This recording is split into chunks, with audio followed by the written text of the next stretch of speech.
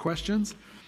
Just to set the table, on April 24th, 2024, the administration released the Executive Financial Plan for FY24 to 28 with a proposed FY25 budget of $111.6 billion. ACS's proposed FY25 budget of $2.73 billion represents 2.4% of the administration's proposed FY25 budget in the executive plan. This is an increase of $16.6 million, or 0.6%, from the $2.71 billion that was originally budgeted in the FY25 preliminary plan. The increase is mostly the result from cost of living adjustments for workers at human service nonprofits. As of March 2024, ACS has 653 vacancies relative to their budgeted headcount in FY24. My questions today will largely focus on new needs in foster care funding, pegs to preventative programs, and the child care voucher fiscal cliff. In its response to the preliminary budget, the council called on the administration to add $25 million for Promise NYC child care voucher program for undocumented families, along with taking action on child care vouchers overall, as well as foster care payments. The administration included no money for any of these items in the executive budget, despite the fact that there's almost $1 billion in resources that the council has identified in our budget response that the mayor's executive budget continues to ignore. We have the resources to restore and invest in key services like child care this year, while still protecting against risks and under-budgeted costs, and I look forward to hearing from the witnesses today on these topics. Now I want to turn to my co-chair for this hearing, Councilmember Stevens, for her opening statement.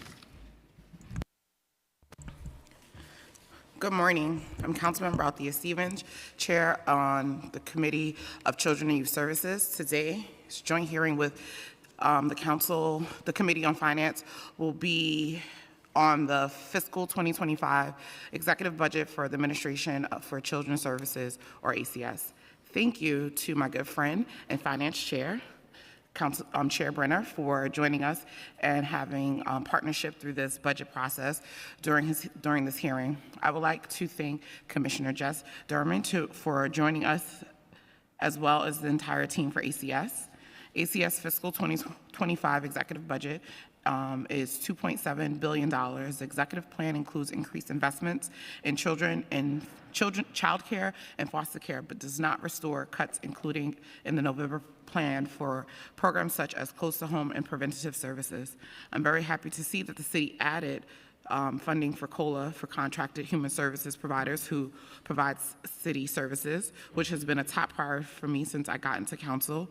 But the council is very disappointed to see that one of our key budget response priorities, Promise NYC, was not included in the executive plan. I look forward to today's discussion and budget actions, including in the executive plan and the impacts of the PEGs from both the November and preliminary plans. Vital ACS programs such as foster care, close to homes, preventative services, and foster care. I'm particularly interested in hearing how ACS is strategizing to meet the multi-facing needs of at-risk families across the city, working to increase the utilization and preventative services that ensure the health, safety, and stability of families and children.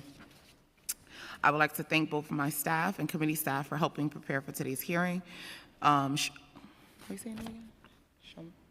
Saman Hamid, Finance Analyst Julia, Unit Head Christina, Legislative Counsel Elizabeth Arts, Policy Analyst, and my Chief of Staff, Lamont, and the entire A-team back at the district office. I will turn it back over now to Chair Brennan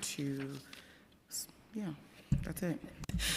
Thank you, Chair Stevens. Before we get started, I also want to take a quick moment to thank the entire Council Finance Division for this first week of executive budget hearings. There's a ton of people who work super hard behind the scenes, crunching numbers back at Mission Control to make these hearings run smoothly. Today, especially to Julia Haramis and Samuel Hamid, and Committee Counsel Mike Toomey, who's been here with me every day, my Senior Advisor John Yedden, and everybody else. Just as a reminder, for this year's executive budget hearings, we'll take public testimony today on the day of the hearing, after all the agency witnesses have finished, instead of holding one day of public testimony at the end. So if you're here today or you're watching on Zoom, you wish to speak on the ACS or the DYCD FY25 executive budget. Make sure you fill out a witness slip with the Sergeant at Arms so you can testify later on.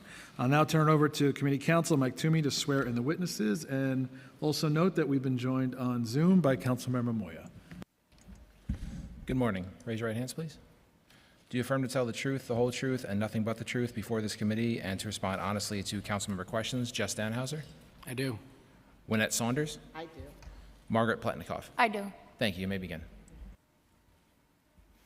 Good morning, Chair Stevens, Chair Brannon, and members of the Committee on Children and Youth and members of the Finance Committee. I'm Jess Danhauser, the Commissioner of the Administration for Children's Services. I'm pleased to be joined at today's hearing on our fiscal year 2025 executive budget by Wynette Saunders, our first Deputy Commissioner, and Margaret Pletnikoff, the Deputy Commissioner for Finance. Throughout our work in child welfare, juvenile justice, child care assistance, and supporting the well-being of communities, we remain committed to helping build a New York City that is more safe, just, and equitable for New York City's children and families. I look forward to sharing our progress with you and eager to continue partnering on our ongoing efforts to deepen our work in the coming year. At ACS, we take our responsibility to keep children safe very seriously. We believe that essential to keeping children safe and families strong is working to provide families and communities with access to the sports they need to thrive. This is the work we do each and every day throughout our continuum and the work of our dedicated providers and their staff. Affordable childcare is critical. It allows parents to work or pursue training, knowing their children are cared for in a setting that supports their healthy development. We have continued to increase access to childcare assistance. There are now over 37,000 children enrolled in childcare with a low-income voucher, helping offset costs to the family, an 105% increase from this time last year. We've also worked hard to ensure families in the highest need neighborhoods can access affordable care.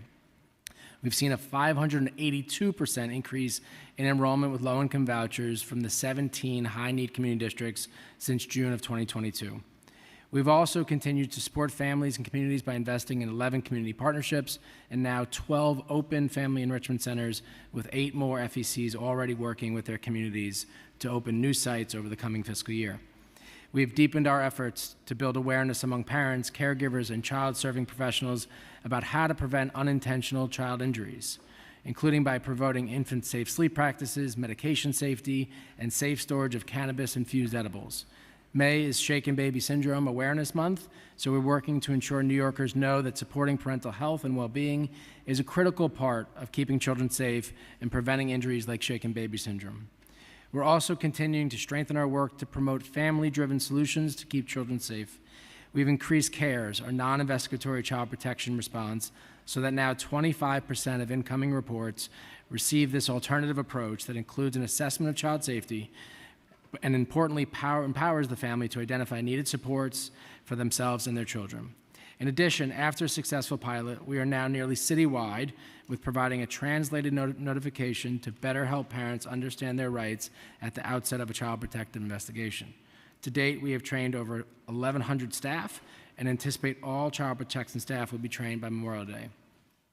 As a parent, I know that raising a child is enormously rewarding and can also be challenging.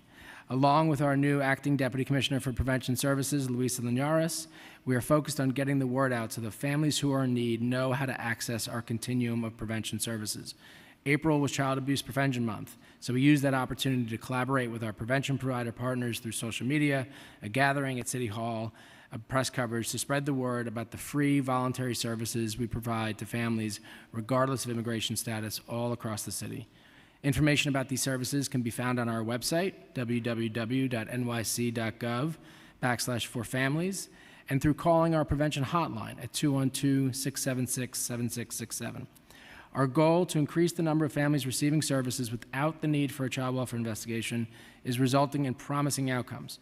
In the first 3 months of this year, we received more than twice as many referrals to prevention services from community sources than in the first 3 months of 2023.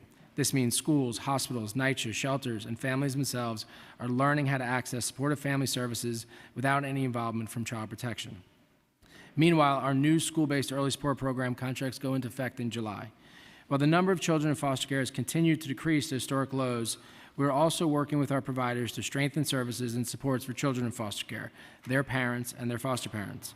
We continue to emphasize kinship placements where children are placed with relatives and close family friends.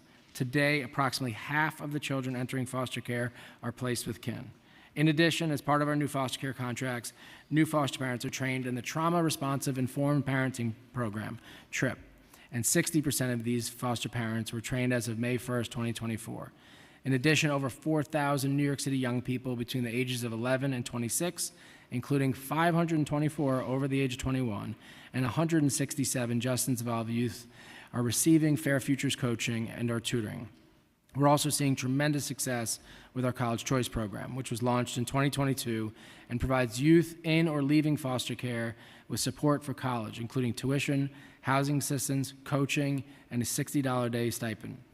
When the program was launched in 2022, there were less than 200 youth participating. Today, it is almost double, with over 300 youth participating in College Choice. We're eagerly planning for the upcoming summer.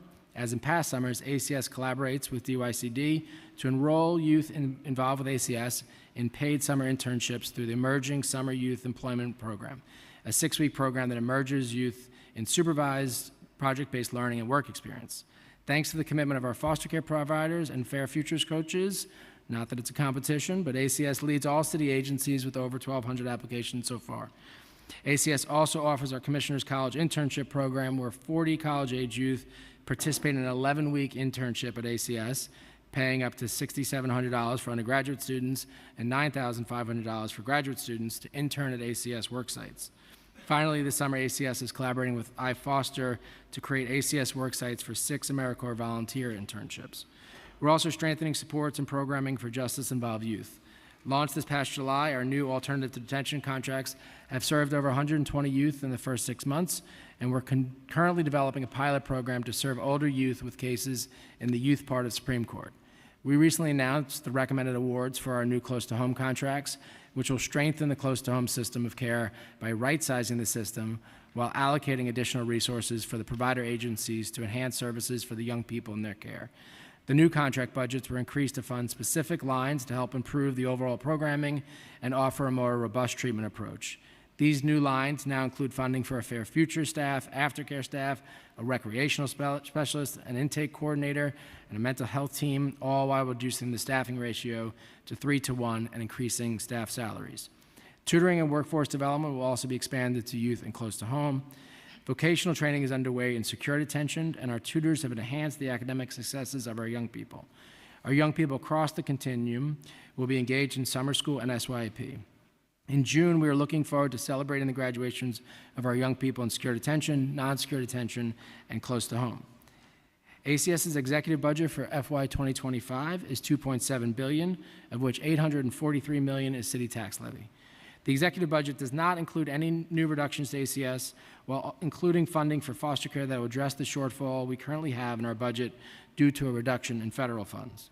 The executive budget also includes actions, realignment, that move funds into appropriate budget codes, such as moving Fair Futures money for juvenile justice into the corresponding budget codes and adding in state and federal funding where applicable for various programs such as Adoption Subsidy and the Nurse Family Partnership and KinGap.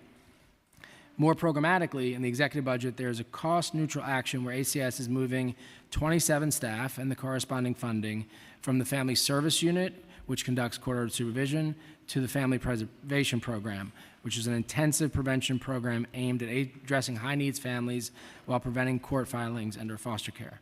Finally, our budget includes funding for both workforce enhancements and the Human Service Provider COLA, which will both help to strengthen the work of our providers and increase the wages of their hardworking staff. ACS remains committed to a New York City where children and young people are safe and thriving, and where families are supported as their most important resources and protectors, and where our staff and our provider staff are supported as they carry out their critical work. As Commissioner, I continue to be inspired and moved by the deep commitment and passion of the ACS team and our providers that have to our mission, making New York City a better place for children and families. Thank you. Thank you, Commissioner. We've also been joined by council members Ressler, Williams, and Joseph. I want to dive right into foster care, the new need for foster care funding.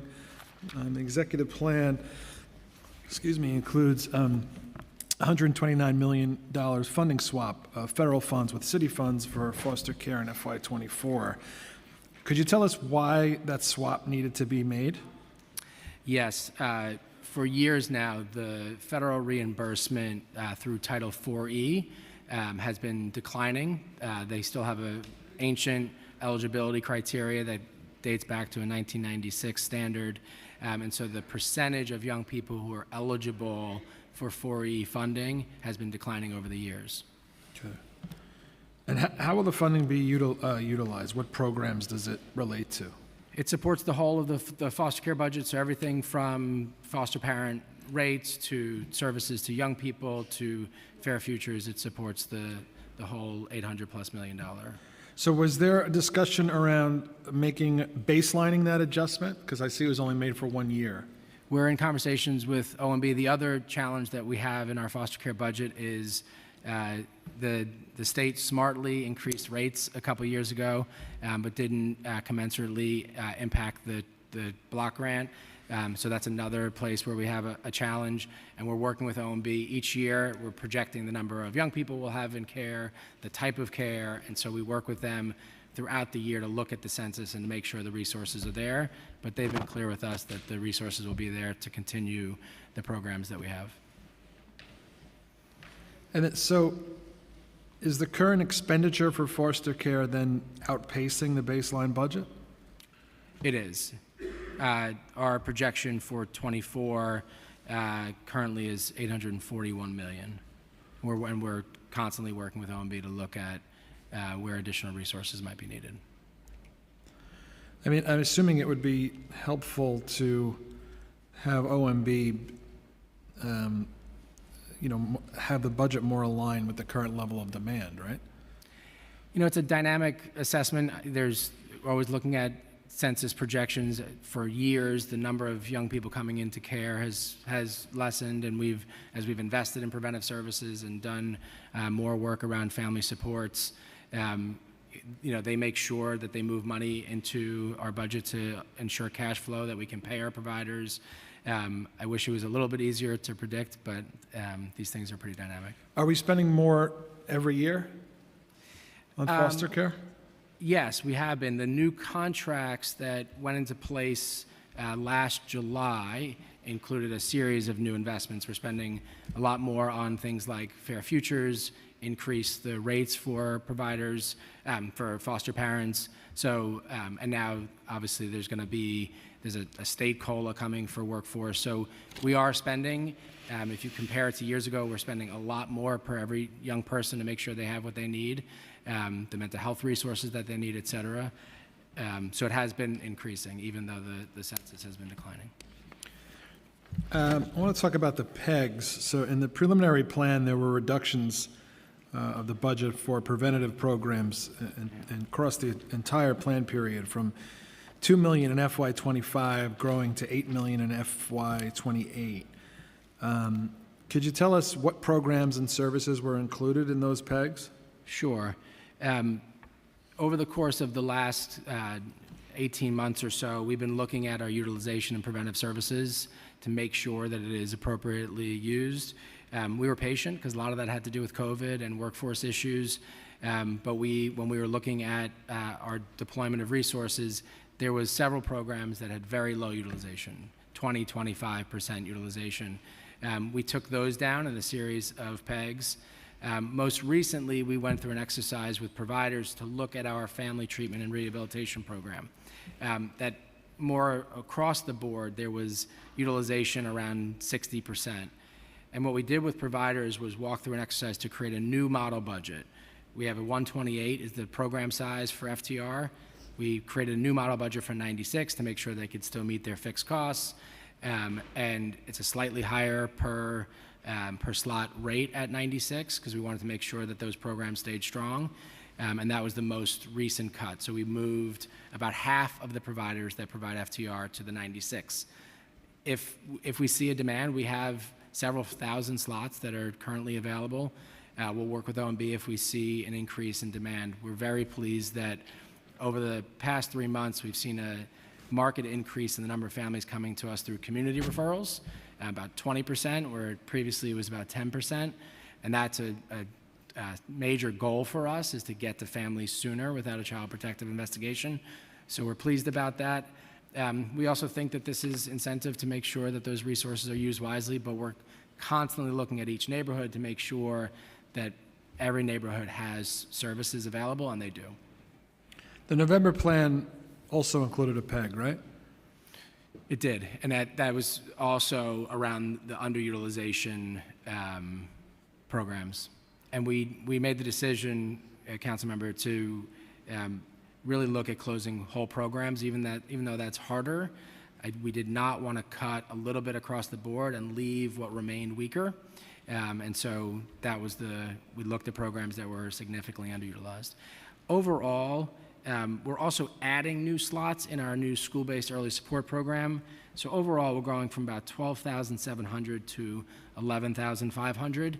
And we're seeing that the actual utilization of those move in the right direction. But again, we still have slots available. What sort of feedback has ACS heard from providers through the PEG? How many clients had to be shifted to different programs? Very few, because there was underutilization in those programs, and we worked to maybe close out the services if that was appropriate, if they were at that stage in their service, or transfer it to a nearby program.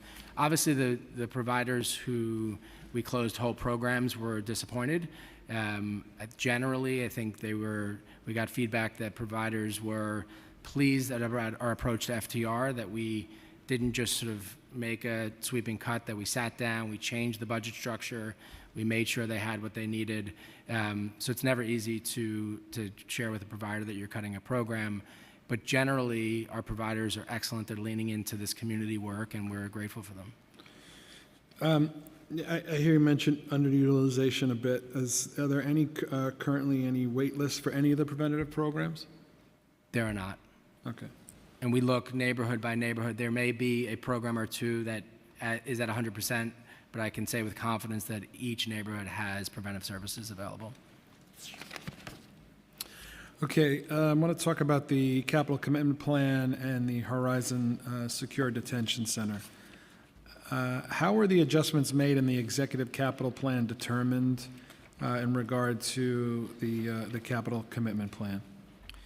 So we moved when we worked with OMB, we moved some out-year funding forward, and we have a need, an urgent need, to build more programming space at Horizon, and more classroom space, more mental health space, cafeteria space. It also includes 48 additional beds, and so we've been working with every partner we can. With DDC has been really excellent. We've been meeting with the community, meeting with the controller to move this plan forward. What's the current capacity at Horizon? The current capacity, both across Crossroads and Horizon, is 267. I believe Horizon is 134 of that. And what would the capacity be after the upgrades are completed? It'll include an initial 48 beds, so 185. Okay. If I did that right. Okay, I just have a little bit on the child care vouchers fiscal cliff. Do you believe it would be appropriate for the out-year funding for child care to be more accurately aligned with the recent actual expenditures? I think we are working to get there. We are still waiting for our state allocation, and so we've been working with OMB to make sure that there are resources in the FY24 budget. We have a green light to continue to expand voucher enrollment. Really proud that we have moved low-income voucher enrollment from 7,000 in 2022 to about 38,000 today.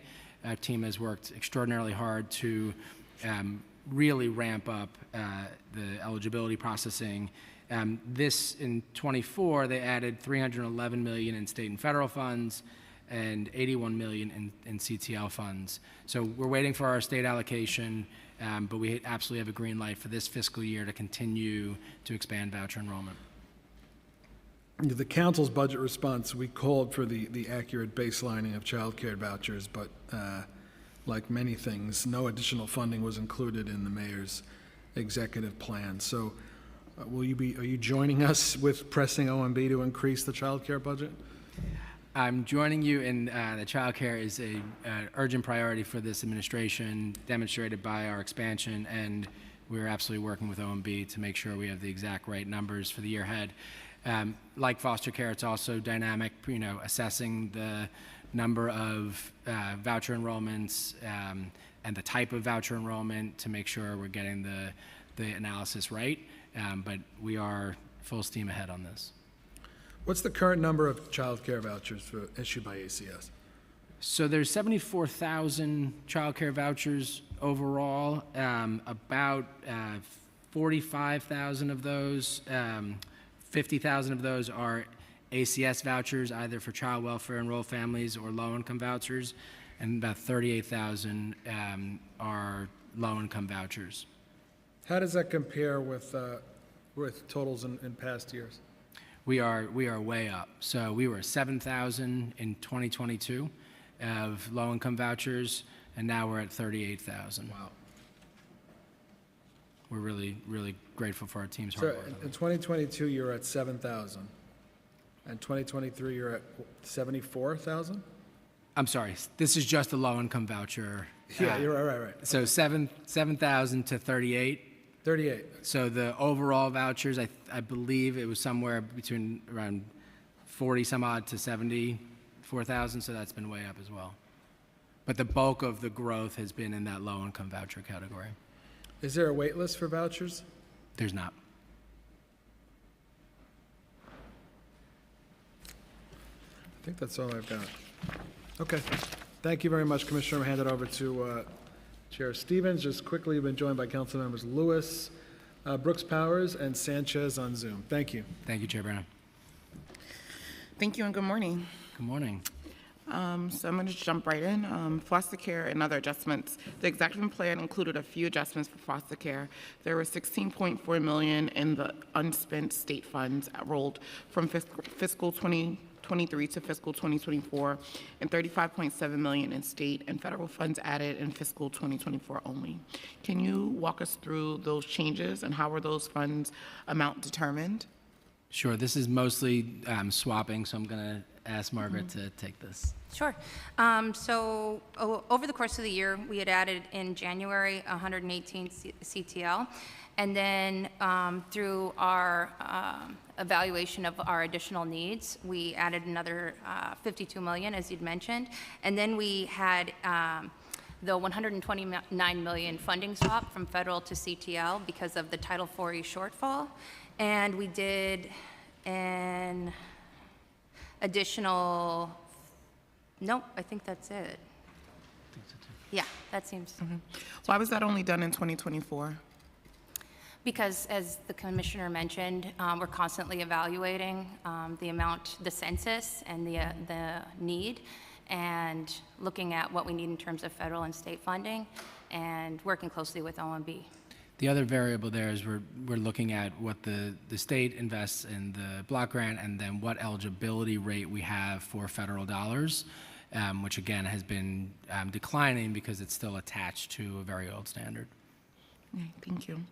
How will those funds be utilized? They'll support the foster care program, as you know well, Chair Stevens, so to include support for foster parents. It includes stipends for young people. It includes furniture allowances, clothing allowances. It includes fair futures, all of the things that are needed to care for our children in foster care. Thank you. Does ACS anticipate similar adjustments will be needed in future plans? If so, are you considering adjustment the baseline? We do expect that there will be a need for additional resources than what is in the baseline, and OMB has been supportive in working with us on that. That's good to hear. Okay, we'll move on to close to homes. During the recent oversight hearing, we had a close to homes hearing recently.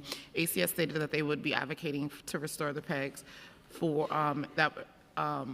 for the restoration of the PEGs in the executive budget. The visiting offered that the new RFP had right-sized the programming and eliminated slots that were not utilized. Can you provide current slots utilized for close to home?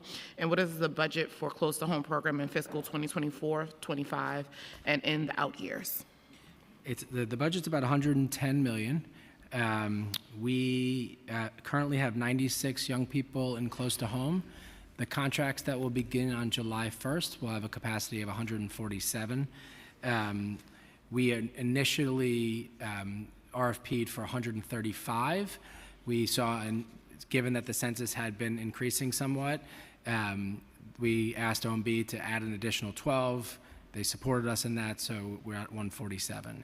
As you know, the close-to-home census, thankfully, has been low for many years. The city initially projected the need for about 300 beds.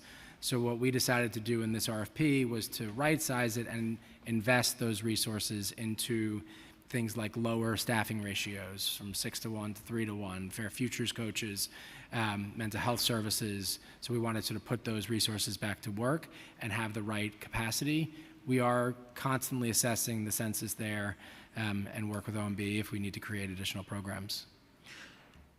And just even thinking about that, and this is one of the things I brought up in the hearing we had previously, is one, talking to providers to right size it and say like, oh, the census go up, so we'll expand the program is really hard to do, as you know, because you can't just go online so quickly. And so if the demand increases, what increase beyond the current budget, what does that look like, and how we work in providers to get that online? And just also just thinking about, you know, and I've said this before, we're seeing the numbers increase in the secure detention centers, but we're saying that we have underutilization in close to home. So for me, again, I have to say, like, are we using all the toolkits, you know, and the tools in our tool basket to make sure that young people aren't going to secure detention if possible, and what does that look like? So really want to just kind of hear what that plan is, and also thinking about how are we working, you know, with, you know, all systems to get young people in a place where they're not being sent to secure detention if they don't need to be. Yeah, thank you for your consistent attention to this. On the matter of growing additional programs for close to home, you're right, it is not an overnight endeavor. That's why we asked OMB to create the additional 12 slots. Limited secure placement is the hardest to bring back online from the close to home continuum. So we expanded there, and we do have plenty of capacity there. Non-secure is also not easy, but a little bit easier. It's more group home-like living and doesn't have quite as many need for security. And so we look at this literally every day, and we think we're in the right place at the 147. We have lots of preventive services. We have our juvenile justice initiative. The city did restore or add about $10 million to MOCJ for alternatives to incarceration, to your point about secure detention, to make sure that we're investing in young people. We've started to add fair futures to the front end of the justice system. And in addition, we're working with our new alternative detention providers to see if one or two of them will actually station themselves in the youth part, which is in criminal court, where most of the young people who are coming into secure detention have their cases, to see if there's ways in which we can add alternatives there. So we are absolutely putting a full court press and getting as many services out there as we can. Yeah, definitely want to keep, you know, just pushing it in the forefront around, like, what are we doing to, like, prevent young people from going to secure detention? Because when we're thinking about, you know, close Rikers Island and all those things, like, this is a decarceration plan, and it's really disheartening and disturbing to see the numbers continue to rise in our secure detention center, which, you know, for me is thinking about, well, why do we not have a decarceration plan for young people, and thinking about what does that look like, and how are we making sure that all the services so that they don't have to get to you, know? And that's... If I can just add one thing, I absolutely agree with you. I just want to remind folks that one of the reasons the population is growing is because young people over 18 stay with us now, right? That's one of them. Right, and so we can name it, but there's still a reason why we should be getting to them 100%. before. I just wanted to make sure that. I get it. I know you want to get it on the record, but let's be clear. That's one indicator and not the indicator. And so I think sometimes we try to throw that in there so it can be like, oh, raise the age, and that's not the only reason why young people shouldn't be getting there. And our goal should be to prevent them from ending up there. So that's always going to be my 100%. stance. We're agreed. According to the terms and condition that ACS submitted on secure detention in the first half of fiscal 2024, the average daily population in secure detention was 233. I think you already kind of given us the breakdown of beds in Horizon and Crossroad. Now that we're nearing the end of the fiscal year, can you provide an update on the number of youth in secured and non-secured detention? This morning, there are 232 young people in secure detention. It's held pretty stable over the last couple months since we last spoke about it. In non-secure, I believe the number is 43, but I will confirm that. Okay, thank you. Are current staffing levels at Horizon and Crossroads sufficient? We are And what's the vacancy rate? So we are consistently hiring for our youth development specialists and our special officers. We've seen a significant increase in availability of both. I have the numbers here for you. It's over 500 active YDS, and that is up from a couple years ago where there was about 350 active YDS. So we still have vacancies there. I believe it's about 75 vacancies, and we're continuing to hire. We have a graduation this afternoon. We also brought on far more special officers and cut their vacancy rate there dramatically.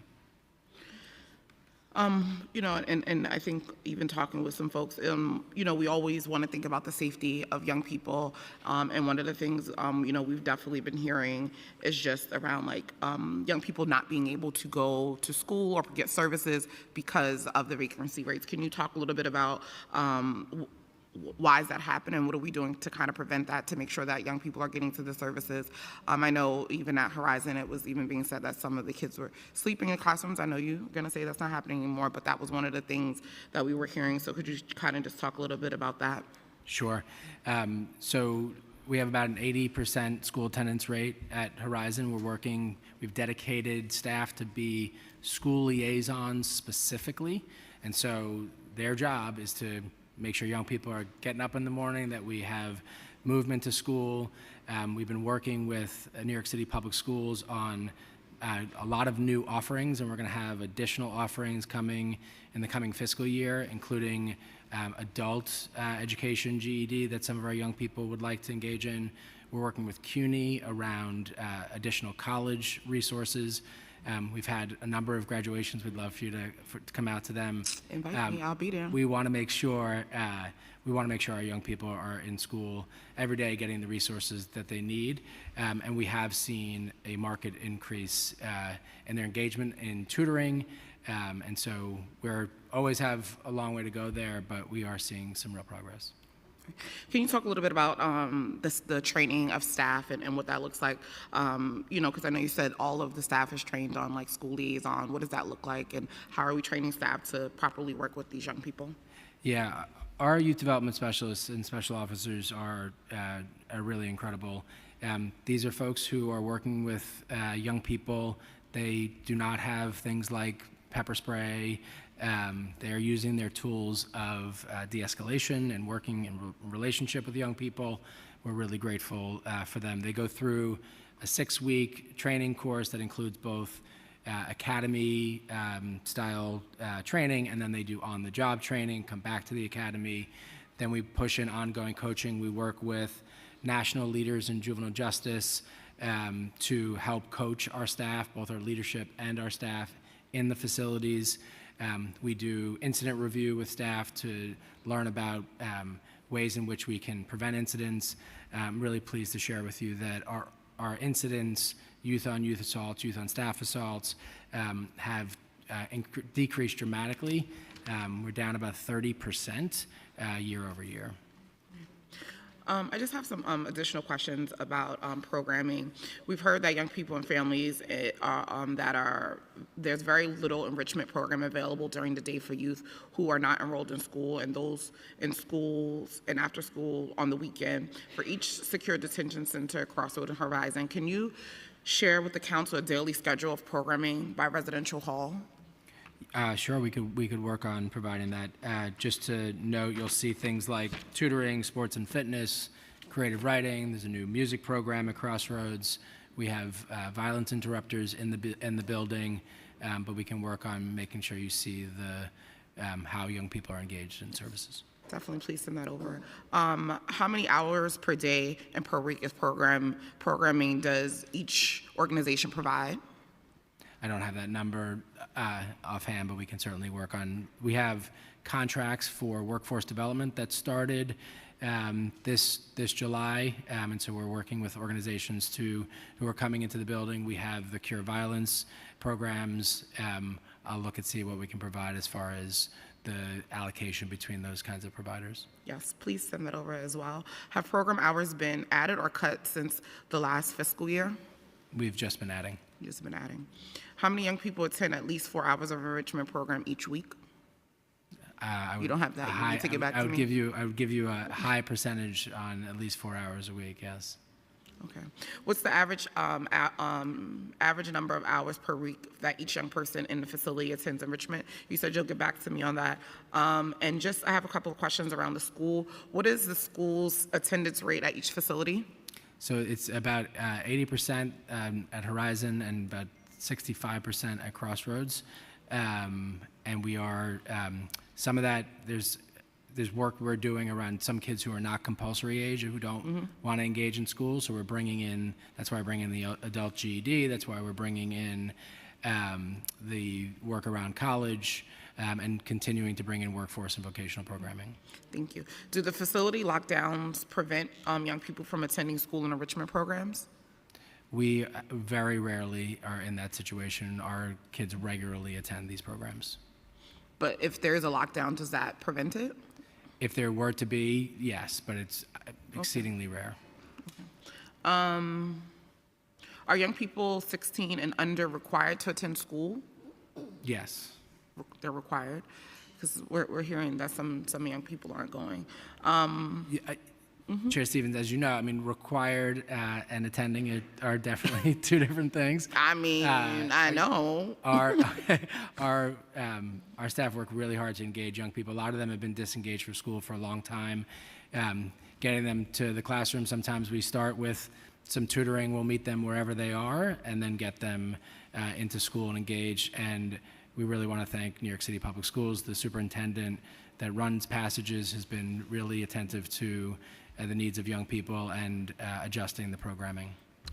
What preliminary steps are being taken to ensure that young people are in the proper grade and educational appropriate classes? Because that was another thing that we were hearing, that some people, young people, are like kind of like all over the place. And I know it's like more individualized, but I'm hearing that they're still not getting proper. Yeah, the schools do a full assessment. Some young people have individual education plans. Those still are important while they're in secure detention. So the schools do those assessments and then cater to their particular needs. Given the expansion of Horizon and a considerable allocation of capital dollars ACS is dedicating to upgrading the facilities, we would like to get a better understanding on what measures ACS is taking to ensure our youth do not end up in secure detention facilities. What role is ACS play with youth legal proceedings? So we don't play a role in court proceedings, depending on whether it's family court or the criminal court. There are different prosecutors. It's the district attorneys in the criminal court. It's corporation counsel in the family court. Our role is to make sure that young people have the services that they need. We have a robust set of services. We serve over 2,000 young people with FAP. We're really looking at family court there, our alternatives to detention, and our efforts of late have been really to try to grow older services because traditionally ACS has been focused on family court kids, post-raise the age. We have been additionally focused on older kids.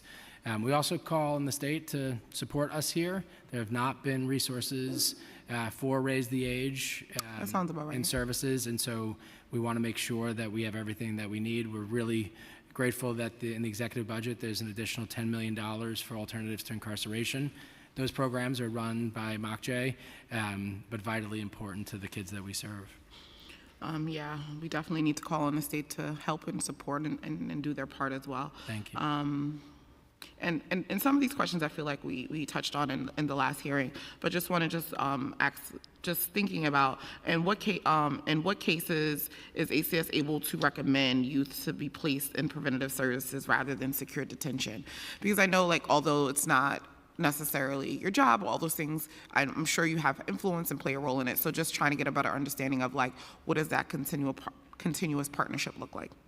It's really about making sure that the services are available. So in family court, we have our juvenile justice initiative, which is an alternative to close to home. We have FAP, which is upfront. Anybody can access it without court involvement. And then we're growing the services that we have available in the criminal court, both with our partners at MOCJ and at ACS.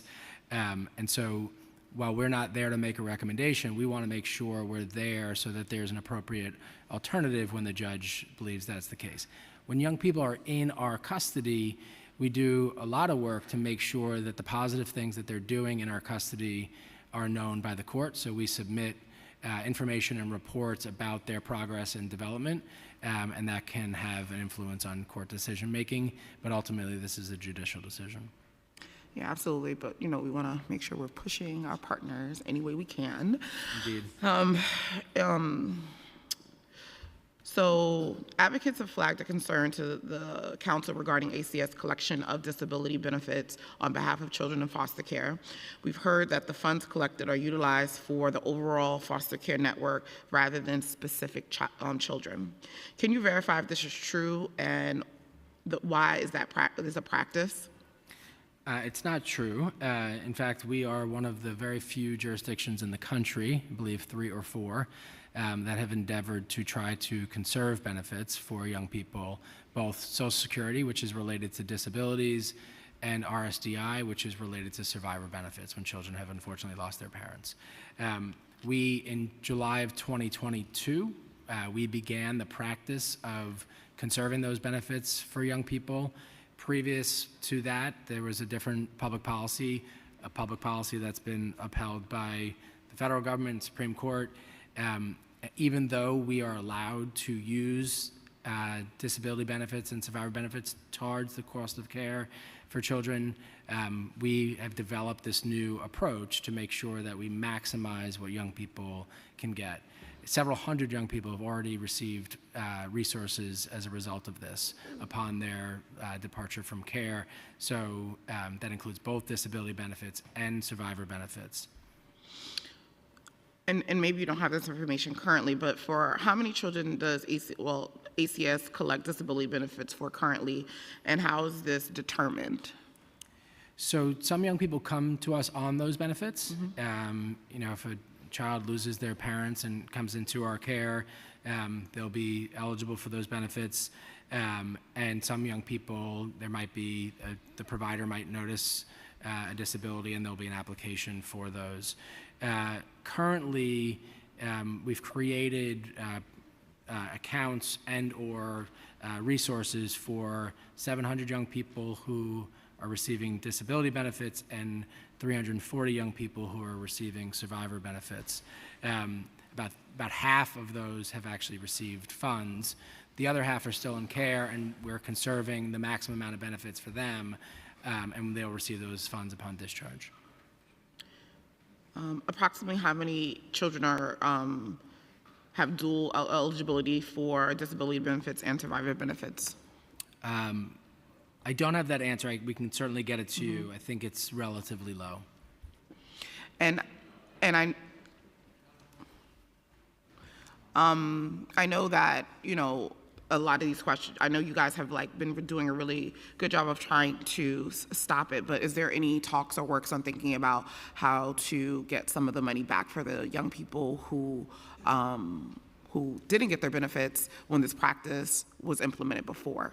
Yeah, as you know, and thank you for your interest in this and our meetings on this, previous to 2022, these monies were collected and they were used to fund services for young people in foster care. They're part of the ACS budget. Those funds were spent. It was a different public policy context. You had a lot more kids in care. And as we've been able to reduce the number of young people in care, we've been investing at a much higher rate, as we were discussing with Chair Brannon before. And so things like college choice, things like fair futures we're able to do at this moment. It's hard to go back and say, was that the right choice then?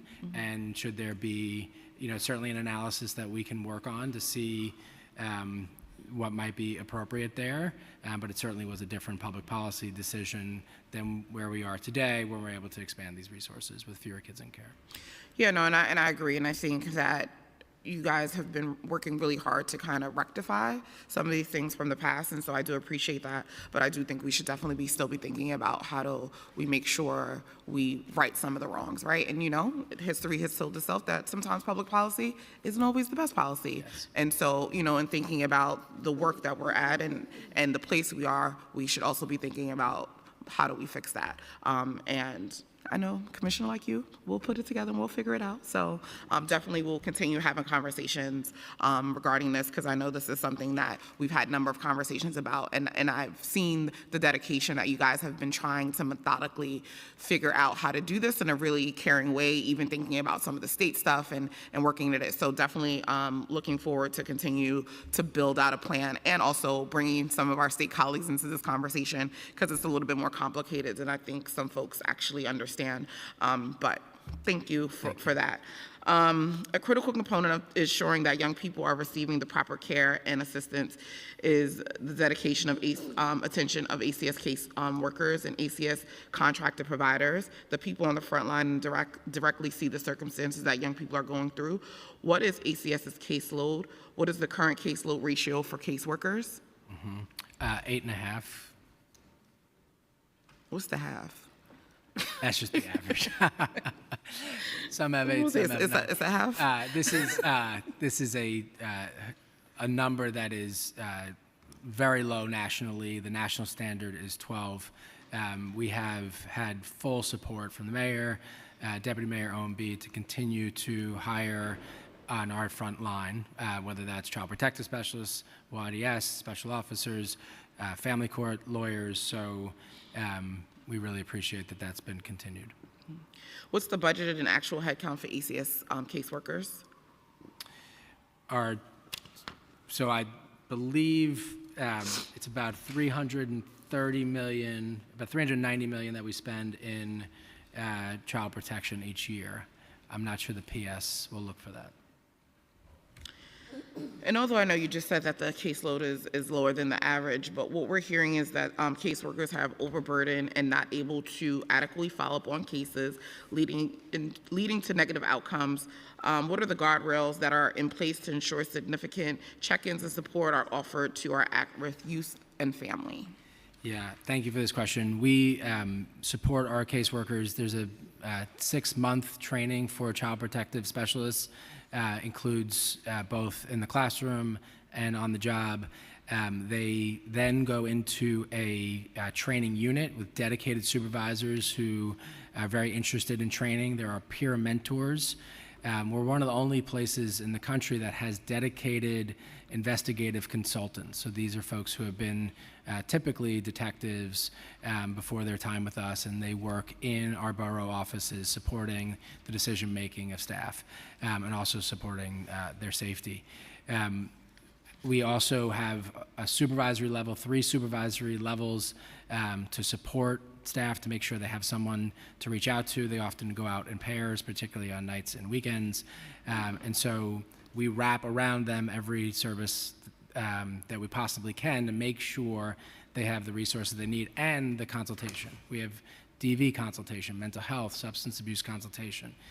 These are very difficult assessments. So staff walk in, they make an assessment, they're working with families. Our responsibility is to make sure we're doing an excellent assessment, whether it's CARES or an investigation, to make sure we're doing an excellent assessment and get families the help that they need.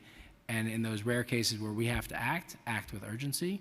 And our staff are really dedicated to trying to make both of these things work. Right? We're in too many families' lives, particularly Black and brown families, and we have to protect children. We do not choose between those two. We think we can narrow our impact on families and protect children, and our staff have been dedicated to doing that, and really, really grateful for them. Thank you. What measures does ACS take to ensure caseworkers are acting in the best interest of youth? What trainings are provided to ensure that staff are well informed in the most effective approach for at-risk children? So we do a lot of training in motivational interviewing. We also have a lot of training as it relates to Fair Futures. Motivational interviewing is essentially a model in which you work with people's intrinsic will to do well and sort of pull that out. And so to work with a young person to start where they are is really sort of that evidence-based model. Training in LGBTQIA plus affirmation to make sure that everyone is getting treated with dignity and respect. They get implicit bias training. We have one of the things you'll see in the budget is some money moving over to our Workforce Institute. We've also launched a Leadership Institute because, to me, nothing's more important than the culture set by the foster care director in the local office or our borough commissioner.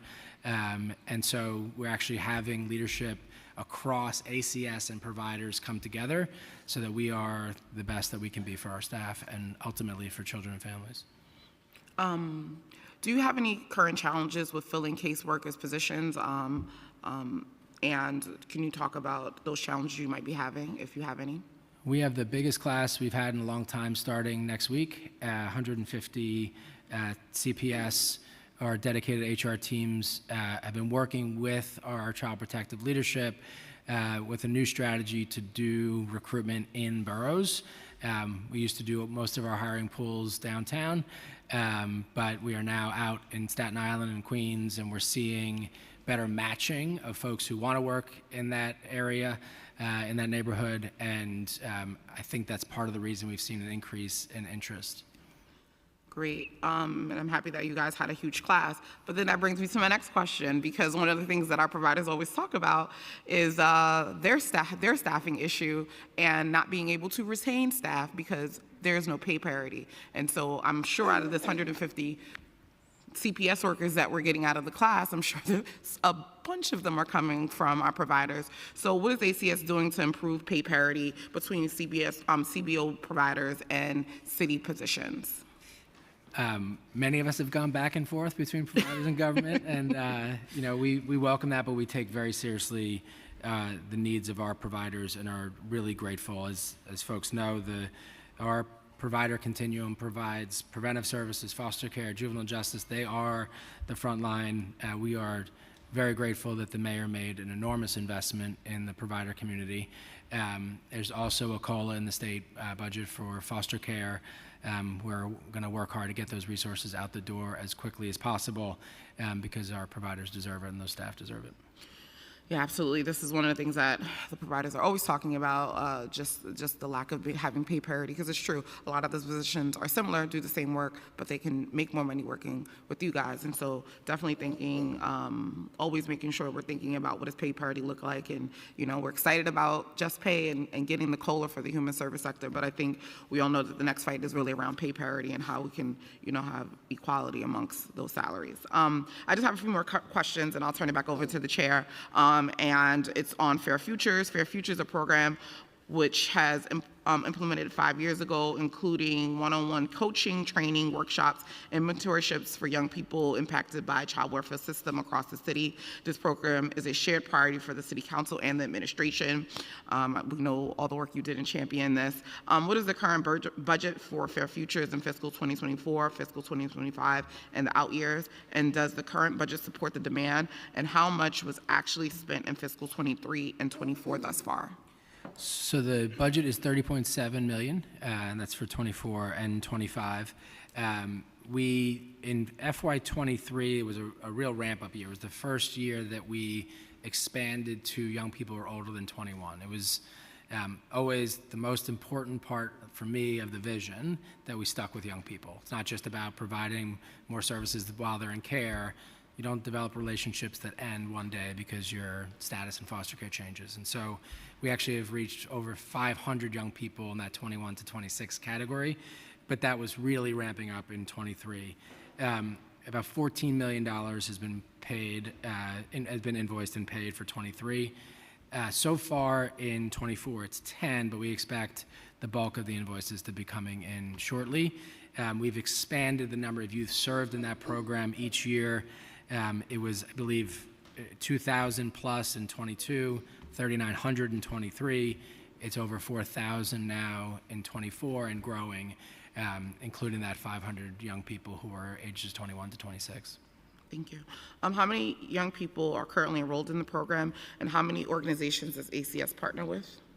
So we partner with all 24 of our foster care agencies to provide Fair Futures coaching. We also work with the Center for Fair Futures, which provides a lot of the training.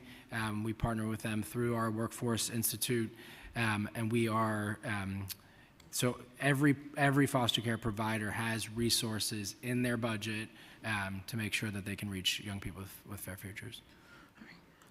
Those are all the questions I have for right now. I'll turn it back over to the chair. Thank you.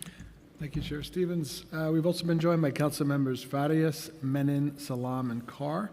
And now we'll start with questions from Council Member Caban, followed by Ressler.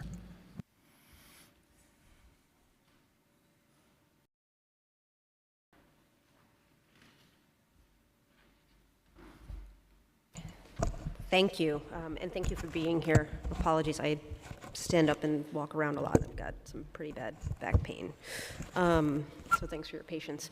Okay, so I want to ask you mostly about Promise NYC, but I'm going to start somewhere else really briefly and just ask a little bit about the processing time for eligibility verification for childcare seats, because it's gone down for DOE, but we're still hearing concerns that the process is taking over 6 weeks to get cleared for extended day and year seats that are run by ACS. So can you share with us what the average processing time for someone filling out their application to a child sitting in a classroom is?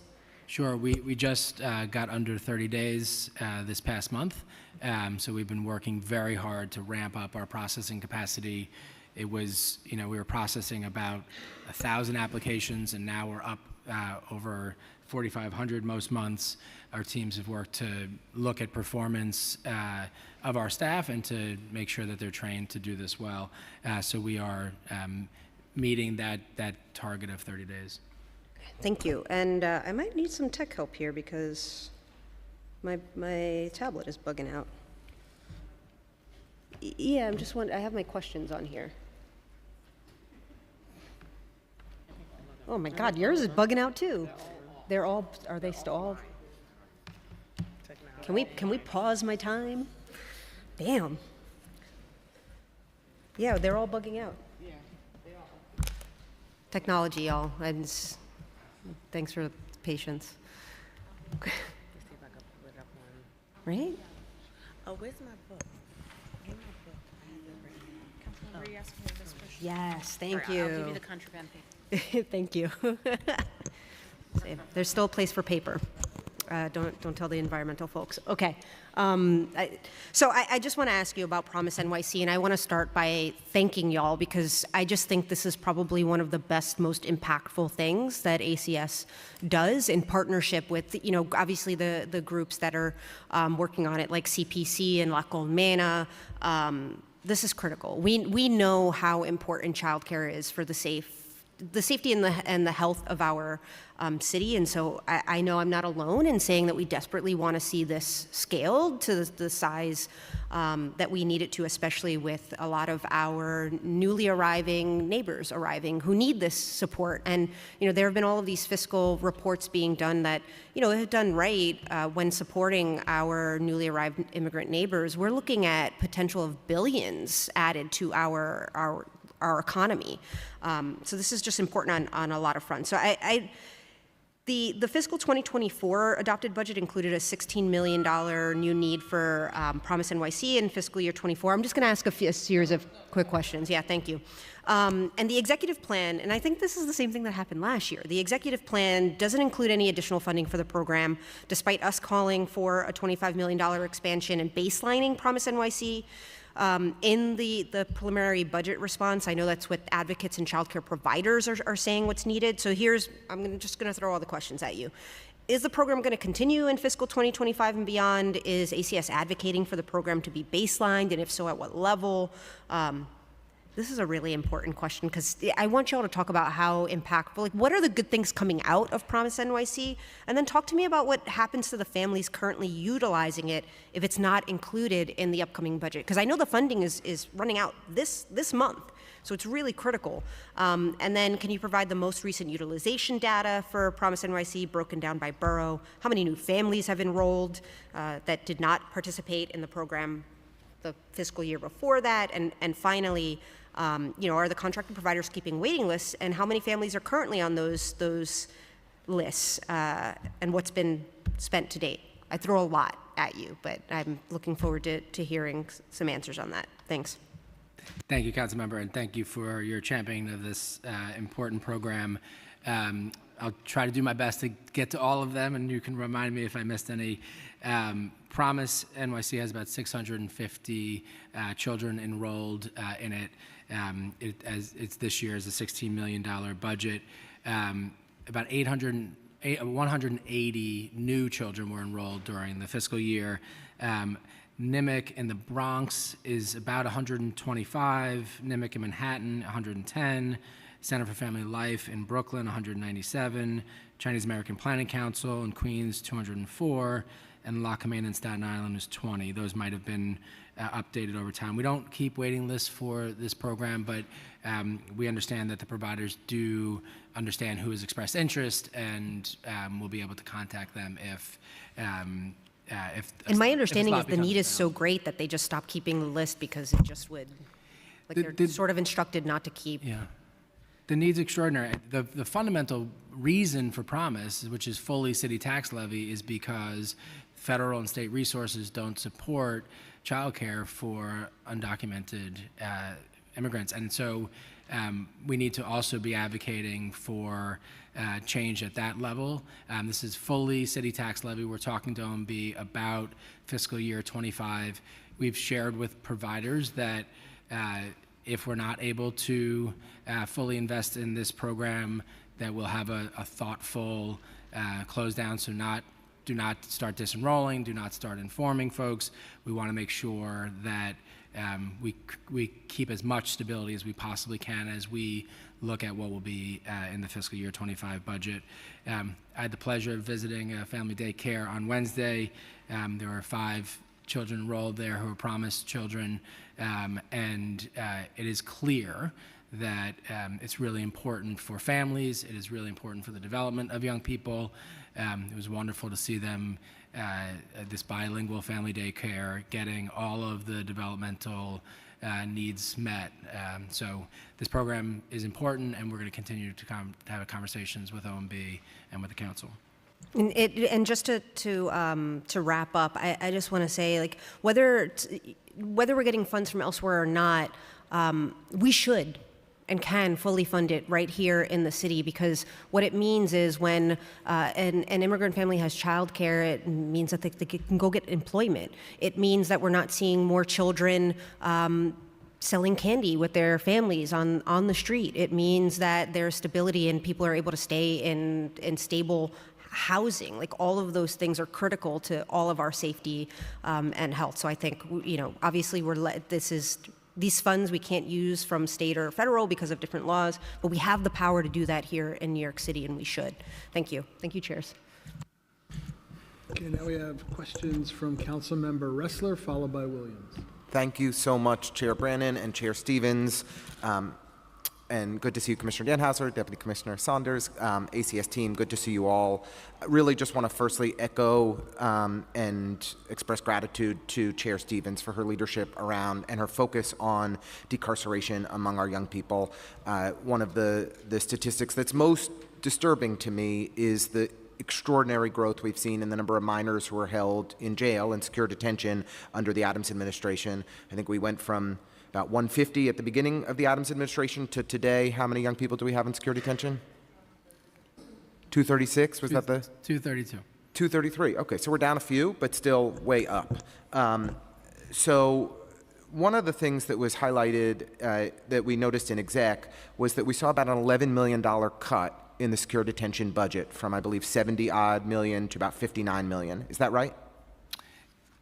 Yes, but And so how, when we've seen this extraordinary growth in the number of young people that we're detaining and putting in jail, could we possibly manage a 16.5% cut in the funding to actually provide them with the services and that they need?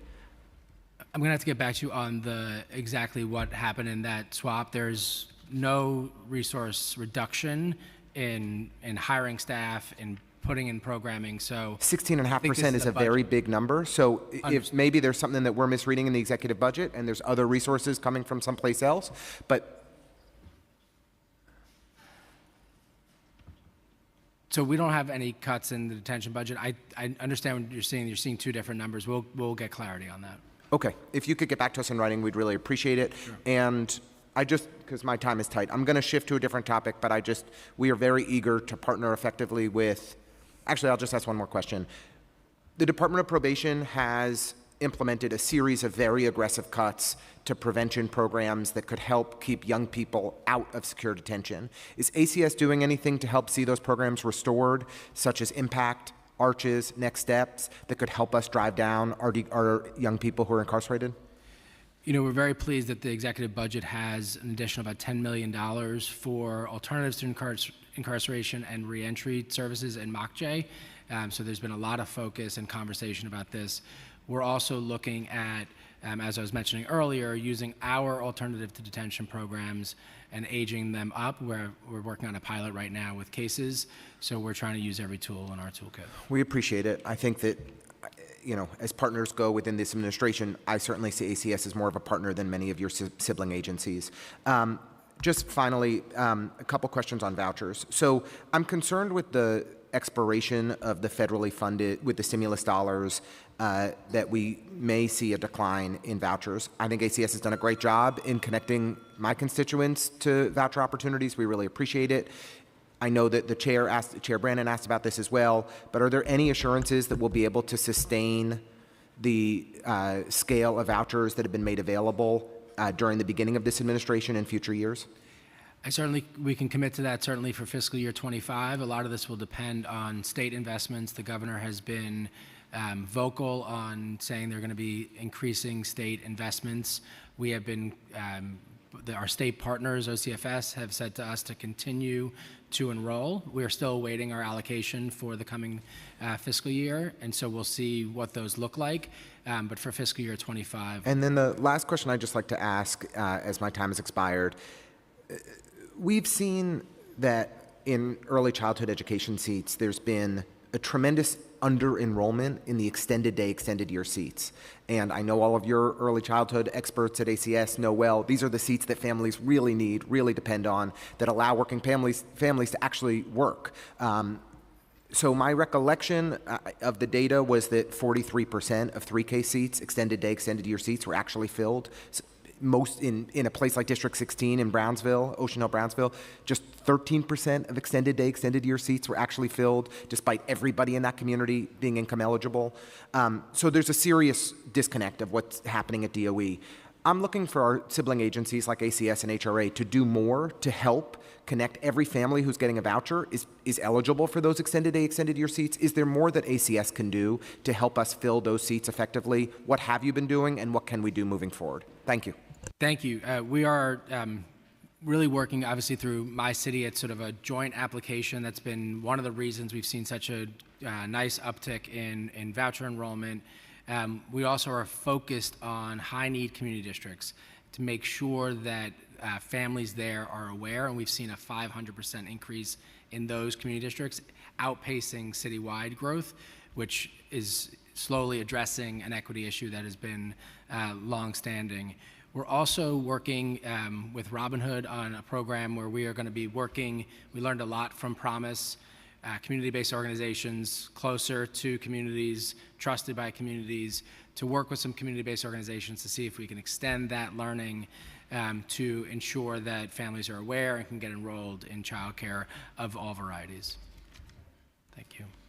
Okay, now we have questions from Councilmember Williams, followed by Joseph. Hello, good morning. Good morning. I have some questions about the Workforce Institute. So in the executive plan, $3.8 million was included in fiscal 2024. only from a combination of federal, state, and city funding sources for ACS Workforce Institute. Can you explain to the committee what the Workforce Institute is, and does ACS partner with any other city agencies or entities for this program? Yes, thank you, Councilmember. So the Workforce Institute is our training department. It is in partnership with CUNY, and so the resources that you see there are to extend a lot of the training that we're doing for staff, for foster parents, the trauma-informed program for foster parents. It includes our Leadership Institute. It also includes Fair Futures training and motivational interviewing training. So we really have, this was something that was created, I believe, in 2018, the Workforce Institute, to pair with our Satellite Academy, which is the Academy for Child Protective Specialists and YDS. And it's been a really, really wonderful extension. Providers take advantage of a whole host of... I was going to ask if providers Yes, can indeed. also... Okay. And we have thousands of provider staff have taken advantage of trainings from them. Awesome. I also had a question about rights notices to families under investigation. So we know there's a new campaign and just wanted a little bit more information about the campaign. Is the campaign now citywide? And if not, when will it be expanded to citywide? Thank you for this. So just to say a couple words, this is an initiative that we started in October as a pilot, and then have early in the year of this calendar year, we determined to go citywide. We've provided 4,000 plus notices. By Memorial Day, all of our staff will be trained in this new protocol, and we will be citywide. Okay. To go back to the Workforce Institute, what type of employees are eligible? Can anybody take any programming? You just have like a list of courses and anyone can kind of sign up? So there are courses that are mandated. So obviously, becoming a new child protective specialist, we have a prevention onboarding program. We're developing a foster care onboarding program so those will be expected and mandated. There's also mandates around training for LGBTQIA+, and implicit bias. And so and then there are sort of electives, if you will, to come learn more about a particular practice that you might be working at, and that is learn about leadership, and those are more elective. Thank you. One more question back to rights and notices. I know you said you distributed 4,000 notices. Where were they distributed? Do you have like a borough breakdown? We do. I don't have the exact numbers, but pretty much citywide across boroughs. We started the pilot in Brownsville and in a few neighborhoods in the Bronx, and then we've been extending from there, going zone by zone. As you know, we're organized in zones in our borough infrastructure, and we'll be down in the next few weeks. Okay, and is there any media strategies also included in this? Because it seems very grassroots, which grassroots I think is always the way to go, but do you have any other plans to diversify your outreach? We are making sure that it's available on our website. There's been a daily news coverage of this initiative. I'm planning on doing some media outreach next week around this and other things, so we want to get the word out for sure. Yeah, thank you, Chairs. Okay, now we have questions from Councilmember Joseph, followed by Lewis.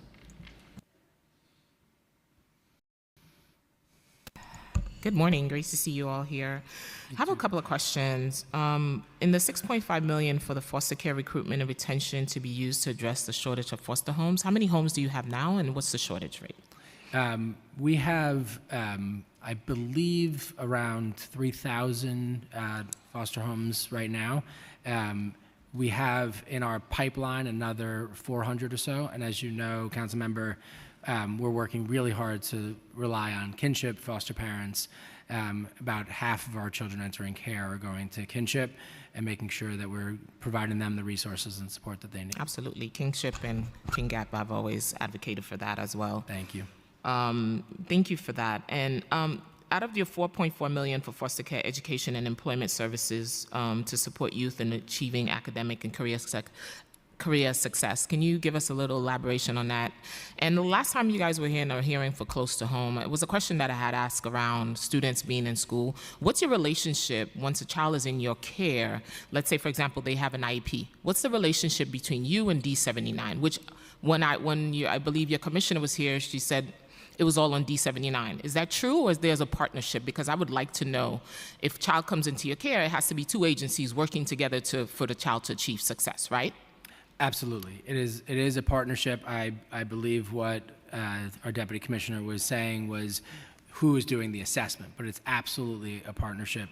For young people who come into our care, we actually have a very robust data match with the Department of Education, New York City Public Schools, where we are getting information on things like attendance, things like promotion and doubt, so we can target where we need to intervene and make sure that young people have what they need, if they need to have a new school setting, if they need another service.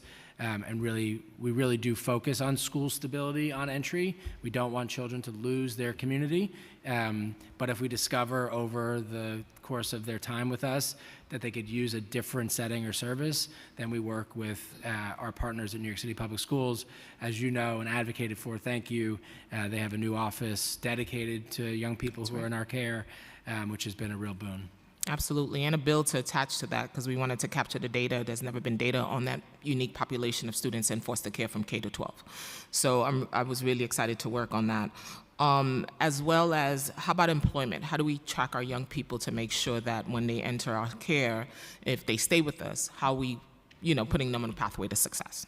So that data is going to be captured in a new database for Fair Futures called Care4. So we're working specifically. We have a really excellent leader for workforce development. As I was mentioning earlier, we're going to have over 1,000 young people plus an SYEP this summer, and then we have a commissioner's internship program. We'll have lots of young people at ACS throughout the summer, which is a real joy. Chairs, can I ask one more question, please? Yeah. Thank you. And how will the $4.4 million for foster care, 5.5 for foster care, mental health, and wellness services. Can you walk me through that process? So most of that is for services looking at for young people who are coming into care. We are working on training for foster care agencies in lots of new trauma models. There's new models that are not intrusive, especially if young people don't want to be in traditional therapy. And so using sort of stimulation of eyes and different things. So a lot of that is investing in training up providers. So all of our providers have young people in foster care in Medicaid managed care. And so there's resources that come through Medicaid directly to our foster care providers, and they provide the medical and mental health or contract for it. So our role is really around making sure the mental health of young people coming into care, if they're at the Children's Center, and in helping to provide new training for our providers so that they can add to their array of services. Thank you. And how many unaccompanied minors do you have in care right now? The number in care I don't have for you. What I can say is we have seen an increase in the number of children who are destitute and are coming to us. Typically it was 40 to 50 any given year. Last year it was 90 so far this calendar year. We have over 40 young people who've come into our care as destitute. Some of that is unaccompanied minors. We don't sort of track it that way exactly, but we know where we're filing petitions because a young person comes to us or a provider calls us and they are destitute, their family is not here, and they need to come into our care, and they get all of the services and supports that any other young person in foster care will get. Including language access and everything culturally. Indeed. Our language access budget for the Children's Center has increasingly been going up and making sure that they have everything they need in whatever dialect they speak and whatever language that they speak. How do you do recruitment if you're looking to place that child? So we're looking at that. I think traditionally it's been more Spanish speaking, and so we're seeing a much greater diversity in language, and so we want to get the word out. We've been able to place sibling groups and young people. There are times where we find a loving placement, there isn't someone who speaks that dialect, and then we use translation and interpretation services to do the best we can, and then obviously work with schools and all the great work they're doing around this. Well, thank you. Thank you. Okay, we have questions from Councilmember Lewis, followed by Sanchez on Zoom. Thank you, Chair, and good morning. Thank you all for being here. I have a couple of questions, so I'll just state them, and then you guys could feel free to answer as best as you can. The Interagency Asylum Seeker Task Force that was formed by ACS, DOE, and GBV to provide outreach to families and asylum seeker shelters regarding school enrollment for their children. So I wanted to know, how does the task force provide information to asylum seeker families, and what languages are available to ensure that you can effectively serve them? What is ACS's role in the task force? How many students have been enrolled in school with the assistance of the task force? What other agencies are involved with the task force? And do you anticipate in the FY25 budget an impact if you have to add additional agencies to the actual task force? What would that look like, potentially? The other question I have is in regards to Horizon and Crossroads. Would you be able to tell us how many young people would fit the criteria of asylum seekers, and how does the task force support the young people at Crossroads and Horizons? Thank you. So we've been working with our siblings agencies, city agencies, for the last couple of years on these important issues and making sure we're meeting the needs of asylum seekers. A lot is centered around that task force. We have also, led by our Division of Prevention Services, have been having providers sponsor a HERC or a shelter. We had a number of events this spring out at shelters to get information out, all of the variety that you're speaking about, schools, ways in which they can get support, concrete resources that we can provide them. We're really working to get to where they're living and where they are, to make sure they know all the resources that the city can provide. We have our new hotline in place and our new website to make sure there's contact there. We do not, at this point, I believe, have any young people who are classified as asylum seekers at Horizon or Crossroads. We are using translation there because there are some Spanish-speaking only young people there, and I can get you a number if any young people have come to us as asylum seekers. Thank you. Thank you, Chair. Okay, Councilmember Sanchez on Zoom, followed by Brooks Powers.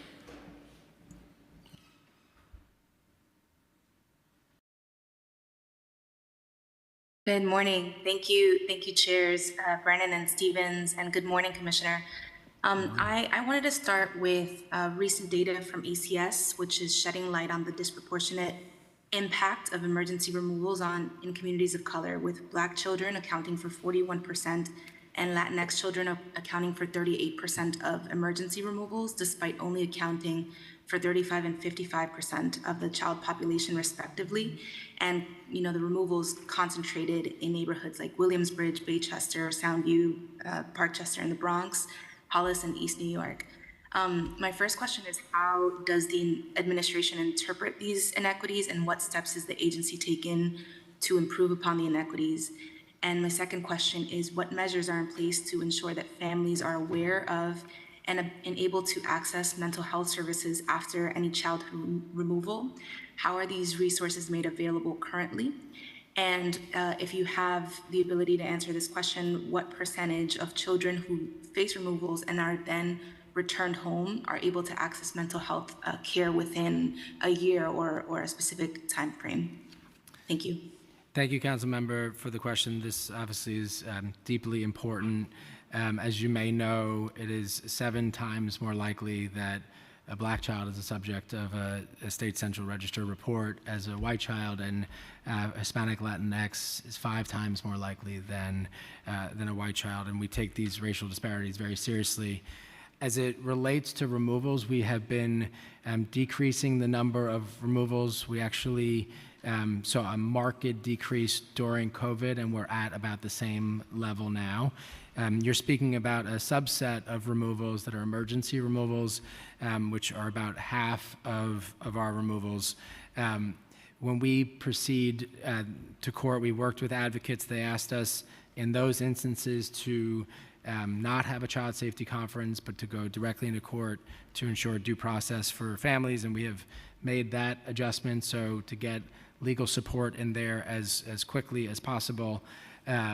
We also, what we see when we go to court is about 3/4 of the young people are placed into foster care after emergency removal.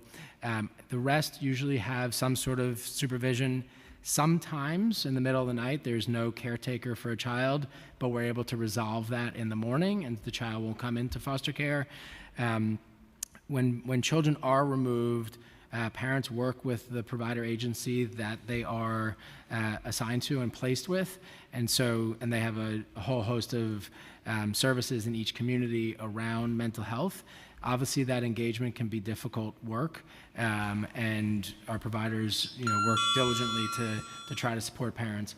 I wouldn't have the numbers about mental health resources post a child not coming into care, just because we don't have a way to track that. But I share your interest in that and concern about that, and we will look for ways to do some outreach there or have other providers outreach to make sure that there are services available. Thank you, Commissioner.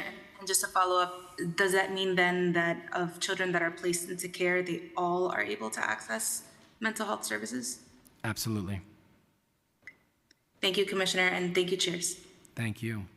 Thank you, Councilmember. We've also been joined by Councilmember Powers. Now we have questions from Councilmember Brooks Powers, followed by Menon.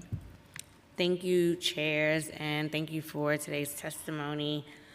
I wanted to just spend a quick moment on headcount and vacancies. So the executive plan transfers 27 positions across budget codes BC 0503 to 0509. Which program did these positions originate from, and where were they transferred to?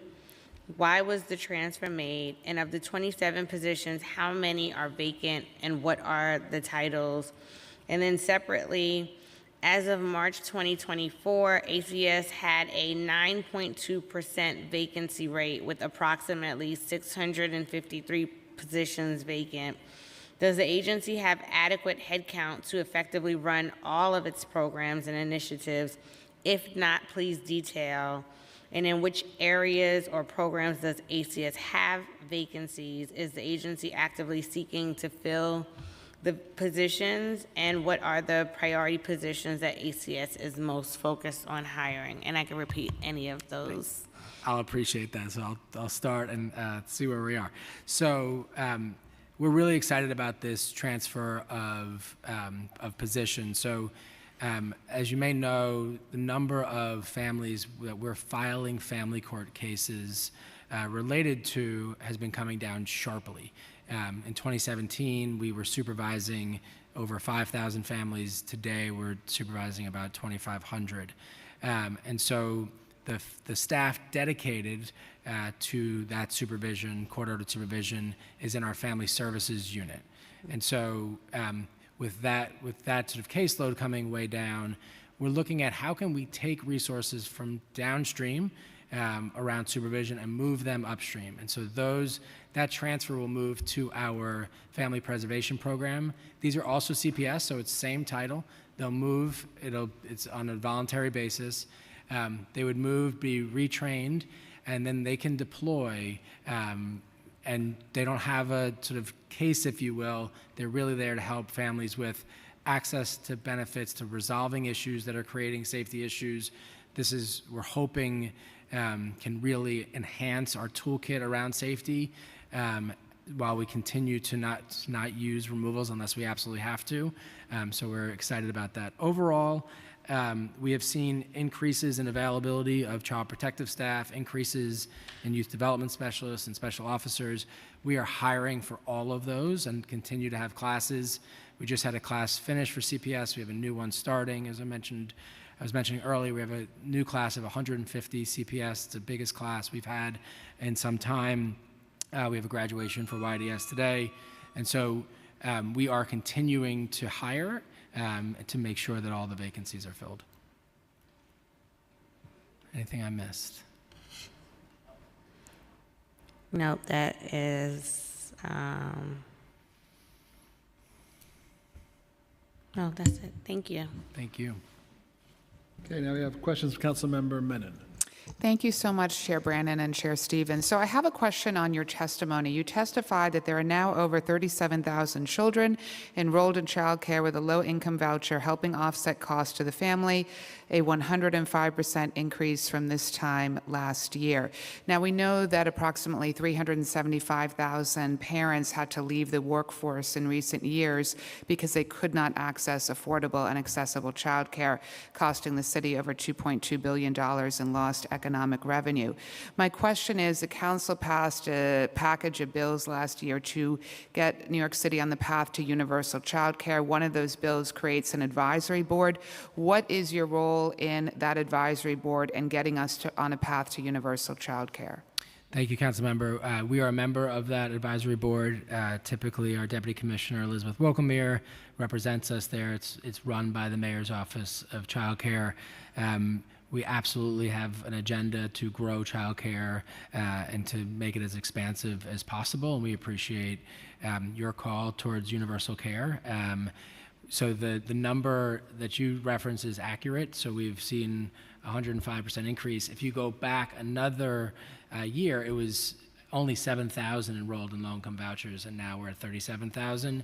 And we have the green light to continue to enroll families in childcare. And in terms of the vouchers, one of the other council bills requires a subsidy portal to access federal, state, and city subsidies. Can you give an update on what is happening there with that portal and the number of families who are able to access those subsidies?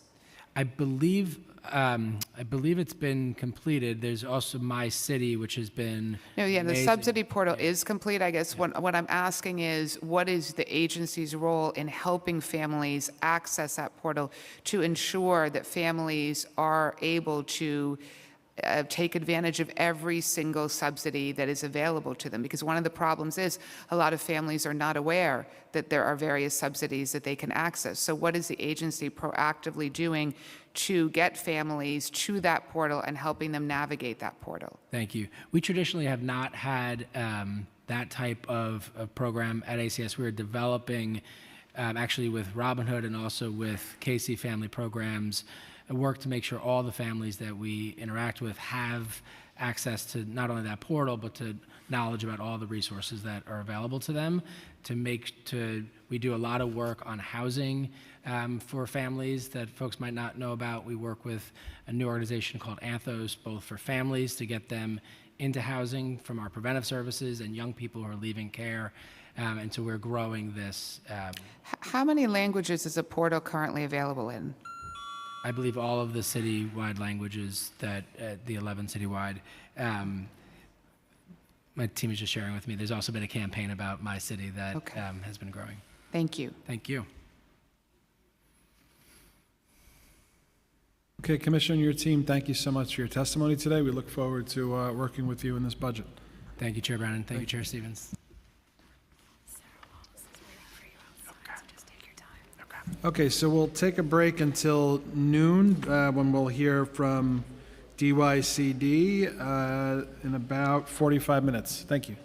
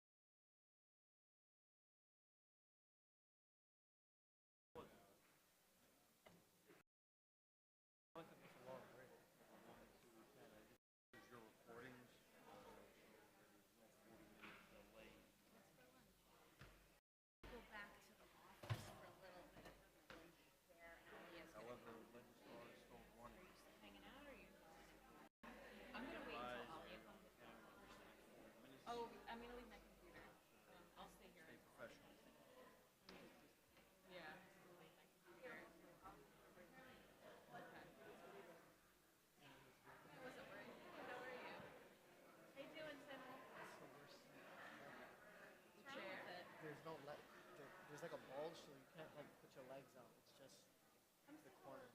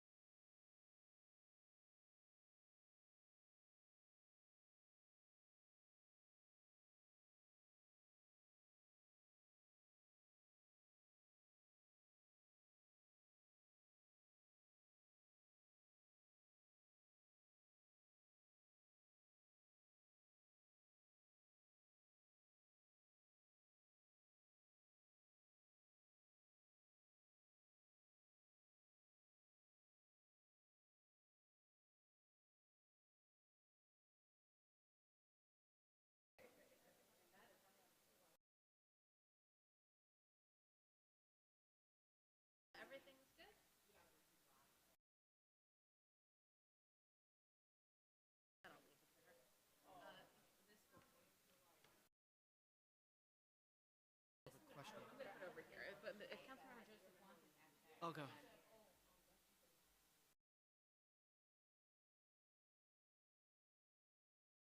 We'll come back together a little bit before they finish. So you can go now, eat your lunch,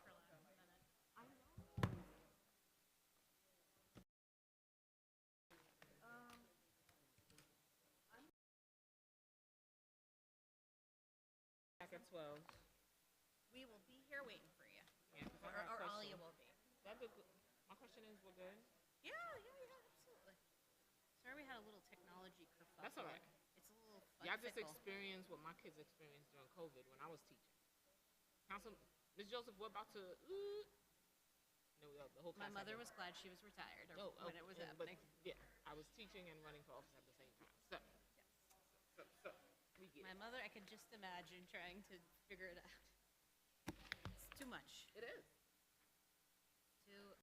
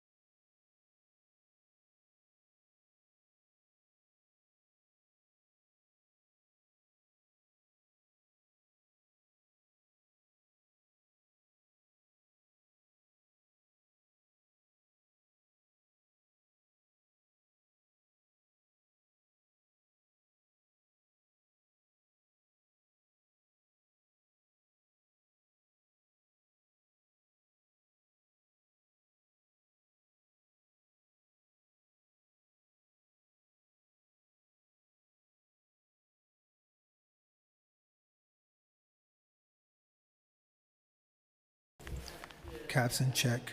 Check 1, 2.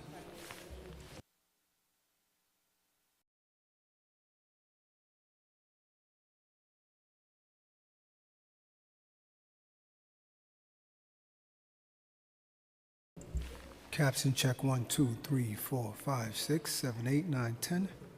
10, 9, 8, 7, 6, 5, 4, 3, 2, 1. This is a captioning test.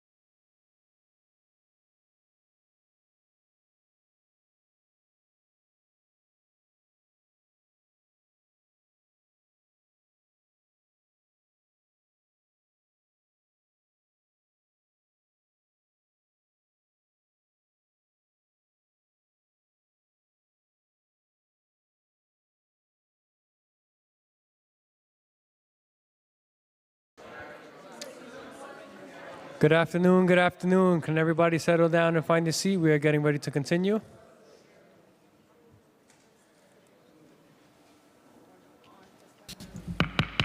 Okay, good afternoon.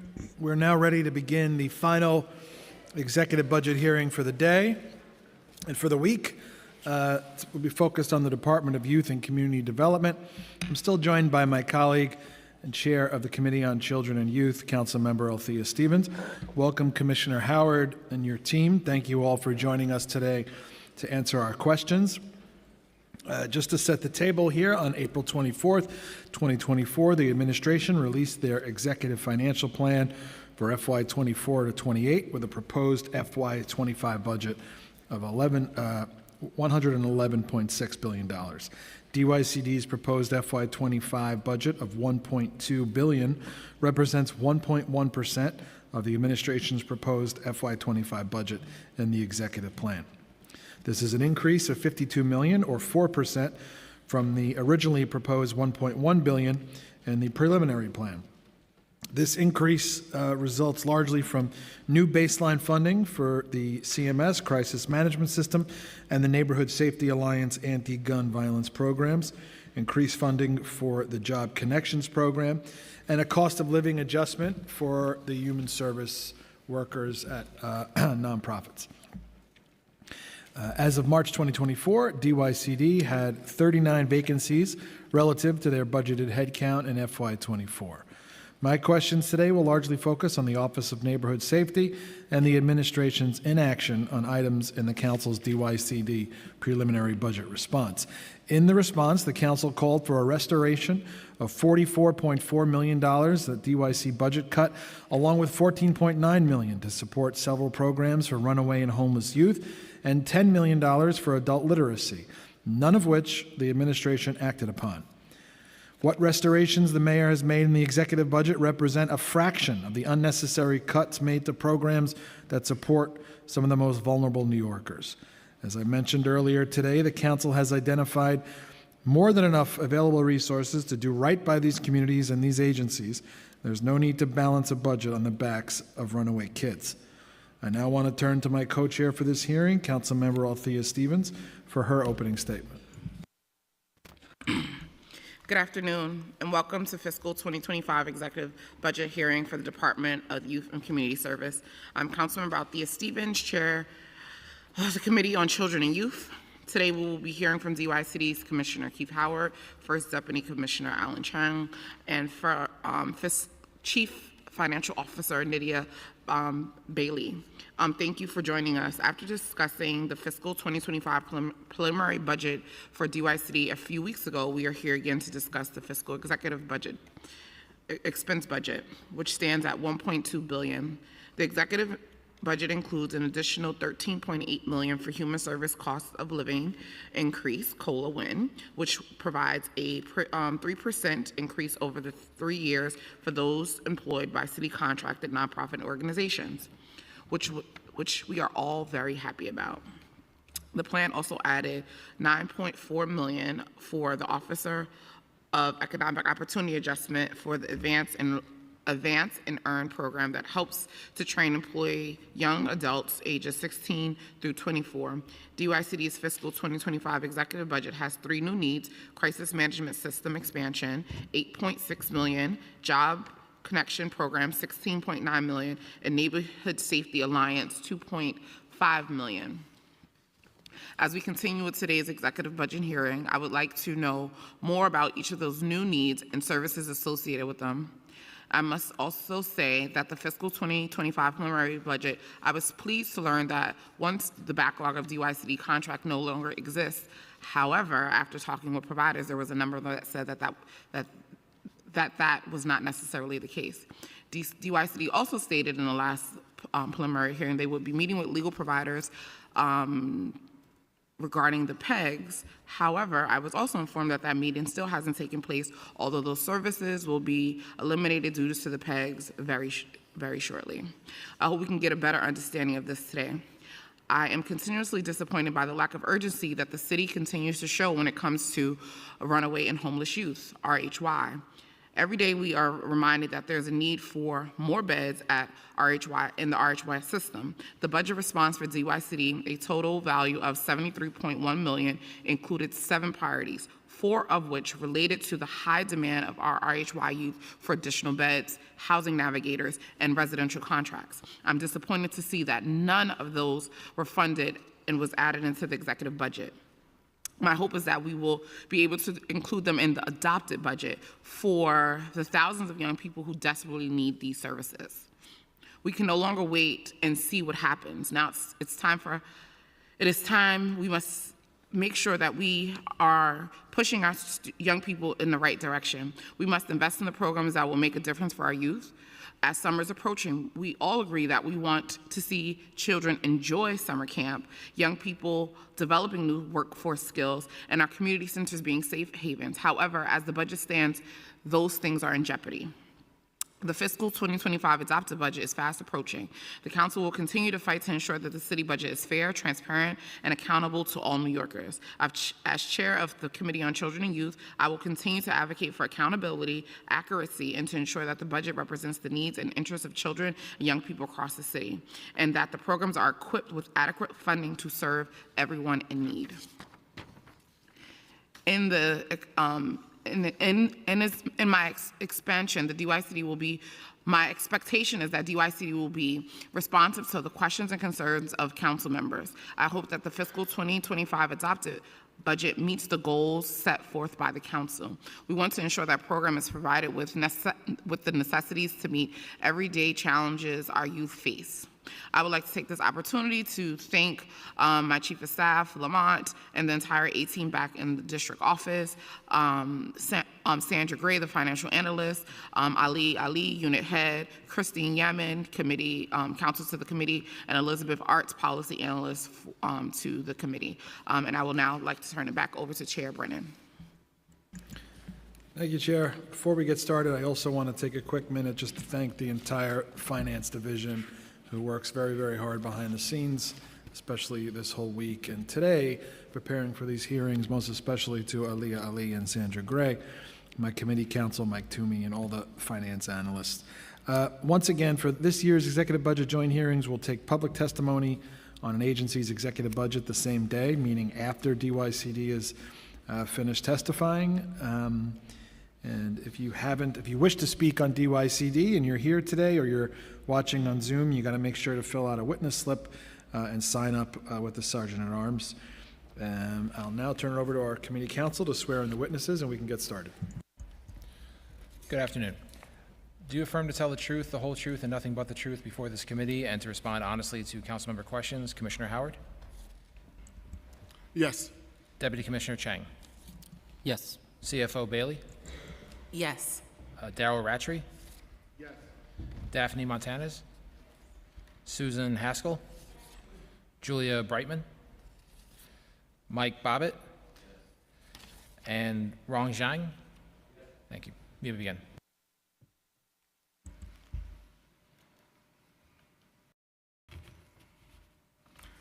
Good afternoon, Chair Stephen and Chair Brennan, and members of the Committee on Children and Youth and Finance. I am DYCD's Commissioner Keith Howard. I am joined today by First Deputy Commissioner Alan Chang and Chief Financial Officer Navita Bailey. We are pleased to be here to discuss the fiscal 2025 executive budget.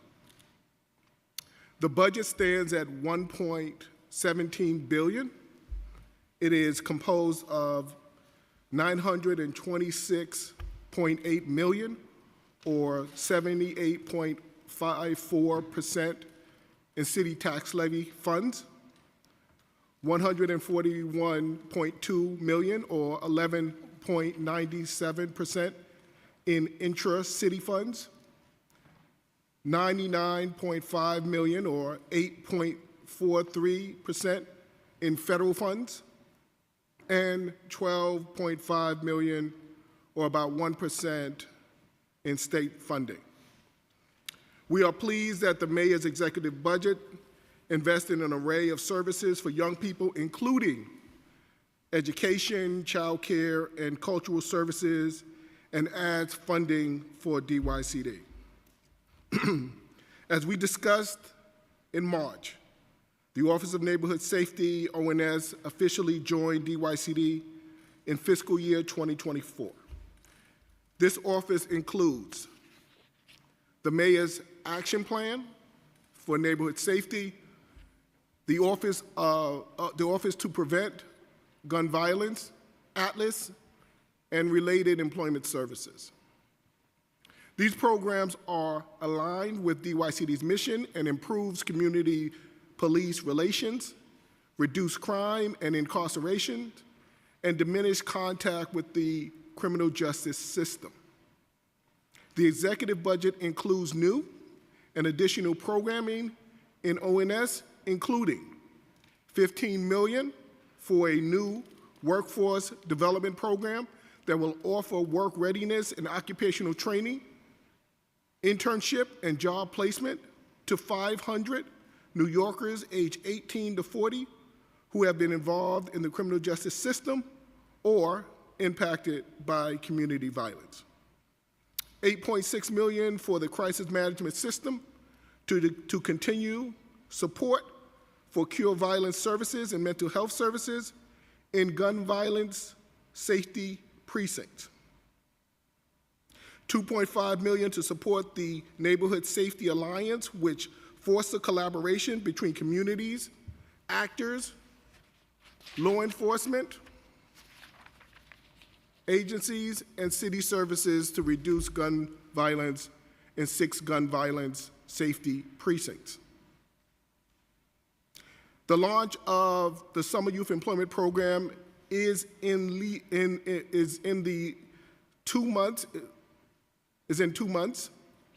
DYCD and other providers have been busy at work to make it a successful year.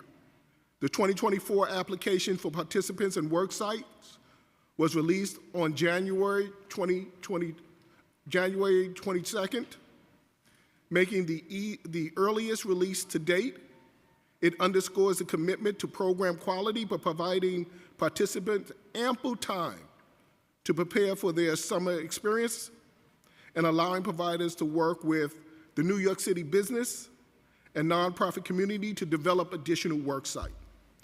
We are grateful for the Council's support of early and baseline funding for SYEP, which made this possible. The application period closed on March 15th with a record number of young people applying to the program. A significant portion of these applicants or applications resides in the 6 priority police precincts and targeted NYCHA development. DYCD organized targeted recruitment events in priority precincts with CMS groups, utilized New York City's public school communications channels for direct outreach to students and parents, and coordinated special recruitment events at NYCHA Development and Cornerstone Community Centers.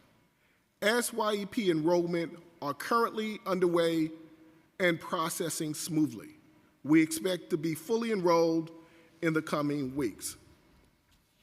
Enrolled young people are currently completing their work readiness training, including financial literacy, mindfulness, to prepare for their summer experience. All SYEP participants will receive at least 2 hours of financial literacy education. DYCD also launched a financial empowerment peer mentoring pilot.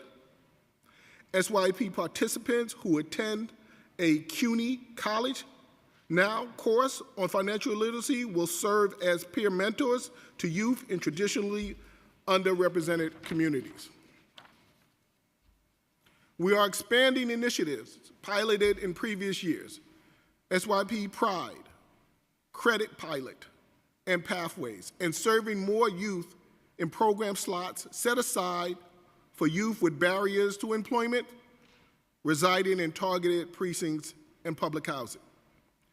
We successfully completed this year's Work, Learn, and Grow program, serving more than 7,000 youth Thanks to the mayor and the council for the major investment. Over 1/3 of participants reside in our attended schools within the 6 priority precincts identified in the mayor's blueprint for community safety. We are on track to serve 100,000 young people and are working with our providers to develop a new and engaging work site that meets our young people's interests. We want to thank, of course, Chair Stevens for enlisting council members for the participants in SYP to work and serve in their work site and their offices. We successfully this year, with Work, Local, and Grown program and the council support and the amount of participants, our staff and providers has also focused on another blueprint program, which is summarizing. We appreciate the constant feedback from the council on how to make improvement, and in particular from Chair Stevens and Joseph. Since February, DYCD has held and led bi-weekly summarizing convenings for providers, sharing resources to support quality programming, offering peer support for best practices, clarifying policies and procedures with key personnel, including our partners at New York City Public Schools, and offering professional development.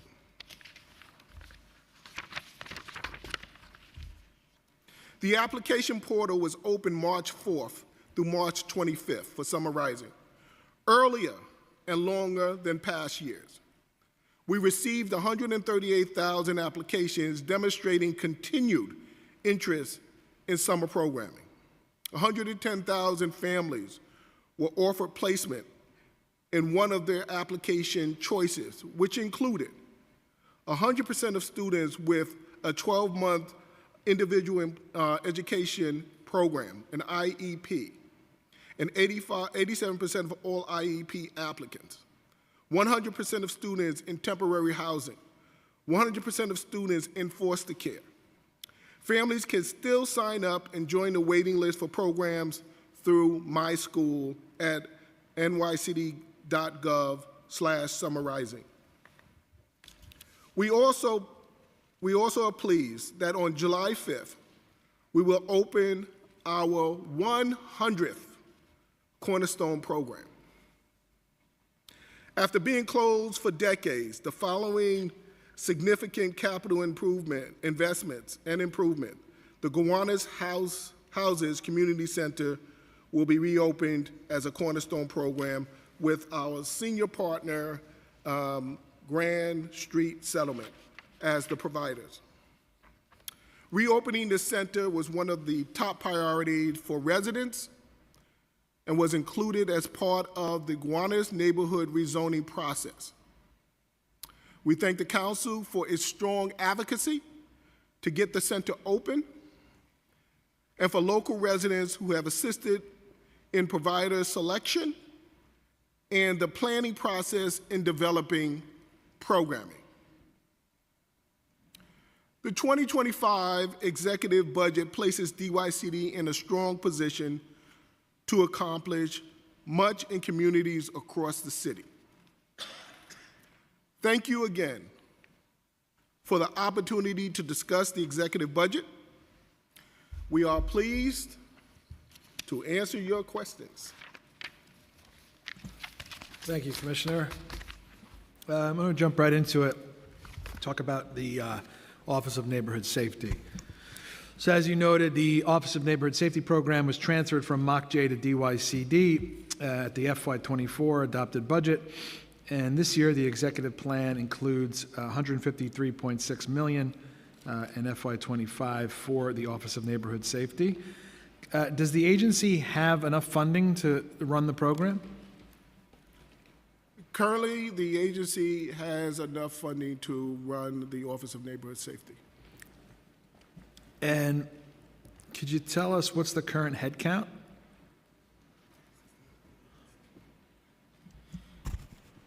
Just want to clarify, is that for that office or? Yeah, sorry, for ONS. There's 19 head count. And how many vacancies?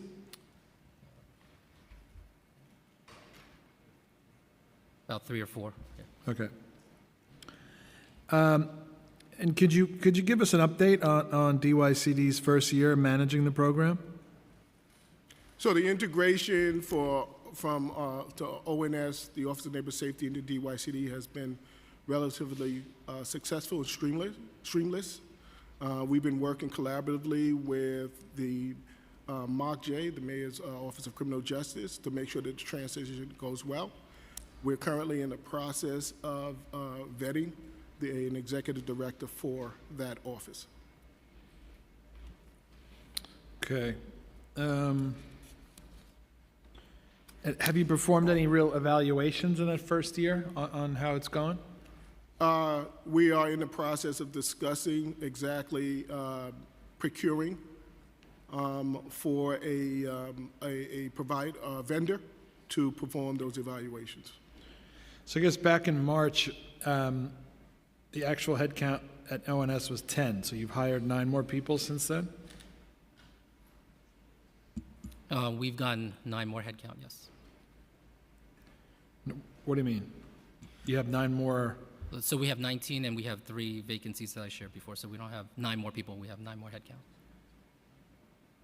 So how many people work at ONS right now? Right now we have 6.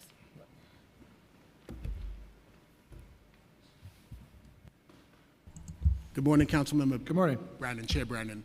So back in March, we should have been at 18. And if I need to look at the testimony, but if I said 10 by mistake, I apologize for that. Okay. But it was definitely 18, and since we added on 1 more head count, Got then it. we have 3 or 4 vacancies. And obviously you'd love to be fully staffed up, but are you good with that amount? I mean, you could always use more. Are you asking for more? We are currently okay with that. Okay. I believe I mentioned before, the council called upon the administration to restore the $44.4 million in cuts to DYCD programs from the November and preliminary plan in our budget response. The cuts that we called to be restored were a lot of the things that you just mentioned, including the baseline reductions to some of DYCD's most utilized programs, such as Compass, ONS, Summer Rising. Why was the funding for the restoration of these programs not included in the executive budget?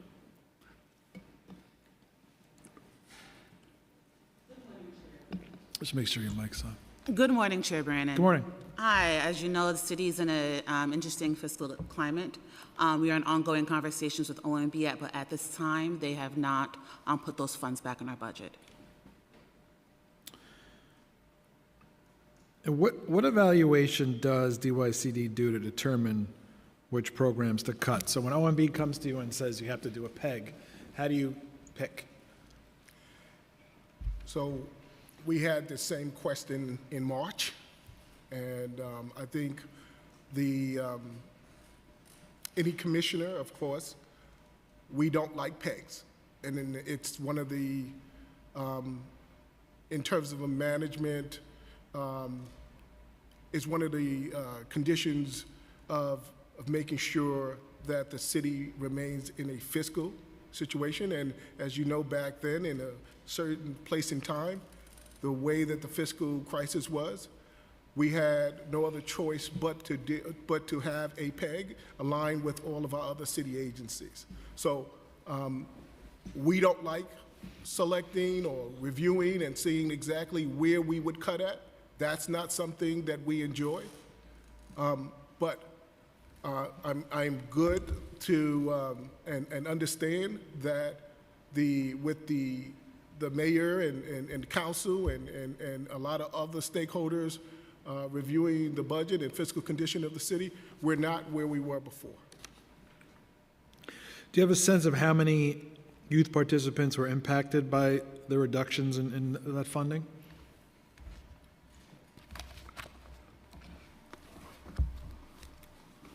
Hi, Chair Brandon. Can you be specific about what initiative you're referring to?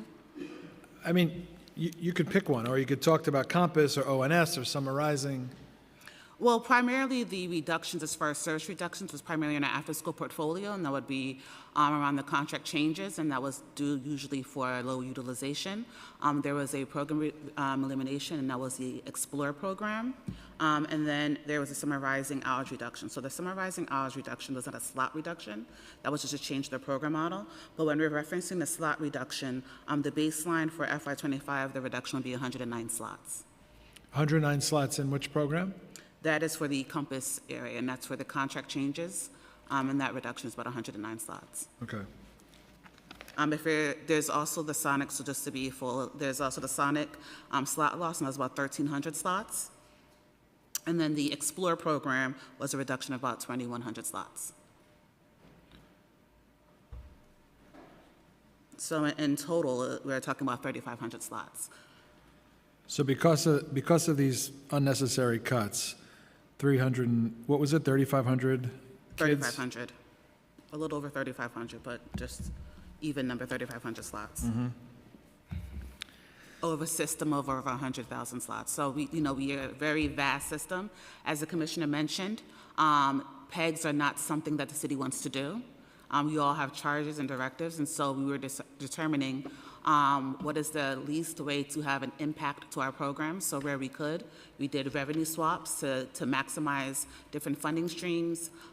We looked at programs that had lower utilization. We thought about programs that had more comprehensive services to keep them whole. So we really wanted to be intentional about how we approached reductions to our program budget.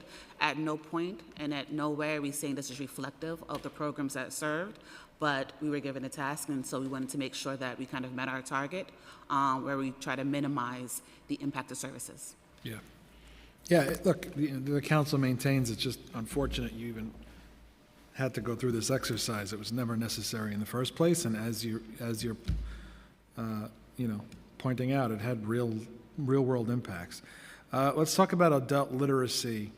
Adult Literacy Coalition is calling for the administration to include an additional $10 million for DYCD adult literacy in the current FY25 prelim funding level of $21.7 million, which will address the funding issue in the RFP.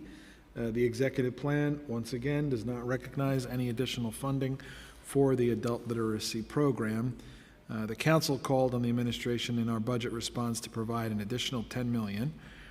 The additional $10 million would restore some of the $16 million reduction in the new RFP.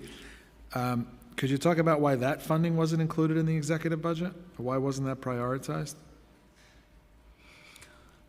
Hi. So I wouldn't necessarily say it wasn't prioritized. I don't think that's the approach that we take regarding our budget. At this time, though, it wasn't included in the adopt budget, but I will, again, reference that our price per participant did increase in the new RFP and in our new program model to $1,300, but there's been no additional funding that's been added to our budget regarding the adult literacy portfolio.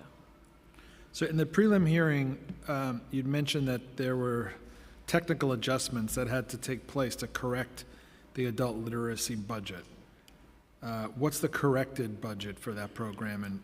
Well, the budget still remains the same, but I know that there's a variance of about a little over $1 million, $1 to $2 million, and that doesn't mean that there's been a reduction to the RFP that's on the street. It just means that we still have to do one minor technical adjustment. So I know that I mentioned in the last hearing that we would have it done by exec, but we still have one more minor technical adjustment to do because the funding isn't reflected in another program area. What's the current head count for adult literacy? 1 second.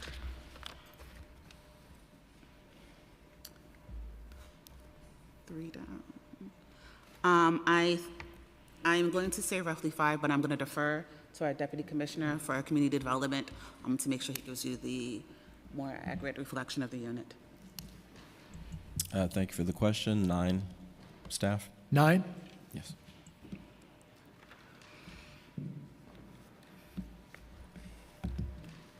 And how many, are they all full? Are all the positions filled? Yes, they're full. Okay. Since the spring of 2022, over 177,000 asylum seekers have arrived here in New York City. Even before this influx of primarily non-English speakers, the city did not adequately fund DYCD's adult literacy programs. Speak a little bit more about how DYCD is proposing to address the needs of adult New Yorkers and asylum seekers.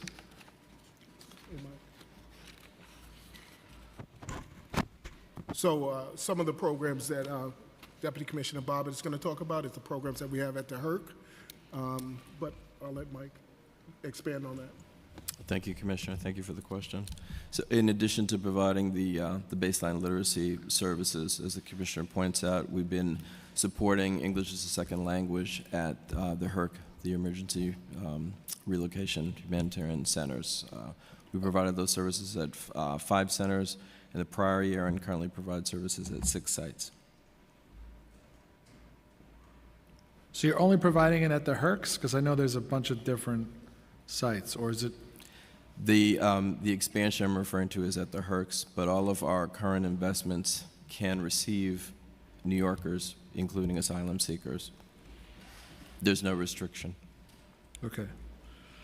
Okay, I'm going to, we've also been joined by Council Members Brewer and Aviles, and now I'm going to hand it over to my co-chair, Council Member Stevens.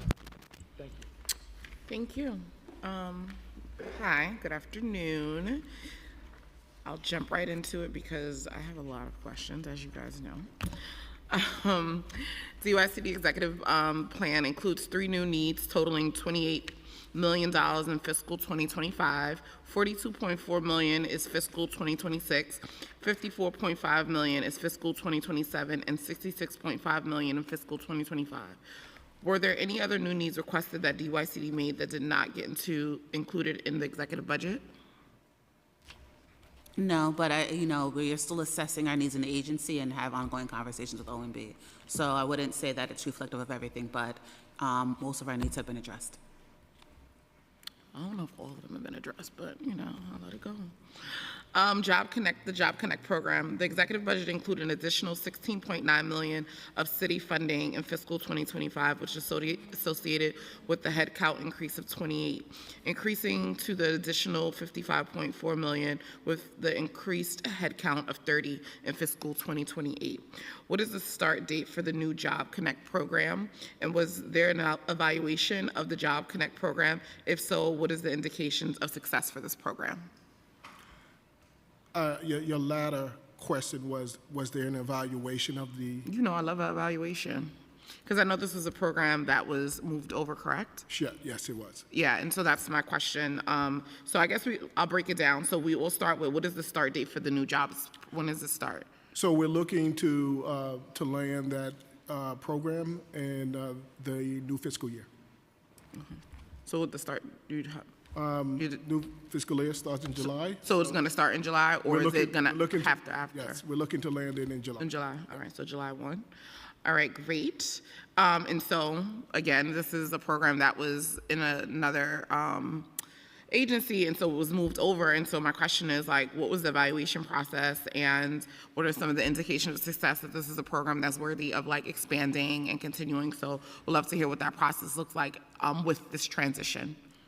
So I'm going to call Associate Commissioner Daphne Montanez, but what I will say is that the program, when it was over at the Mayor's Office of Criminal Justice, Mark J., as you can recall, it was a pilot program. Mm-hmm.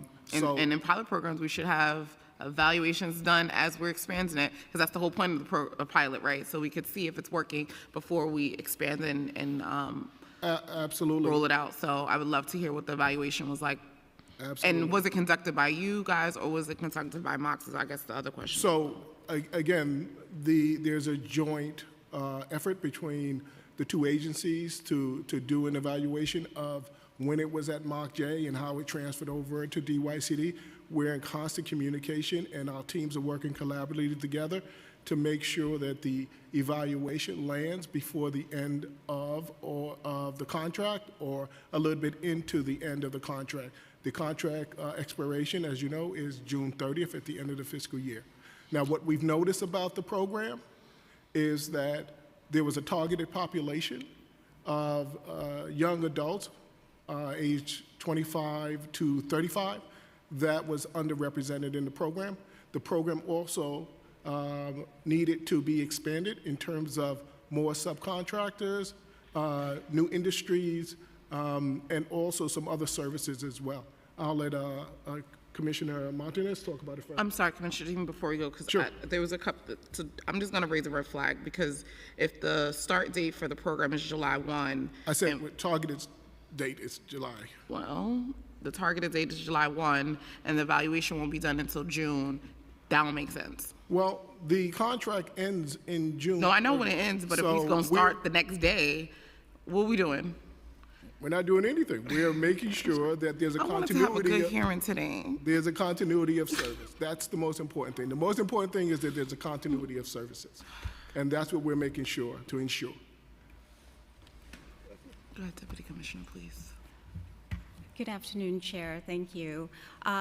So just following up on the Commissioner's remarks regarding the new program, the Precision Employment Program was transferred to us at the start of the fiscal year and was launched in the previous administration as a pilot.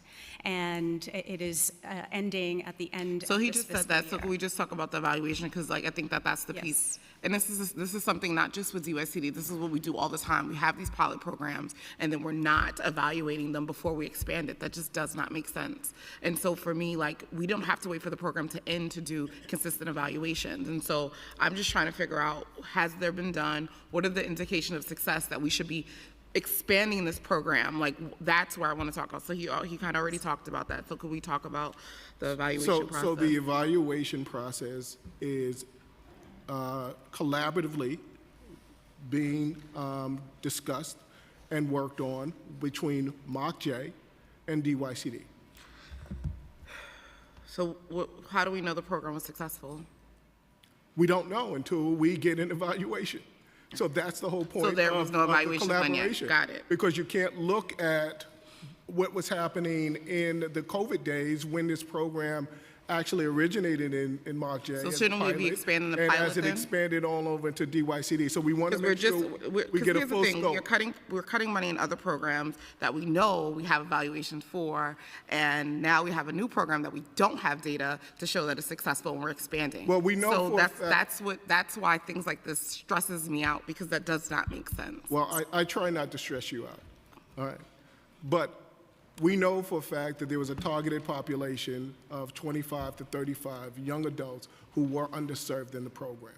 And then there were some other items that we wanted to make sure that with this expanded program, we actually land on. What are those additional items? Yes, so the evaluation continues, but since we inherited the program, we have been evaluating the program, conducting site visits. So in learning those more about evaluations the that you've done, what are the indications of success? Because you just said you have been evaluating them. What does that look like? What have you guys been seeing? Because I just want us to make sure that when we're expanding on programs and moving it from a pilot, and you just said you guys are doing ongoing evaluations, what does that look like? Yes, so some of the indicators that we've seen and opportunities that we're looking to grow in our new program include paid trainings and internships throughout the course of the period of service, and that has actually led to higher retention rates, and we're looking to continue that in the new program starting next year. We also know that the core group or age range has been anywhere from 25 to 35 years of age, and there has traditionally been a gap of services in terms of providing wraparound, comprehensive workforce development programs. So in our new program, we will target individuals 18 to 40 years of age, and we will offer a variety of in-demand sector-based trainings that will cover a variety of industries, because the current program focuses solely on construction and HVAC. We will continue that as an option, but we also want to diversify the trainings that will include other industries such as healthcare, technology, culinary, arts, and also we do see a need for this population to provide wraparound, comprehensive supportive services and mental health services. The target population for the new program will be justice-involved individuals, and and individuals from communities who experience high rates of community violence. So we know that mental health services and providing trauma-informed care will also be a very important element of the program. And ultimately, the outcome that we're looking for is permanent job placements in in-demand sectors in New York City. How many slots will be available under the Job Connect program? In fiscal year 25, we will serve 500 participants and then scale up over 4 years to ultimately reach 2,000 young people. Excuse me, I mean, they're not young participants. people at that Not point. young, exactly, 18 to 40-year-olds. Do you have like a breakdown of what that will look like throughout the boroughs? So in a few weeks, we will release a solicitation. Our goal is to have programs in every borough offering trainings and providing a variety of sector-based occupational trainings. And that was also learning from the current Precision Employment Program. They currently have 2 sites in Brooklyn and the Bronx, and we want to ensure that there are services across all 5 boroughs of New York City. Because I know there was a gap in Queens, and so is that going to be prioritized this go around? Yes. Is there an increase in overall headcount, or is this a transfer of headcount from for the Precision Employment Program? This is an actual increase in headcount that we've been given to operate this program. Okay. Neighborhood Safety Alliance, the executive plan includes additional $2.5 million of city funding in fiscal 2025 in the outer years of the Neighborhood Safety Alliance. How does this program differ from the neighborhood safety?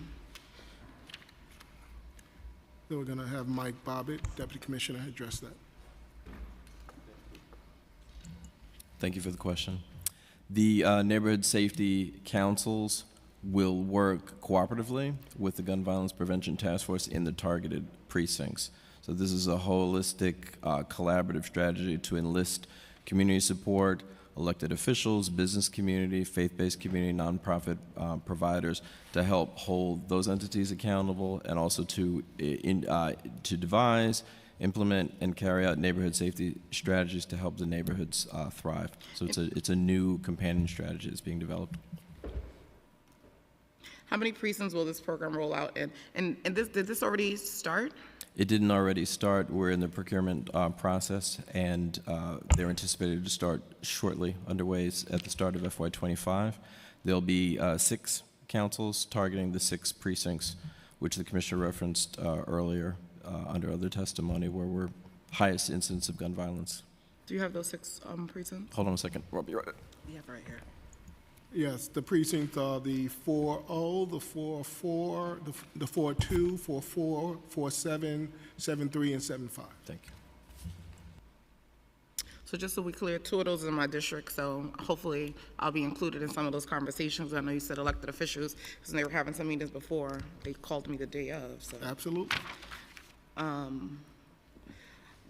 many providers are involved with the program, and with the expansion, how many additional providers will be involved? We still talking about the Neighborhood Safety Council? Mm-hmm. There'll be 6 chairs, which will be identified through the procurement, that will serve as a coordinating body. But they get enlisted innumerable numbers of partners in the interest of promoting safety in the community. At the preliminary budget hearing, you testified regarding the initiation of the youth team sport program for youth under 18 funded by New York State Office of Children and Family Services. In the executive budget, $2.3 million was added to the fiscal 2024 and $1.4 million in fiscal 2025 for the program. How many providers have submitted applications for this program?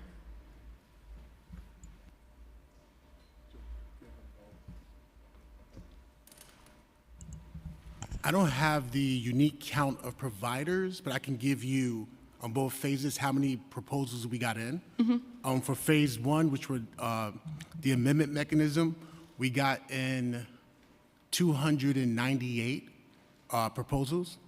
And for the current NAC solicitation that we're doing, we got in over 200.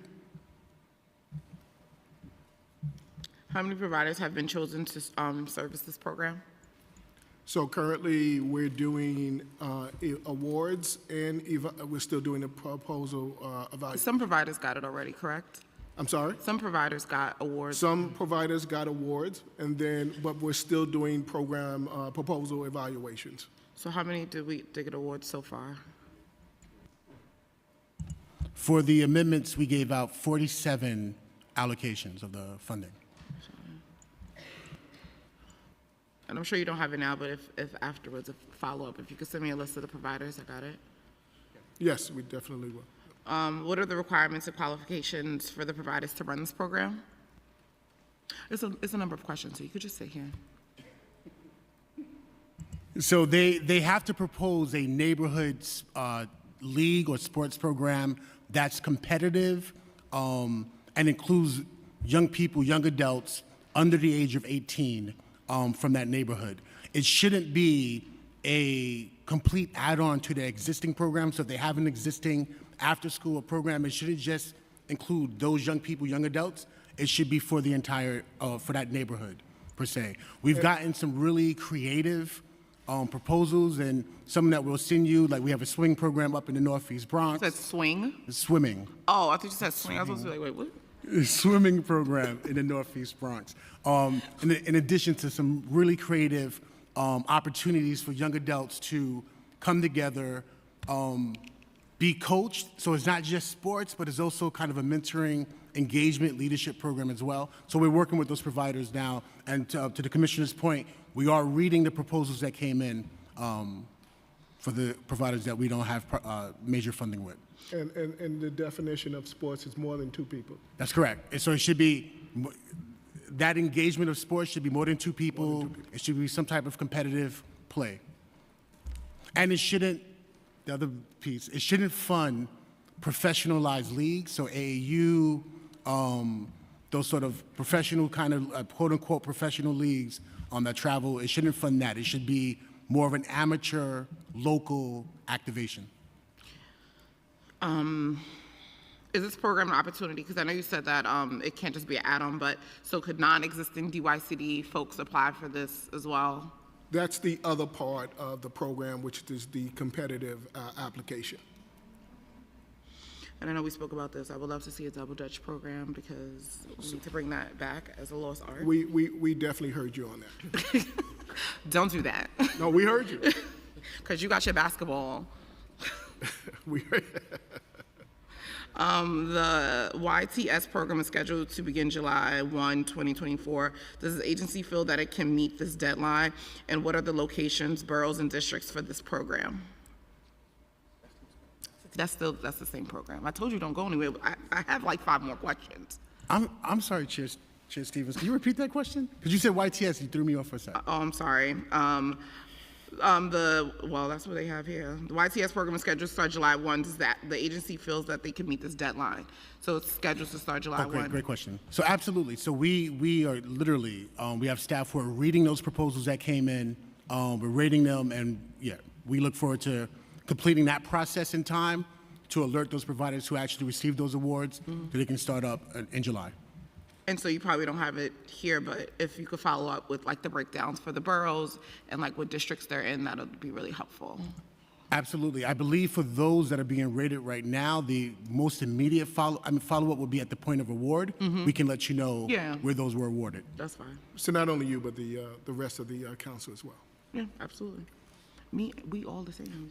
I'll send it out to them too. What are the days and times that youth are supposed to attend? Is there like a set schedule, or is it more up to the provider to kind of create that? Great question. So it allows providers the flexibility to shape that program to meet the needs of the community. So it could be on the weekends, it could be in the evenings. Once they're awarded, we work with them closely just to ensure that that schedule makes sense. But it can cover the weekends and evenings as well, of course. Are you managing, is this part of your portfolio? Yes, it is. Here we go. So, is this in partnership with NYPD and Saturday Lights as well? You know, my favorite program. What's your question? Is this program connected to Saturday Night Lights, and is it also a partnership with NYPD as well? So this is an independent program outside of Saturday Night Lights. Okay. I know how much I love that program.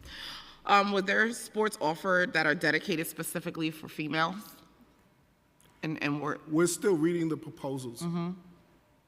But we have a better sense after we finish the completion of the proposal to. Was that like a was that like a asked as well, like to make sure that we have like a diverse set of programs for young girls as well? Well, that's more of an internal policy, but when it came to the requirements for what the state grant was, the requirements, gender was not a specific criteria. Because I don't want to see 100 new programs and we got one program for girls.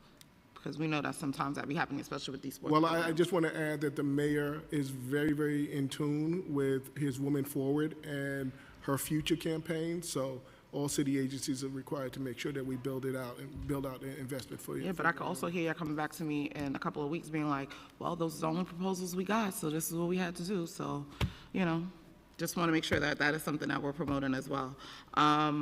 Will there be opportunity for sports to offer with young people with disabilities? Again, we're reviewing what is being submitted. And is that something we're prioritizing as well? That is definitely something that we have our eyes on to make sure that the sports programming is inclusive. Since this is a new program, has the agency been getting the word out to the youth that this will, like, what has the recruitment and I know that you announced it at the budget hearing, but even as we're gearing up, do we have a plan around like how we're going to get the word out to neighborhoods and to the young people that it's supposed to serve? We're doing two sort of approaches. We're, of course, with DYCD on social media and targeted marketing. We're also requiring our providers who will get awards to make sure that they also do highly recruit as well. Do you believe the funding is sufficient to run these programs? Absolutely. Of course you're going to say that. You're going to be like, no one got enough money. The council called upon the administration to restore $44.4 million in cuts to Department of Youth and Community Development programs from the November and preliminary plan and our preliminary budget response. Cuts we called on to restore included baseline reductions to some of the department's most utilized programs, such as Compass, the Office of Neighborhood Safety, and Summer Rising. In its response, the council called the administration to increase investments in DYCD programs that provided leadership, social, and workforce development tools for young people.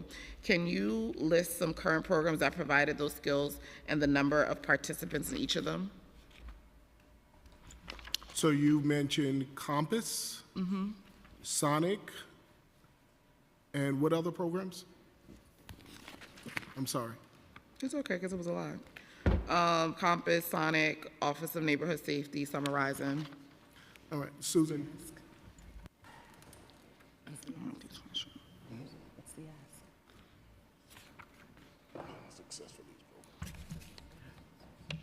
Hi, Chair Stevens. Oh, hi. You were asking something about can you repeat that question about the programs? Something about the activities in the program? Yeah. So in the budget response, we called for these investments that, the programs we were calling for to invest in, but, some of those investments weren't put back. So we're just asking, since those programs weren't put back, are there other programs that's going to replace some of those skills like leadership, social, and emotional workforce development tools, since some of the things that we asked for in the budget response? So kind of talk about like some of the other programs that you're offering in response to some of the things that's been cut. I think that's a great question, and I think my colleague Navita put that into good perspective when she noted that, although we're not happy to be making any reductions to program areas, it was a small portion of a much larger Compass portfolio with a lot of hundreds of programs for elementary, hundreds of programs for middle, with our cornerstones and beacons. So with the modest impact here, we're hopeful that all young people who otherwise would have been served in these seats can be served in our portfolio in general. Thank you. Don't go anywhere because we still got questions for you, because we're going to move on to homeless and runaway youth. Everyone know my favorite topics, and one of the things that it's one of my main existence, because none of these things were addressed in the executive budget.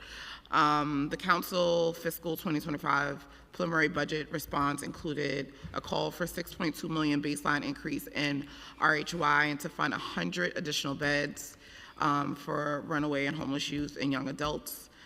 I'm never going to stop until we get these beds, I promise. This includes a request to restore the restoration of $1.6 million for runaway and homeless youth housing navigators, a total of $1.6 million for youth peer navigators and drop-in centers, an increase for the current DY funded crisis and transitional independent living program contracted to 55 for a total of $5.5 million. The executive budget did not address those items and does not include any additional funding for runaway and homeless youth. And it's really disappointing, and it's kind of heartbreaking, especially talking to providers just around how they're seeing such a huge increase. I was talking to a provider yesterday as I was coming into City Hall, and I see them here, so hopefully I'll be testifying later, just around how they've been playing semantics with outside funding to make sure that they're still able to serve the influx of young people that they are seeing coming into the drop-in centers and seeing coming in. And so even when we're talking about the numbers, they're saying that it is not necessarily being reported correctly because they're using other funding. So, you know, I'm really just kind of saddened that this has not been taken on as a priority, especially when there's so many investments going on with a lot of other programs. I think that this is something that could also be preventing future things. But I'll get to the questioning and get off my soapbox. But to what extent does DY City advocate to the administration for additional resources for runaway and homeless youth funding as called by the council in our budget response? We're still on ongoing conversations with our partners over at OMB to look at the Runaway Homeless Youth Program. But as you and I had discussed in March, the overwhelming amount of asylum and migrants that have gone through the system, I believe we're at 191,000, just overrode not only DYCD and in the small part that we play, but the whole system in general. So those communications and those conversations, OMB is a constant understanding, and they understand exactly the situation that our program is in, but they also understand how overwhelmed the system is as well. And I think we're agreeing on, and I think you play a bigger part than you're building up. Like, you're not playing a small part, right? Like, because we're not only just dealing with the influx of young people and asylum seekers, but we have an influx of just young people in general. So I think you do play a huge part, and sometimes it, for me, feels like that is being forgotten. But I also think that we both agree that it's a federal government problem. Absolutely. And that we need on the same page. We need to advocate with the federal government because all the things could exist that's affecting all the cities. On the same page, absolutely their problem, but the kids are here, and so what are we gonna do? Yep. How many peer navigators are currently servicing the drop-in centers?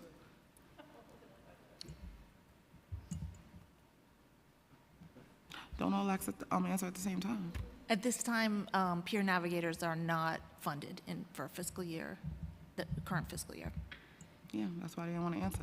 It's because we know that it's such a useful tool, and we all knew how it was working so well, and so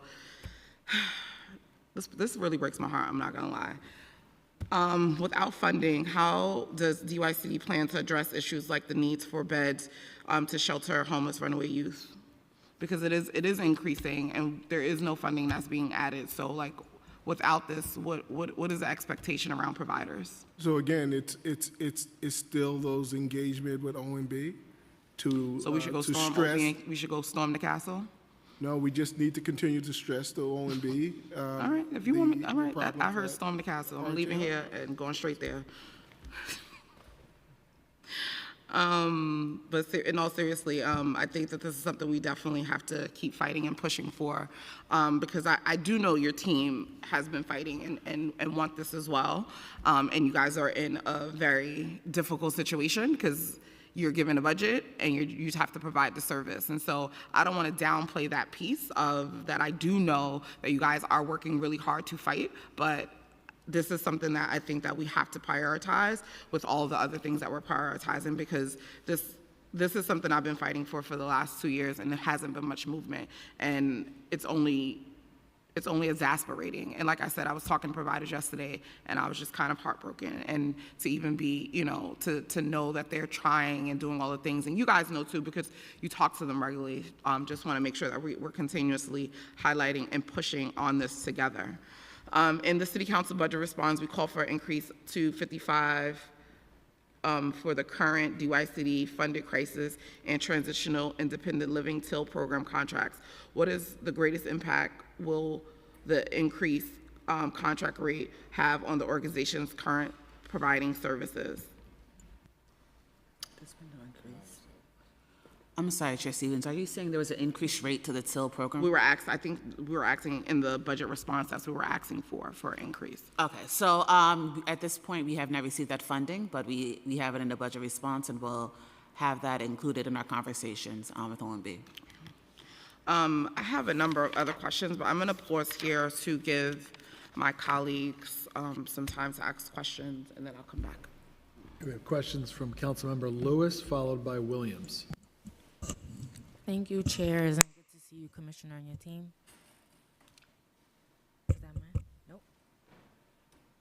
All good. Microphone check. All right. All right, I got a couple of questions. Some Chair Stevens highlighted earlier. So Intro 54 took place in July 11, 2023, and would require DYCD to include financial literacy training as part of all youth employment programs for runaway and homeless youth.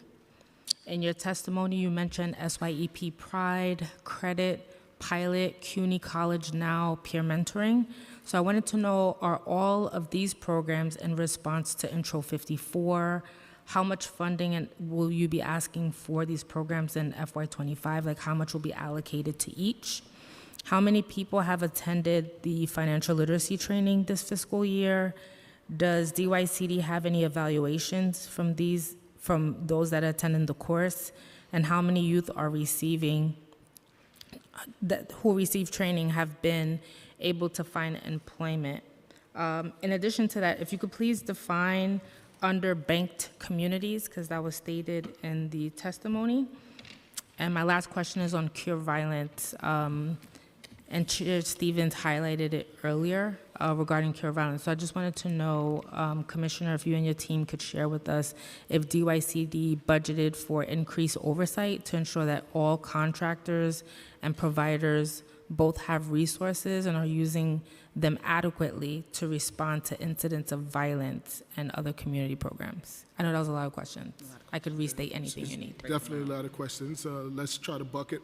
Let's start with Intro 54. So I believe I was present with you when we signed the legislation. Yeah. But the investment, financial literacy investment, and just targeting SYEP for the minute, that has been a 2-year. You're talking about SYEP Pride? I'm talking about SYEP general. Everyone who goes through SYEP, regardless of exactly what the subset is, they get financial literacy. So that's been ongoing for the past, I think, 2 summers. Yes. Excuse me. Since 2022, we instituted, as part of our work readiness training, a minimum of 2 hours of financial literacy training as part of every SYEP participant's work readiness. And so that is a requirement to complete in order to be placed in SYEP. We're familiar with that, but the criteria of the bill states runaway, homeless. So how are you tracking that within whatever's required already? So we're gonna bucket that, right? So we're talking about SYEP for the minute. Okay. So SYEP definitely has integrated financial literacy in its program model. Okay. The Susan Haskell, the Deputy Commissioner, can talk about runaway and homeless youth and how financial literacy was in a partnership with the Department of Consumer Affairs and Workers Protection, how it was also integrated in our RHY program as well. And then you asked about program evaluation. So let's break that down. You brought up SYEP. Of all the participants, how many have were trained through financial literacy of your, just the fiscal year, one fiscal year? Let's talk Yes. FY23 or FY24. So last year, SYEP enrolled 95,563 participants, and as a requirement of the program, every one of those participants received Got it. financial literacy training. Okay, got that. Now, of those participants, how many fall within the criteria of Intro 54? So again, Runaway homeless. excuse our vagueness. Yeah. But we're caught at a loss on exactly the criteria in the intro bill that you talked about. I'm going to restate it differently. Let's move on to the next part. I understand why you have to be vague, but you don't have to be vague, but I understand. SYEP Pride, Credit Pilot, and CUNY College Now peer mentoring, does that all now fall under the criteria of Intro 54? Is that part of the financial literacy training? It's just SYEP? These are offerings through SYEP.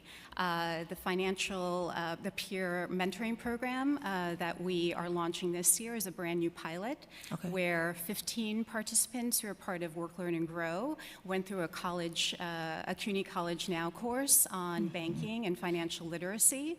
And this summer, they're going to be delivering workshops and presentations and having one-on-one peer-to-peer counseling sessions with SYEP participants, primarily within our special initiatives options.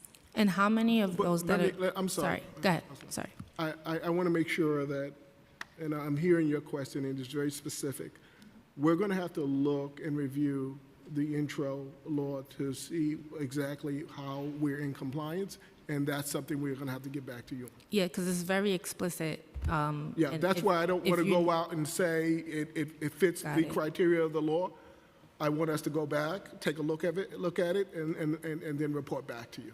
Thank you. Okay. And I just wanted to know from the I guess, students that are matriculating that will graduate from CUNY College Now, that are how many new peer mentors will you have on board for FY25 to support the new group of students? So this pilot, we're starting small with 15 young people as part of that cohort. Thank you for that.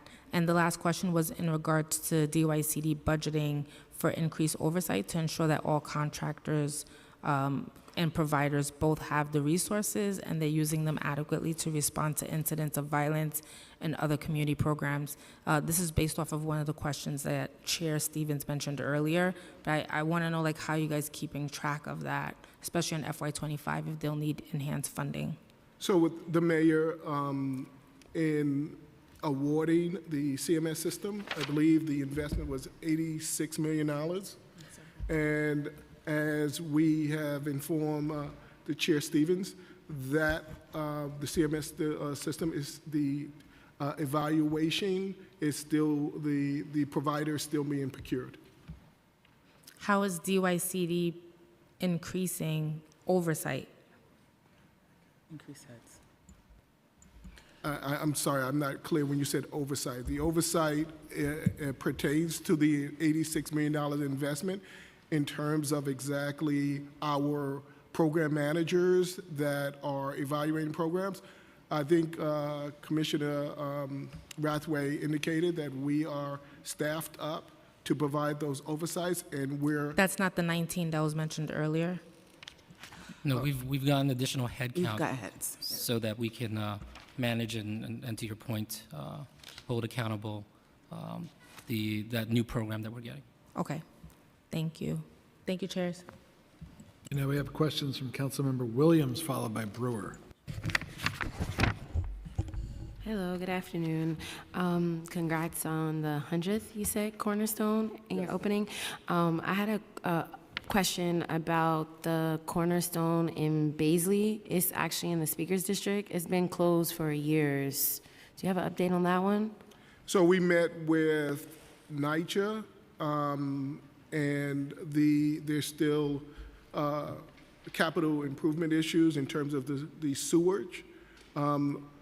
We will get you a timeline on exactly where and when we see that community center being open. But I know that we've actively been working with NYCHA and touring the sites and meeting with their team to see exactly how we can quickly resolve, because we're very much interested in making sure that that site gets up. Okay, I've probably asked this question a few times when cornerstones get brought up.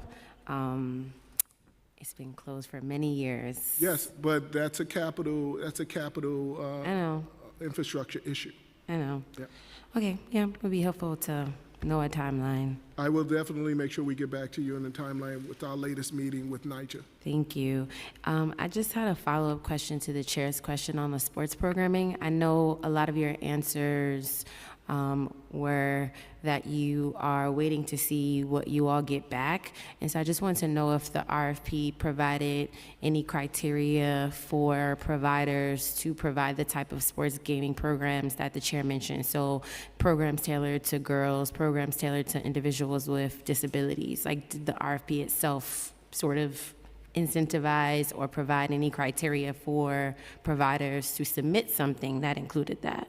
So again, we're in the process of evaluating all of the proposals. Some we've awarded. So I don't have an answer to tell you exactly if any of the providers who submitted proposal has specific proposal to Chair Stevens' point on people with disabilities. No, yeah, I understand that. That wasn't my question. My question was like, when providers are responding and submitting things, they're responding to something that you all put out, right? Yes. You know, I'm not an expert, so help me out. So there was a documentation that was sent out, I'm guessing a RFP. If it was called something else, let me know. So I'm just wondering if the RFP itself, because we know, like, what's written in the RFP is sort of what providers respond to. If you say, I want sports programming that's catered to all genders and various abilities, then you will receive that. But if you have an RFP that doesn't really include those things, then it kind of feels a little disingenuous to say you're just potentially waiting for responses, but you didn't really. No, I think what we're basically saying is that the state had a rule and a condition based upon exactly what the funding is and how the funding is tied to sports program. Okay. You can just. That doesn't really answer the question. Yeah, I mean, Dana Cantelmi, Agency Chief Contracting Officer for DYCD, just to add to what the Commissioner said, it was funding that was given to us by the state. So the solicitation itself was broad, and when we're making awards, we're looking at specifically the services that they're going to be providing. We were not specific around girls programming because, again, we were following the guidelines that were given by the state's grant. So did DYCD create the solicitation, or was it given to you as a template from the state? The state had a template, and we built off of it. Okay, and the template was very broad. Mm-hmm. And you had to stick to the template. You couldn't add to the template or edit the template. We were given the template, and we stuck by the template, and we kept it broad. But again, looking and evaluating the proposals and taking into consideration what's mentioned here. But could you have made edits to the template, or were you prohibited from editing the template? We stayed with the template that was given. But could you have edited the template, So or were you again, prohibited the from template was editing? provided not only to us, but throughout the state. Yeah, I understand that. It's a big state. So my question is, could you have made edits to the template, or were you prohibited from that? So, Councilmember Williams. Sorry. Apologies, Apparently, folks. you weren't sworn in. Yeah, you were on the list, so I'm sorry. You're going rogue on us. Do you affirm to tell the truth, the whole truth, and nothing but the truth before this committee, and to respond honestly to council member questions? Please state your Yes, name. I do. So technically, you What's could your have name? lied. Dana can't tell me. Thank you. Now you can't lie. So let me ask you the question again. Were you prohibited from making edits to the RFP, or could you have? That situation had never come up. That wasn't a conversation that we had with the state on guiding. All right, exactly I guess the that's a template. better answer. I know that the chair has her own grievances of summarizing, but I just have a very technical question because the November plan included $19.6 million reduction in summarizing, but the reduction was made even after DYCD enrolled 110,000 elementary and middle school students for the program. So can you just explain to us how this PEG will impact summarizing, and if there'll be any reductions in slots? If so, how many? Hi, Councilwoman Williams. As mentioned earlier, the summarizing PEG is not a slot reduction, it's not a service reduction. It's a program model change. And so the PEG is reflective of the reduction of hours in the program model. So the reduction of hours on Friday and extended hours in the program. So considering the changes on Friday, has the agency made, what changes has the agency made to the scheduled Friday outings for the program? So you just mentioned like you made the changes. What exactly are those changes? Are you just cutting the Friday programming or? I'm going to defer it to our Deputy Commissioner, Susan Haskell, who can expand more about the implementation regarding summarizing this summer. Hello. In response to the financial reduction to summarizing, Right. we modified the middle school hours so that a young person's experience will be from 8 a.m. to 4 p.m., Monday to Thursday, and they will not be operating on Friday. Will there be any impact on outdoor activities and visits to cultural institutions? I think, we meet, as the commissioner said in his testimony, we meet biweekly with the community-based organizations operating summarizing, and each time we use the opportunity to bring forth resources, partner agencies, places that are, offering a space for field trips. And we acknowledge that, Friday, there won't be services on Friday. However, there's a lot of time in the afternoon, and we're also meeting closely with New York City Public Schools to see how we could use that whole time block to the best of our ability to make sure that young people get out of the building, that we're bringing fun resources to the building that they can participate in, like sports activities. So we feel confident there'll be an enriching experience. With no program on Friday, so like their parents have to find something for them to do on Friday? Okay, and how was that decision made?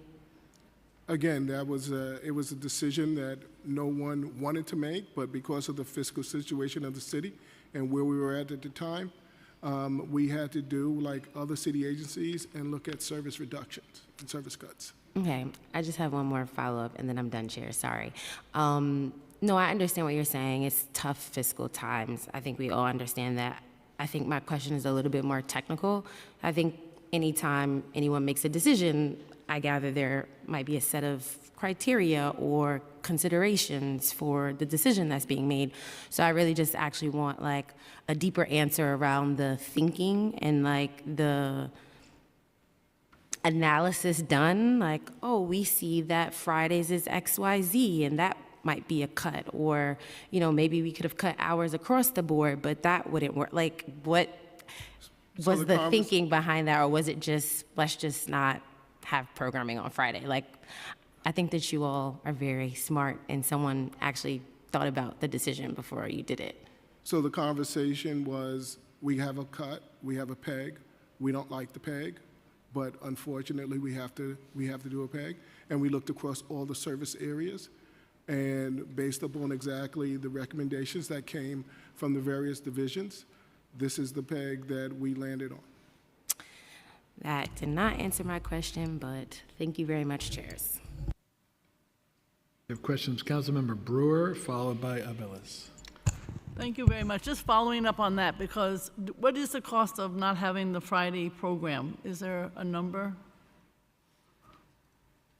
The PEG value reflected that was mentioned. So for Friday, the reduction for limiting Friday services was about $10.9 million. 10.9, thank you.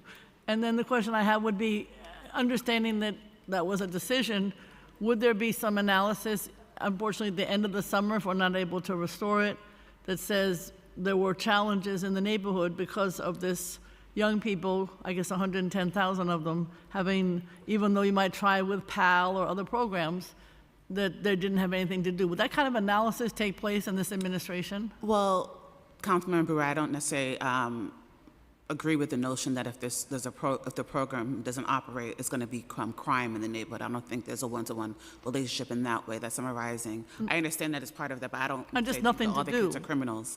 But I will say that I think that we do attendance, we do monitor the program, and we're confident that, with the robust services that DYSD provides, that we'll be able to give those services. So they'll have other services, is what you're saying? Agency offers a plethora of services, so we're hopeful that the kids will be able to access them. And to Navita's point, we are constantly doing program evaluations and impacts. Okay. All I'm saying is it would be good for the community to know that there are other services like the community board so that they can make sure that's oversight happening, so that the Friday is covered. There are other programs, but you know, the settlement houses may not know that this is exactly what they should be doing with this population. Settlement houses have programs. We have regular meetings with the providers, and we 100% agree that cross-pollinations of programs and talking to the providers is something that should be done on a basic level. Okay. Financial literacy, we had excellent questions. My question would be evaluation. So you said 2 hours for every SYEP member. I'm very involved with World of Money, which is, you know, a more intensive program. So my question would be, have you done evaluations since 2022, and what has been the outcome? So you're talking about the SYEP and the evaluations on financial literacy? Right, I wondered if there was, because you said it was a couple of years that you've had some experience. I have to say that doesn't sound like a lot of financial literacy to me. That's why I was asking. What kind of evaluation? So that's a good question. So when the new administration took office, the mayor, in his expansion from 75,000 young people to 100,000 young people, he made sure that financial literacy was part of the curriculum. So in terms of program evaluations, I'll leave that over. That's what I was asking about. Commissioner Martin. Yes, so as the commissioner stated, over the past few years, we've really looked to enhance the financial literacy training for all SYEP participants. And I think one of the great outcomes of that is last year we reached the highest number of young people who have enrolled for a bank account who previously were not banked. We are now up to 70% of our young people who are banked. Also, as part of our evaluation throughout the summer, we have pre and post surveys with both our participants and our employers. So the training and work readiness training, including financial literacy, is also something that is evaluated and assessed. Is that evaluation and survey, are they public information? We include some of that survey data as part of our annual summary, but we can certainly share more detail. Yeah, I mean, I don't know if you know World of Money, but it's much more intense, and I hope as time goes on we can do something that's more intense. Bank account is great, but World of Money kids can tell you much more than the bank account, in addition. Literacy, it seems to be, I just didn't know, do you keep tally? You're not the only ones doing literacy. There's libraries, et cetera. But do you keep tally on how much wait list you have and what other funding you'd actually need? Because literacy is a major challenge in terms of wait lists, is my understanding, from my community.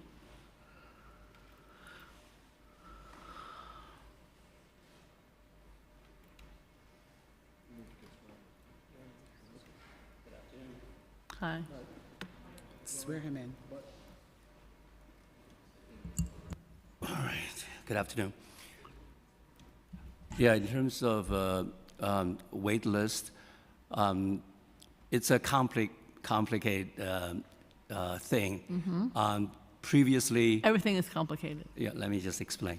Okay, previously, providers, kept wait list people in their programs, and then later we found that number is far from accurate because you may waitlist a person, then the person next day might end up in another program down the block. Yep. So it's very hard to have an accurate count. So now we recently had a providers meeting. We talked about this. So we encouraged our providers to keep come up with a methodology to keep the number of people waitlisted and be able to report to us.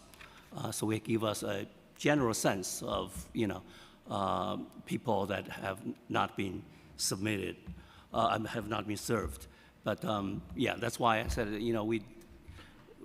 many years ago there was a general survey of waitlist across literacy programs in the city, and we got a number. But It's very high. Hmm? It was very high at that It point. was about 14,000. Correct. people. So, but now, when do you think, I mean, certainly with technology, it's not hard to come up with a new methodology. When do you think that you'll have a new way of analyzing? Because there are several agencies, including libraries, I know, that do, so one could go from your program over to the library. I get it. When do you think you'll have this new system in place? Well, we'll work with our providers and our IT. We have to figure out a good way to do that. How long do you think that'll take? Because all I can tell you is everybody feels that they can't get into a literacy program. There's just, between the migrants and New Yorkers, it's a long list. And we have many, many families who can't get in. So I'm just trying to understand what it is that, how much more, a wait list might determine, if it's accurate, how many more dollars we need in order to have a fulfilled literacy program. So I think That's what I'm trying to determine. Because everybody says we're fine on literacy. We're not fine on literacy. so. I think with And I know you have an RFP out, I know, too, but go ahead. No. I think what Commissioner Zhang was trying to explain, and I think he did it more appropriately, was talk about the complexity of system building. And I think that we're going to have to get back to you exactly what that looks like, and what the cost of that would be. Okay. Because as you've just identified, there are silos that are existing, Yep. and that their systems need to talk to each other. Okay, I know how, I understand that, but I think at the same time, to me, this would be a real new need, because it is obviously in the city where everybody's dying for it and can't get into a program. Yeah, well, Whether it's your program or the library, no openings. Well, one of the things that the mayor made sure is that agencies talk to each other and make sure we're working out of silos. So this gives us. I this am gives not us going to get into opportunity- that topic because they do not talk to each other. Well, this gives us an opportunity to do that and get back to you. All right, soon. Okay. The other question I have is the issue, it's relevant to budget because it's the contracting. 41% of council designations are your agency. I know it's not just you, but are you also figuring out how to have more expeditious contracts so that people can spend their money, not feel panicked, which is what they do now, that if they go ahead and spend the money and do the programs which are so needed, they might not get paid. So, this is 40 years in the discussion. You are not you're the new kid on the block, but you have not solved the problem, despite the mayor saying, I'm going to solve the problem. So I just want to know where we're at with that. Well, one of the things that the mayor's initiative is to make sure that nonprofit organizations actually have gotten, and I know Chair Stevens is going to say this is money that was already given to them, but we made sure that we did a push to make sure that millions of dollars went to nonprofit organizations who had backlogs. So we're constantly looking and reviewing and having measures put in place and tracking to make sure that providers have a seamless system within Passport. We're working with our Mayor's Office of Contract, MOX, and that system is constantly improving. Okay. So the mitigation and the migration that is happening, we're hoping that the improvements is going to fast track more Okay. payments. I mean, I know Passport has issues too, so it's complicated. Yes, I'm very aware of the issues with Passport. Just finally, NYCHA is beloved by many of us in terms of the residents, and I'm always concerned, having been borough president, city council, seen all of Manhattan NYCHAs, there's just not enough support in NYCHA for those families, no matter what anybody says. And so people say Cornerstone is there, some of them have settlement houses. Again, not operating in a silo, but funding-wise, you have your Cornerstones, settlement houses, you pay for some of their programs, and the list goes on. But do you sit down with NYCHA, with other programs, again, operating not in a silo, to say exactly what is needed here? Not what we have, but what do we need? More hours, different young people that are participating, et cetera. Does that discussion take place? Because from my experience, a lot of these centers, not saying Cornerstone, because not everybody has Cornerstone, are not open enough hours, just to start with. And then they don't have enough space, and then they don't have enough program. Do you sit down with those, because you have the programs, you are the ones often paying for the programs. And we have to solve the NYCHA issues. So our procurement process when it comes to the Cornerstone program is very inclusive. We make sure that we sit down not only with the tenant associations. We also sit down with NYCHA, and we collaborate on exactly what programs looks like. And when you feel there's not enough programming, what do you do? So most of the issues involving programming is addressed in our concept paper and our RFP. So I know that the Cornerstone program roughly, and the RFP and the concept paper hasn't been out in a number of years, and we're looking and we're having conversations with OMB to make sure that we can definitely look at a concept paper and then engage our stakeholders, our tenant associations, NYCHA, to make sure that we're addressing the concerns that you just raised.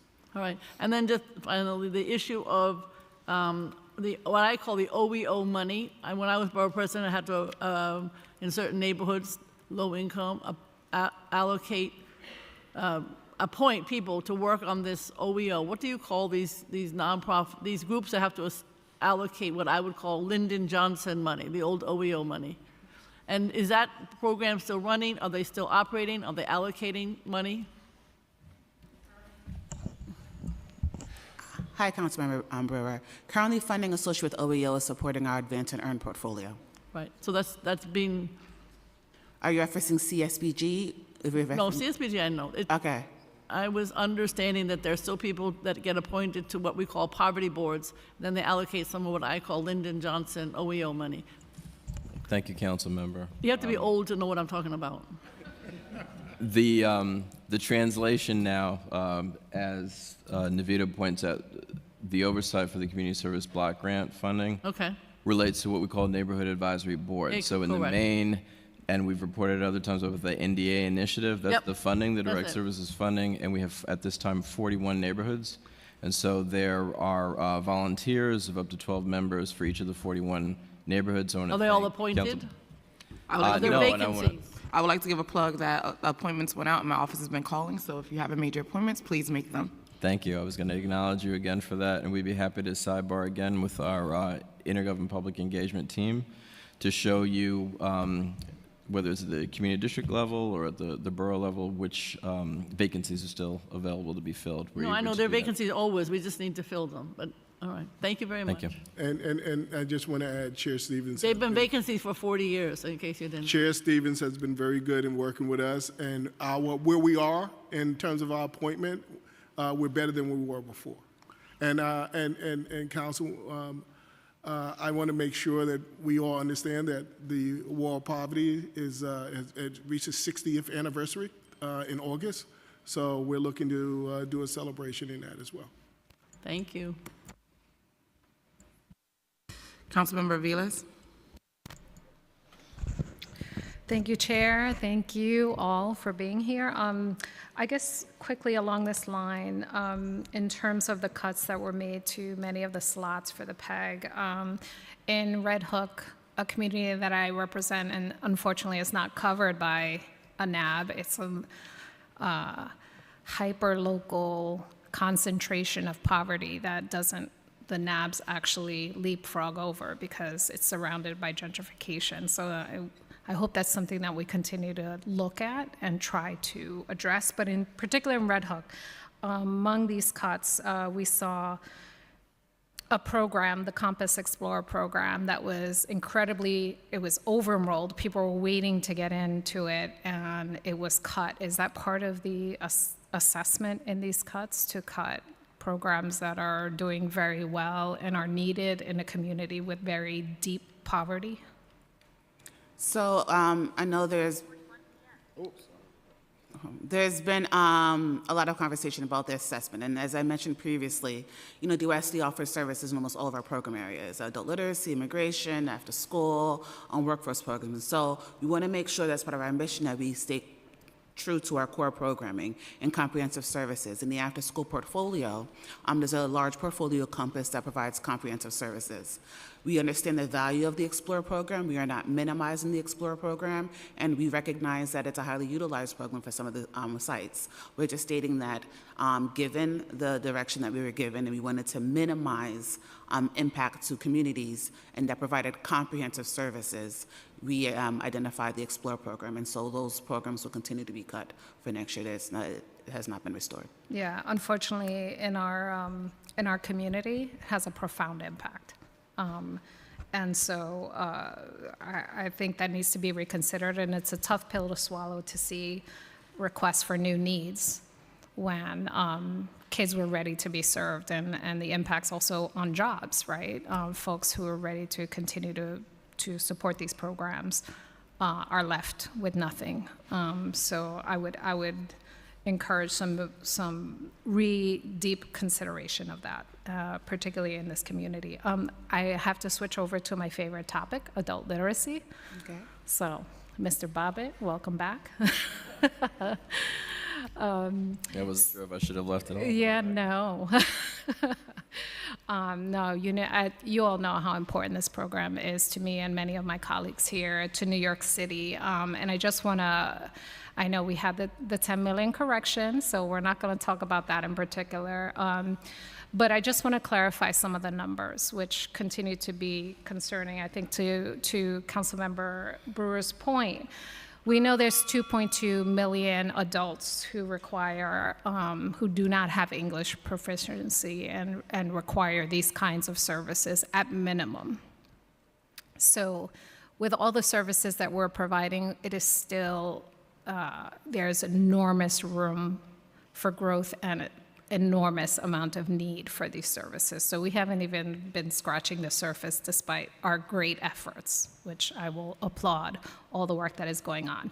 But in terms of the fiscal 24 RFP, which is noted at $16 million,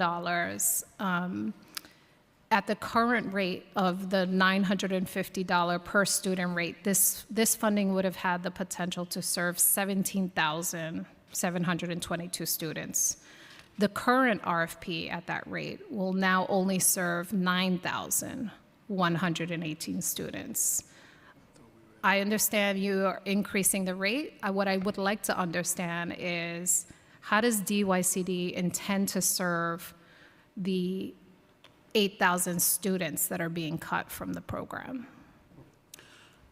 So I think I want to just kind of level set yet again on the adult literacy RFP. And so I know you mentioned the RFP funding. So the RFP is currently funded for $11.8 million. So I want to just start there. Currently, we have a service level around 11,000 that are served, and with a PPP of over 900. Right? And so the new RFP intends to serve around 9,000 for 1,300. I want to just identify that we also get one-time funding every year.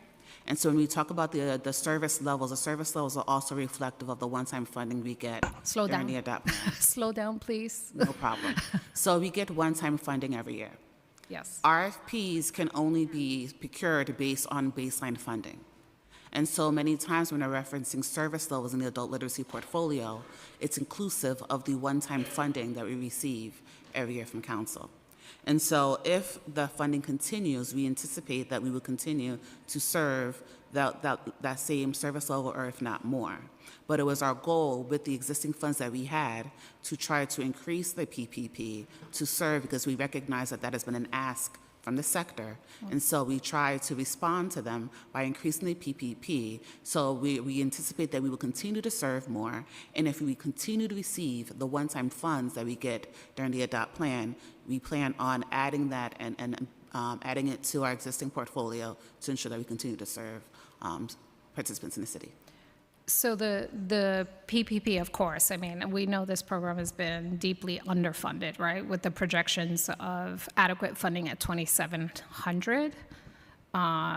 Many years ago was the funding level that was noted. It might actually be more. So, of course, the increase is well merited. In fact, we need to do a lot more to make sure that service providers are actually made whole to be able to provide full service. The council funding withstanding, nevertheless, the pot is decreasing, the numbers are decreasing. The math doesn't add up to how that is going to maintain the same level of service. The existing level of service is inclusive of the one-time council funds. So when you're speaking about a slot reduction or a service reduction, it is because it is reflective of the gap in funding that is not included in the RFP, because an RFP can only be included of what is our baseline fund. We cannot include funds that come in one time during the ADOPT plan. And so when we speak about service levels in the adult literacy portfolio, it is inclusive of the one-time funds. So when you see the RFP out on the street, that is based on our baseline funds. And so just on our baseline funds, there's a minimal reduction on the overall system. So we anticipate that if we continue to receive that one-time fund that comes from ADOPT, there will be no service reduction. If not, there may be even more, because again, the current portfolio that you're reflecting and you're mentioning the additional slots is inclusive of the one-time funds that we get from council. So you're testifying that there will absolutely be no reduction in the number of people this funding pot will serve in fiscal Contingent 24? On the one-time funds that we get from council. What I'm stating is the service levels that exist right now includes one-time funds from council. If you do an RFP, you cannot procure an RFP with funds that don't exist. So if we get funds in council, you can't include an RFP because it's not in our budget. We're not going to cut the funds. Okay, We're then concerned about the admin's continuation of cutting the funds and not funding the service, the appropriate service levels, and the impacts of that, including a shift of an RFP using, a very different modality, and the impacts of what that will have on the ground and the ecosystem that can serve or not serve within that constraint. So the question here becomes adding issues withstanding, number changes withstanding, problems with Compass withstanding, is a continued decrease in the amount of funding that is offered going to result in decreases in service delivery when in fact we're seeing more need than ever for this specific service? So the adult literacy portfolio has not had a funding reduction. Okay. DYCD has not reduced the funding for the adult literacy portfolio. Oh, okay. The funding change is reflective of the one-time funds. If your concern is if there is going to be a service reduction up in this upcoming year, based on what you're stating that the council intends to continue providing one-time funds, there will not be a service reduction. Great. Well, okay. The numbers will prove the case. In terms of now that the DYCD has received bids for the RFP, excuse me, let me take one step back. Can DYCD identify the asylum seekers that are accessing adult literacy services through the contracted providers? Is there a way to know that? There's not in the way that I understand the question, there's not a way, like a fine-tuned way to calculate that, and that's also to protect asylum seekers. So there's not specific information taken at the program site level as to whether folks are asylum seekers or are not asylum seekers. I can just tell you anecdotally, we hear anecdotally that asylum seekers receive service, so we would anticipate that would continue. But there's not a number that we can point to, and you can, I think, appreciate that there's legal reasons why. 100%. Is there a way to note temporary folks in temporary housing in the same way that you use that as a criteria to select for summer rising to make sure those services are provided? I think that to what Commissioner Bobbitt is saying, that there are surveys that providers do, but there's I think when it comes to the legality of a system and system tracking, that's something that we don't do. Yeah, no, I'm well aware of the implications of system tracking, the protections we need to make sure for our new neighbors are in place, particularly if we have a different administration. However, we do have a problem without being able to discern how services are actually being delivered and where the pressure points on the needs. So if there is a way to do it, generally schools do it, you also do it through temporary housing, that might be a mechanism to track so that we can get a better sense where the pressure points are. I think we're basically saying the same thing to some degree, because if Right, we but were- you're not tracking it currently, and what I'm asking for is for you to track it so that we can then have a better understanding of where the pressure points are. So what we can tell you is that we're constantly meeting with our providers to understand exactly where those pressure points are. Right, but you're unable to respond to it currently in any concrete form. So I guess we need a round two of this conversation. If I could offer one thing, going forward, we do intend to offer our providers the opportunity to let us know who is unhoused, and one could infer things from that number, but for the reasons we've already pointed out, we wouldn't want to speculate too widely about that number. But it's an 100%, informative number which that is- we could reference. Which is why we'll continue the conversation. We will have a round two. Awesome, thank you. In terms of, and Chair, thank you for the time.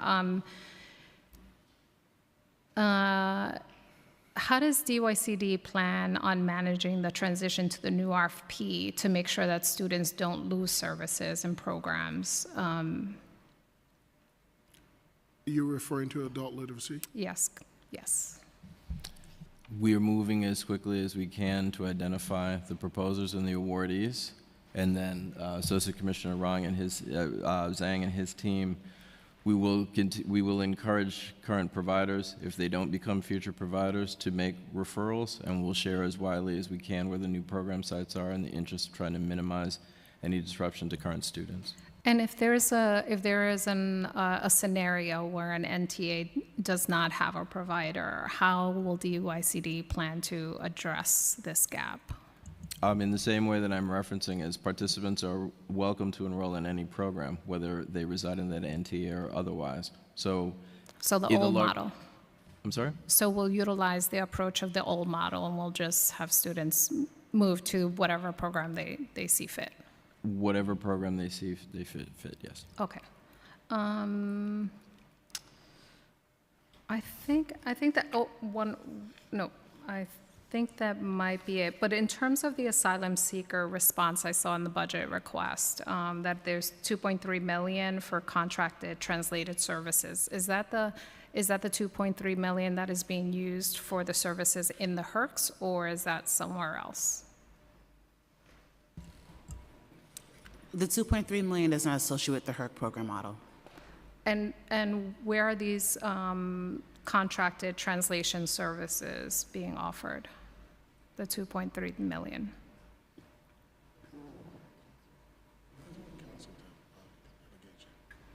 The $2.3 million you're referring to is the one-time funds that we received in council funding last year, and so it's being administered by a discretionary portfolio program area. And I hope that answers your question. So this is the asylum seeker application? I'll get back to you, and I'm going to expand more on this question regarding the 2.3 million. Oh, it's in state funds, 2.3 million in state funds added to your fiscal 24 for interpretation services at the Asylum Application Center. I'm unaware of that. We did not receive $2.3 million for asylum applications. Okay, maybe another technical glitch. We'll follow up. Okay. We have these in the documents. No problem. And in terms of the ESL services that are provided at the HERCs, is there any? Can you tell me how many people have been serviced with this program?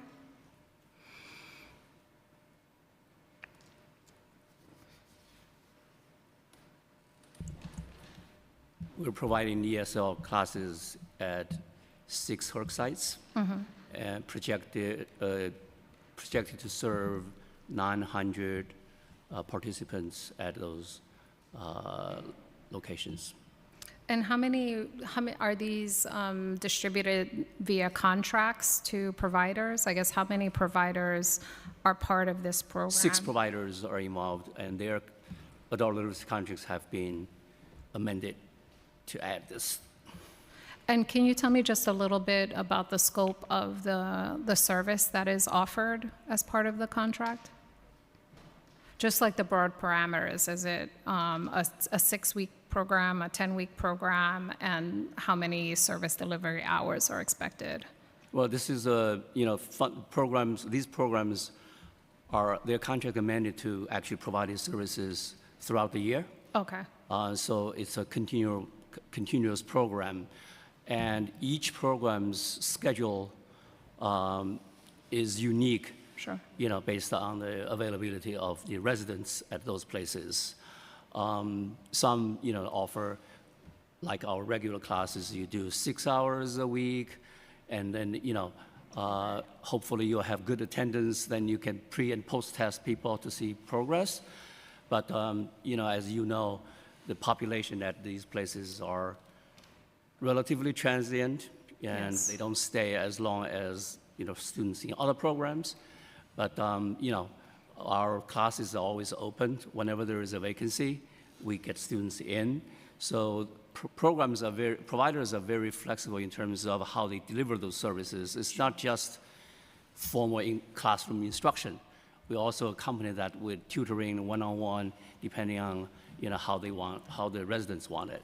And can you tell me finally the cost of these 6 program sites? The total cost, not each individual one. It's about 900,000.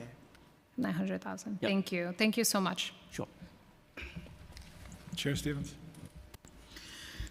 Okay, I'm back for the lightning round. Okay, and this is, I have another RHY question.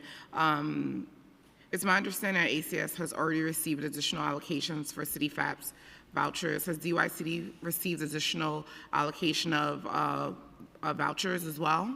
No. No. That's disheartening. I would state, though, we're still in ongoing conversations. Our Deputy Commissioner Haskell was meeting with OMB this past week, and we are confident that they heard us and that we'll see what happens in that plan. I'm gonna add that to my list of things too, so let's add that to the list. So I just wanna jump over to summarizing. And I know some of my colleagues already started to ask some of these questions, but just wanted to go a little bit deeper. How many students will be served for Summer Rising in FY 2024, and what is the breakdown between elementary and middle school?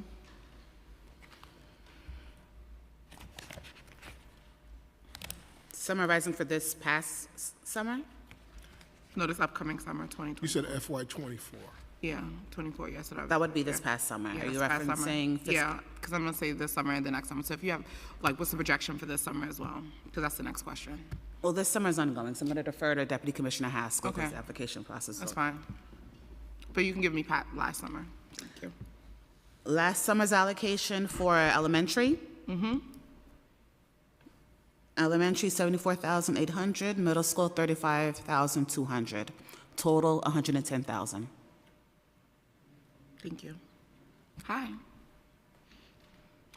So what, I know, and just thinking about, because I know it's still ongoing, but what are your projections currently for the FY, and do we have a number of where we're at currently?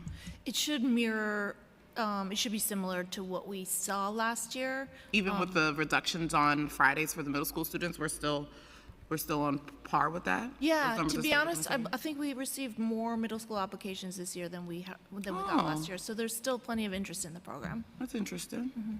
That's interesting to hear. Mandated students with promotions and doubts are required to apply for Summer Rising in order to participate in CBO-led enrichment program. Do we know how many mandated students applied for Summer Rising and how many didn't? So you're referring to last year? No, we're talking about now. So how many applied now? Do we have a breakdown of how many applied currently? Yeah, we're still going through that. That's still happening. So as it's coming in, if we can just keep that open. And I guess we can talk a little bit about it. Like, and if this happened last year, how does this impact the CBO's enrollment, their RFP? Because it doesn't affect their RFP, right? If the Summer Rising, correct? Okay, I know it wasn't crazy.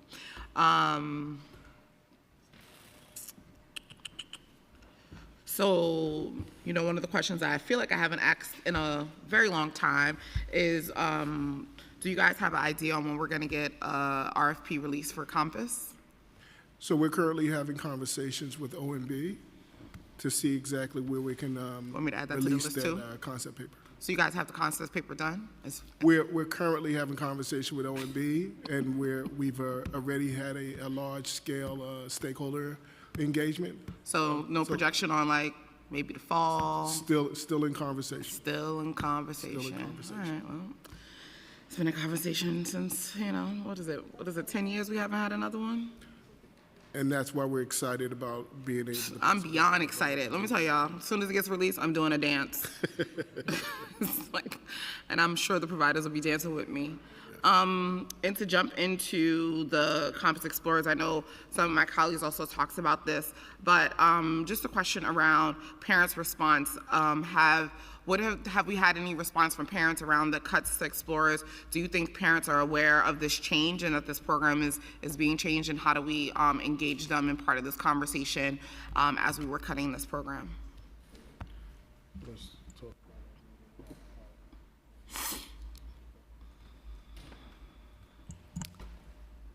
Thanks for that question, Chair Stevens. We do stay in close communication with our providers, and we're still doing site visits to Campus Explorer programs. We haven't seen a tremendous pushback or outreach from parents directly, but I don't want that to imply that there won't be some parents who will feel disappointed. But again, we'll put a lot of energy into making sure that they can identify nearby programs and try and make sure that every young person gets a resource. Yeah, I think, because I know this was a budget decision and not necessarily a program decision, so, I think definitely getting some feedback from parents is key and important, because this will impact them as well. So just thinking about as it continues to roll out, because it hasn't been cut fully yet because they're still finishing out the year, but thinking about how do we get some feedback and support from parents, and also making sure that we're able to direct them in directions of other programming. Some of the feedback on Sonic is that the current model does not have the adequate flexibility to address the preferences of middle school youth. In light of the upcoming concept paper, is DYCD considering a club model which would address some of their concerns? I think the engagement that we had so far with some of the providers and the stakeholders, a lot of the different models have come up in terms of exactly what this, how do we right size this 10 or 12-year-old model to make sure that the model that is rolled out has fidelity. So we're going to have to get back to you on exactly what the stakeholders are saying in terms of exactly what they're looking for with that level of feedback. So we can definitely tell you exactly what that feedback and that engagement looks like, and what was some of the suggestions that came out of that. Yeah, definitely want us to think about how, especially with a program like Explorers not being here, how do we make sure that programs moving forward still have some flexibility as well. I have another summarizing question. So this is regarding the paraprofessionals, and just, I know this isn't something you are in charge of, but just even thinking about moving into it, this is something that has been a concern in summarizing. And I know DOE always is like, no, we always have all the paraprofessionals in the world and we got everything on par, but we know that's not always the case. So are we planning for that around how do we support providers around that, and what does that look like? And also specifically programs who are taking on students with disabilities, what supports and trainings have we been providing providers up until the summer? Absolutely. I really appreciate that question. Our summarizing leadership team, we're meeting every Friday with the Public Schools Office for Students with Disabilities to plan out every aspect of making it a great experience for all young people in summarizing. They have initiated a new platform to submit accommodation plans for young people who are going to be in summarizing, which may include accommodations for the enrichment CBO portion of the day. And we already have shared professional development opportunities around working with students with disabilities, and we are also planning to do much more of that in the next several weeks. Okay. And I think similar to the question I asked regarding the Explorer program being cut, what feedback have we been getting from parents around the middle school Fridays being cut? Have we been reaching out to parents. What have they been saying? Would love to hear what that process have looked like too, because I know you said there's been an uptick in young people applying, but young people don't really apply, it's their parents. So how are we accounting for that as well? Because I would love to see how we can get some feedback from parents to think about how this is going to impact them moving forward for the summer. So again, those conversations are currently ongoing. We haven't seen much of a vocal response. Well, have we seeked it? We're engaging with our providers to seek those responses.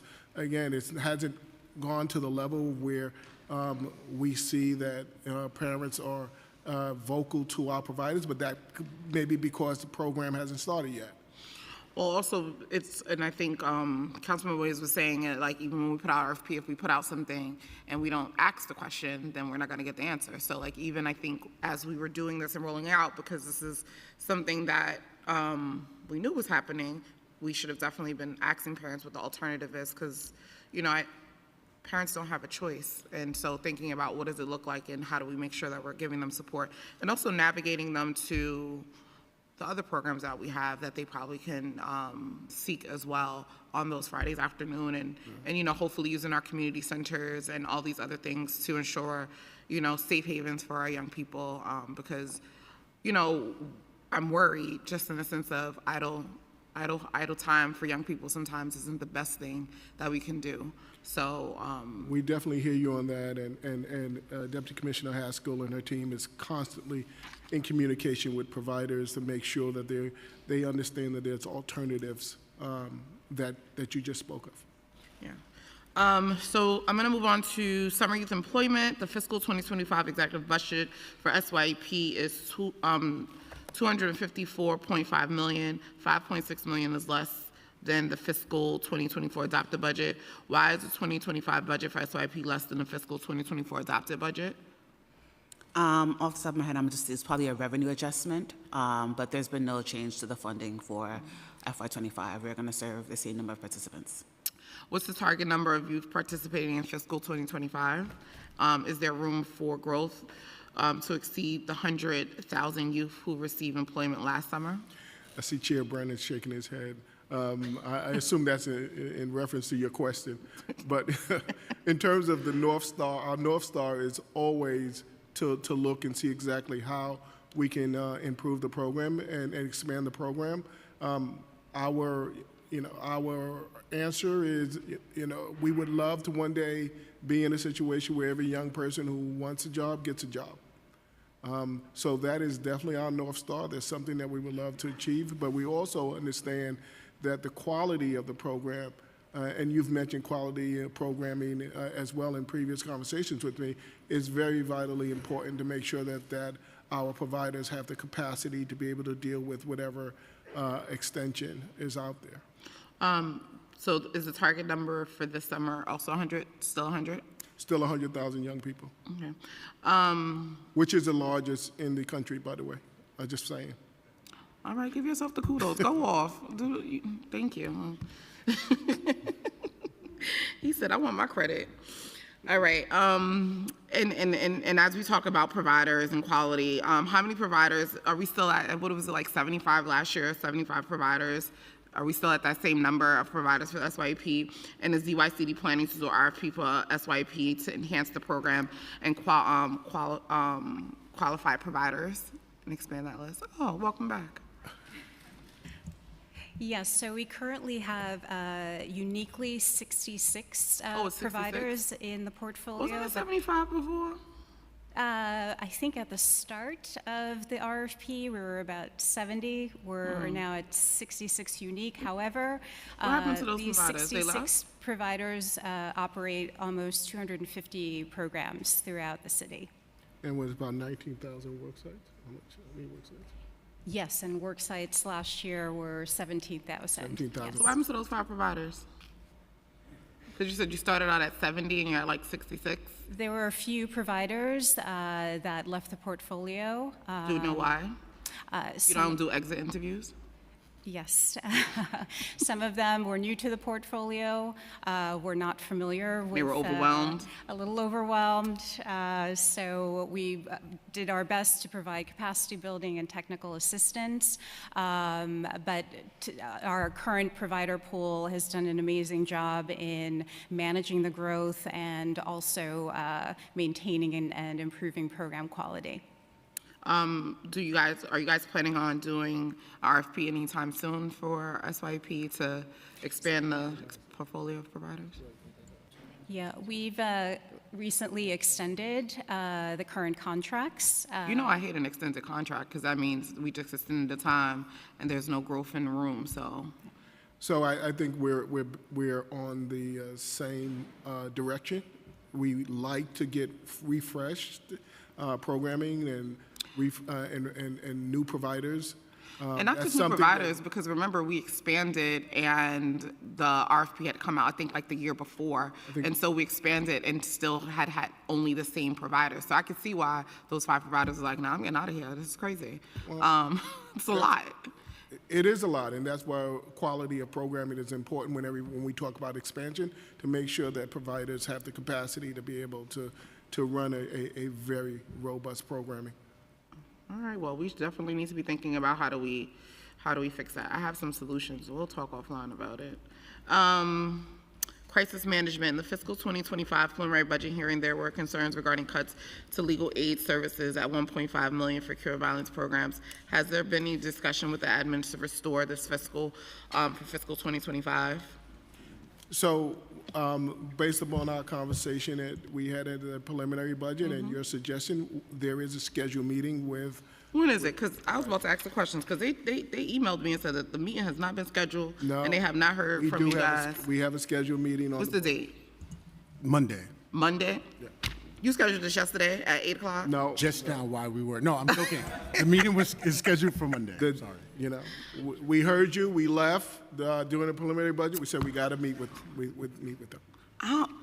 I got an email from them this morning, and so who y'all scheduled this with, and who y'all scheduled to be there?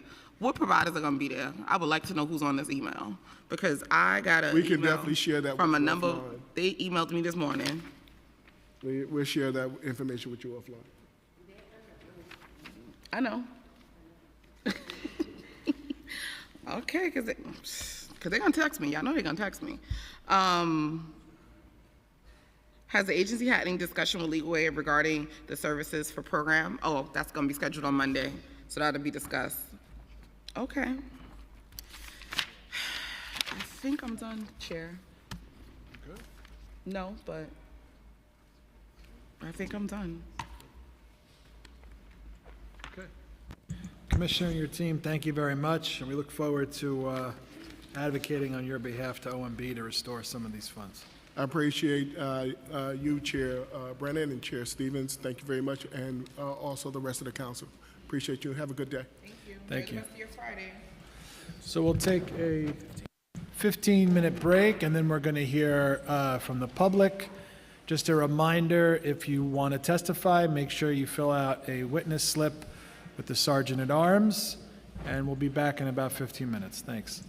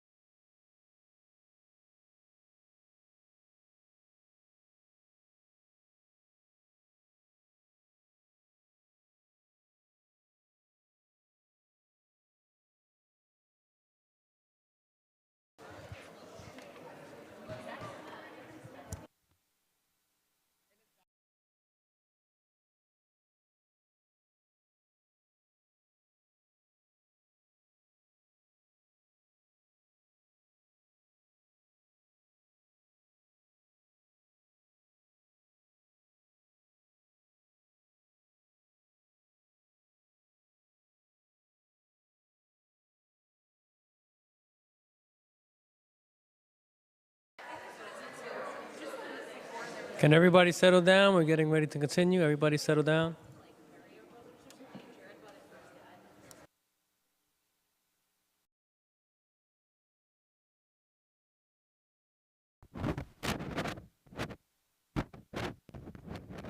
Okay, we're going to start the public portion of the Committee on Finance, joint with the Committee on Children and Youth. We're going to start with our first panel. Forgive me in advance if I say your name wrong or I can't read the handwriting. Lauren Galloway, Nora Moran, Dante Bravo, Michelle Fields, Caitlin Passaretti, and Angie Minez.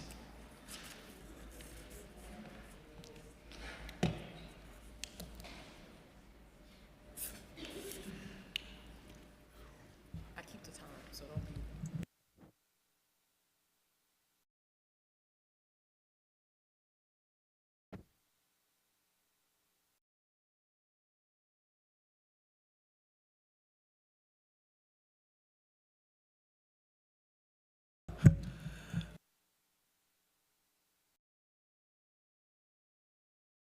Okay, you want to go left to, okay. Make sure your mic is on. Hi, hello. Okay, just say your name and begin. Alrighty, good afternoon. Thank you to Chair Stevens, Chair Brandon for the opportunity to testify. My name is Dante Bravo and I'm the Senior Policy Analyst over at Children's Aid. For 170 years, Children's Aid has been committed to ensuring that there is no limits to a young person's aspirations. Today, our over 2,000 staff members empower nearly 50,000 children, youth, and families in Harlem, Washington Heights, the South Bronx, and the North Shore of Staten Island. The executive budget released last month maintains the $6.9 million cut to Compass and $19.6 million cut to DYCD's portion of Summer Rising. This is in spite of the fact that our programs and events have serviced over 20,000 youth and community members within our youth services department alone. The city must do better to assess the need for these services. As one of the largest and oldest youth-serving organizations in the city, Children's Aid calls for a restoration to all of these outrageous cuts. The cut to Summer Rising in particular presents serious operational and labor challenges. This cut eliminates Friday programming for middle school students and shortens the day, resulting in fewer hours of childcare for our hardworking families. Limiting hours also means less opportunities for enriching experiences like field trips, which makes engagement for our young people a lot harder and lowers the quality of our programs. Also, as an employer of over 2,000 staff, we are responsible to ensure that staff continue steady employment or else lose them entirely to an incredibly competitive job market. Because of these cuts, we now have staff facing unemployment, despite the fact that we know our community members need these extended hours. We also urge the city to immediately release a request for proposals for the Sonic Compass system by the end of calendar year 2024. Might I remind this council that the Department of Youth and Community Development did say on record that it would be released in previous hearings back in 2022, that it would be released by the end of calendar year 2022. Delaying this RFP means that our staff have to wait for longer wages that recognize their worth, and that our city's youth will have to stay on waiting lists for these programs. Thank you again for the opportunity to testify. Please reach out with any questions on this topic.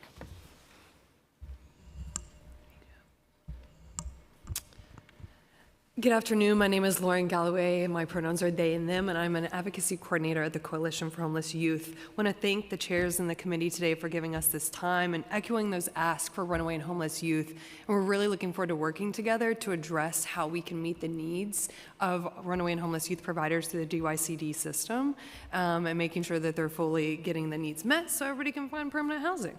I'm just going to echo a few of our asks, but I'll be submitting longer written testimony to emphasize these. But first, a one-time 30% contract increase totaling $1.63 million for the DYCD-funded drop-in centers to fund support services for youth newly arriving and unaccompanied minors. From fiscal year 23 to 24, the DYCD drop-in saw a 40% increase in utilization of services, despite any additional funding being rewarded. The additional funding would support meeting the basic needs of young people and fund more appropriate staffing for the sites. We're also going to ask for another $625,000 invested to fund 5 lawyers in the RHY programs to support those newly arriving youth and those migrants needing services, being given access so they can get fully funded asylum seeker legal services. The second thing we're asking for is an additional $11.7 million in funding to right-size the DYCD shelter contracts and to add additional RHY shelter beds. Data reported by DYCD shows that the first 6 months of 2023 to the last 6 months, there was a 7,000% increase in the amount of young people that were turned away to the streets because there wasn't a vacant bed for them to be placed in. The mayor says that he doesn't think that 500 young people sleeping on the streets is bad. We think that's not only bad, but unacceptable. In addition, DYCD must prioritize allocating new beds that are funded to serve populations with the greatest documentations needed in the areas that are easily accessible to young people. Thirdly, NYCD must ensure that young people have support to exit homelessness by maintaining $1.6 million in funding for housing navigators at the DYCD drop-in centers, as well as $1.63 million to cut for the fiscal year 24 for peer navigators. Again, I will continue the rest of this in my written testimony, but please let me know if you have any questions. Thank you.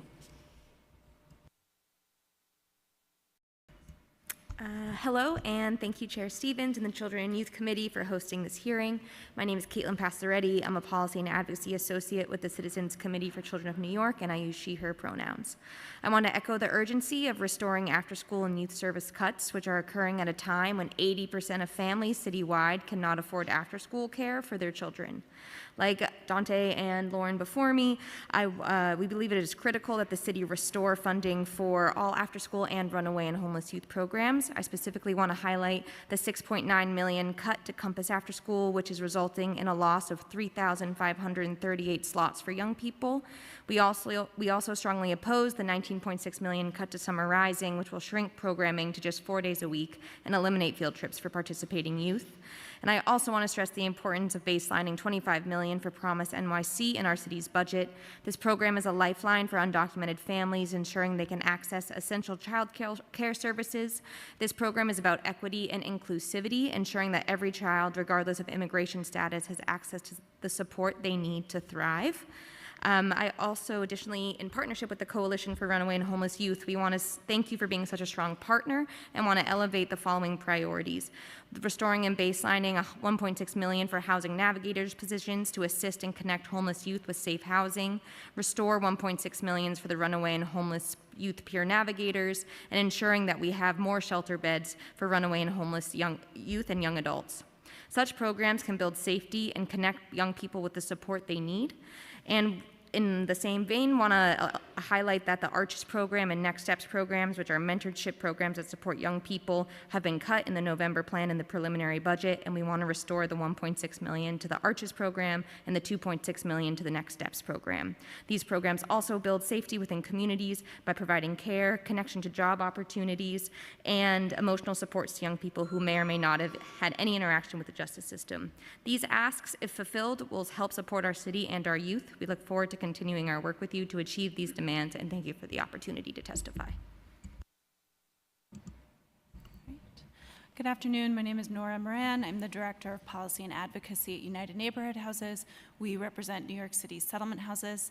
Our written testimony goes into more detail, but I'll just start by saying it's very troubling that we're basically saying the exact same things we said in our prelim budget testimony a couple of weeks ago.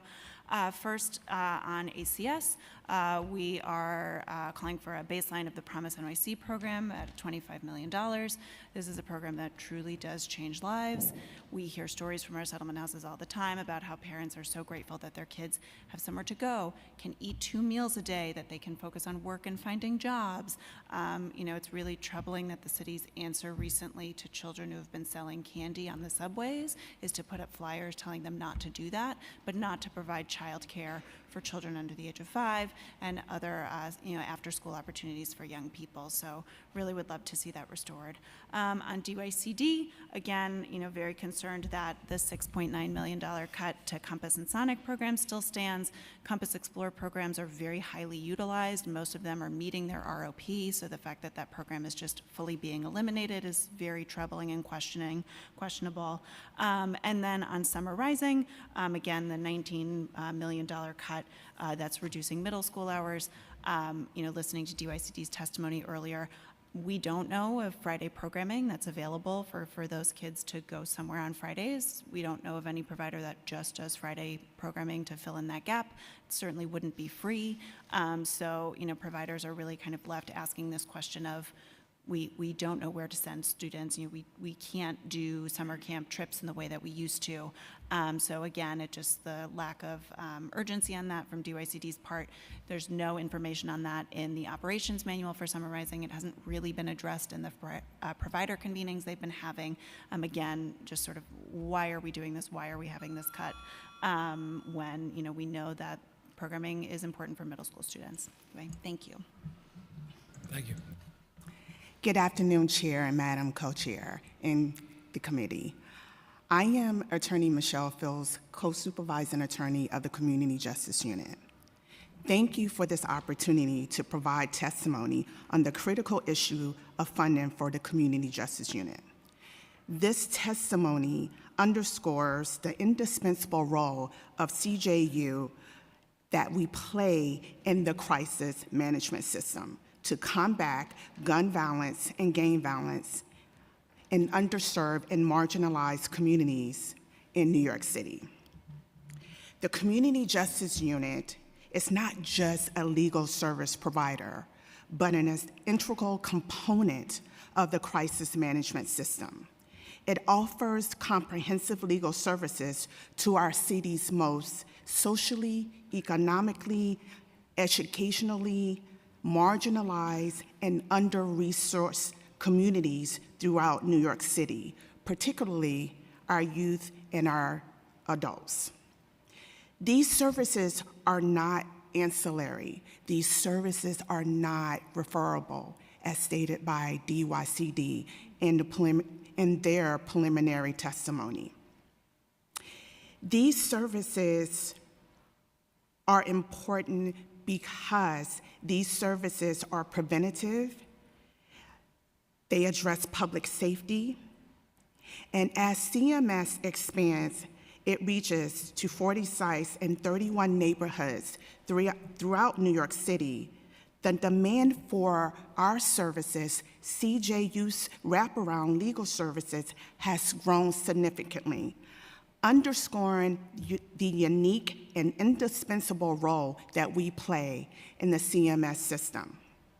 While we appreciate the positive recognition from Mayor Adams' administration, we ask this commission to restore the 1.5 reduction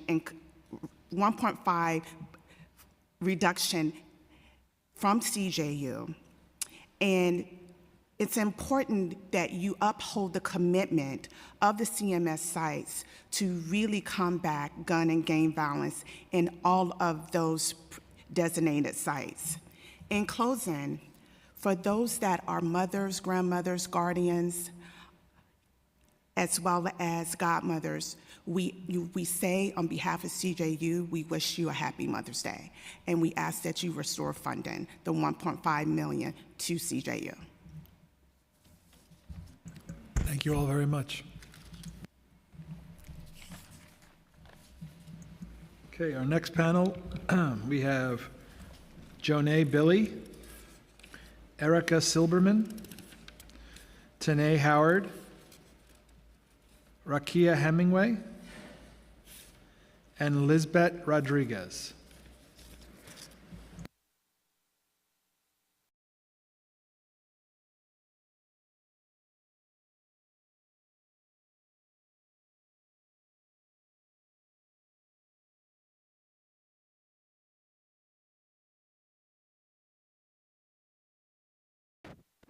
Start? Just make sure your mic's on. Just hit the button on the... Thank you. Good afternoon, Chair Brennan, Chair Stevens, and committee members. My name is Janae Billy. I am the Senior Director of Strategic Partnerships and External Affairs at PowerPlay, but today I'll be here in a dual capacity representing both PowerPlay and the Sports Training and Role Models for Success Citywide Girls Initiative, also known as STAR CGI. PowerPlay is now in its 26th year and is dedicated to empowering 1,100 youth across all 5 boroughs of New York City. Our organization propels girls beyond their circumstances, providing access to experiences, strong role models, and a blueprint for opportunities. We firmly believe in creating spaces where New York City girls and young women can become active, think creatively, and engage in discussions around issues that impact them directly. Moreover, PowerPlay serves as the lead agency for STAR CGI, a coalition of 10 leading nonprofits.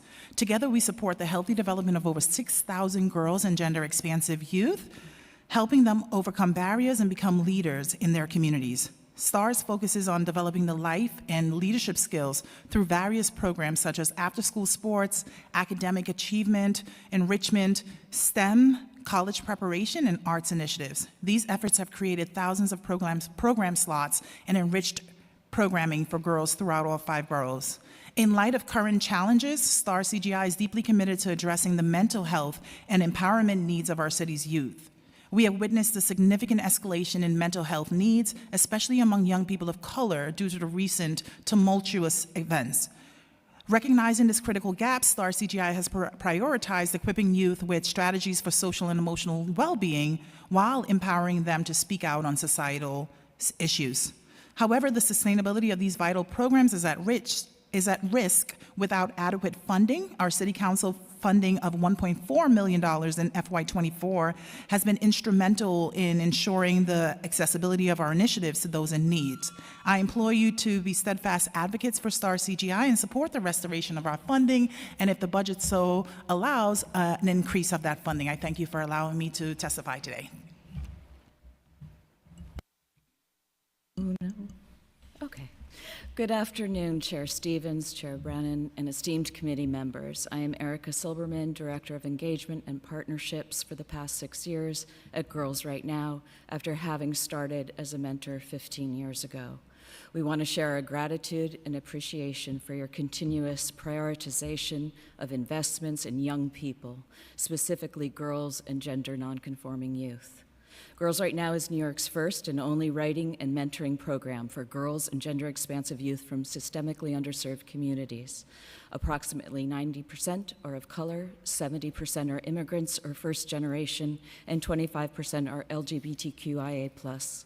We match them with professional writers and digital media makers and as their personal mentors while providing unique creative and professional curricular experiences. For more than 25 years, we have been breaking down the barriers of gender, race, age, and poverty to mentor the next generation of writers and leaders who are impacting businesses, shaping culture, and creating change. Historically, 100% or nearly 100% of our seniors go on to college, with Girls Right Now supporting them through higher education and professional journeys. We continually rank among the top nonprofits nationwide for leadership, capacity building in the field, and for driving social emotional growth for young people. Mentorship, community, and resilience building are at the core of what we do and essential to a young person's success. Twice, we have been recognized by the White House as one of the nation's top youth programs. Girls Right Now is proud to be a founding partner of the STARS Citywide Girls Initiative, a collection of 10 New York City nonprofits joining forces to raise crucial funding for girls and gender-expansive young adults. Altogether, we've served upwards of 500,000 young people over the last 10 years, supporting and nurturing their growth as leaders, artists, athletes, and members of their communities. We respectfully urge the City Council to make deeper investments in this community and would like the Council to not only fully restore funding for STARS Citywide Girls Initiative, but to also enhance it. Thank you.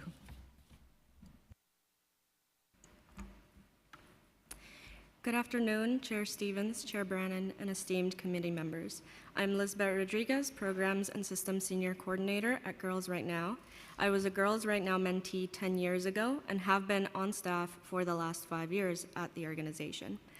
As an organization, Girls Right Now provides avenues for mentees to be recognized as artists internally through our podcasts, films, annual anthologies, and zines, and externally through writing contests as well as submission and performance opportunities. When our young people are published, their voice and their craft is legitimized, which in turn impacts their confidence, self-esteem, and career outlooks. One mentee alum, Kaya Frazier, a recent graduate of Howard University, shared that Girls Right Now is always a home I can return to because it's one of the first places I felt seen and heard for my words. Here, surrounded by like-minded people, I could say with confidence, I am a writer. Kaya is now on our editorial advisory committee and published in our new book on the art of the craft. As a founding member of STAR's Citywide Girls Initiative, we asked the City Council to continue to make investments into this community by not only fully restoring STAR CGI funding for the next fiscal year, but to also enhance it so we can continue serving girls and gender-expansive young New Yorkers across a number of disciplines in all 51 council districts. Thank you so much for giving me the opportunity to testify. Greetings, I'm Raikia Hemingway. I'm honored to be addressing you today. I am here representing figure skating in Harlem in multiple capacities, as an alum, as a parent of a current program participant, and as a director of student and family engagement.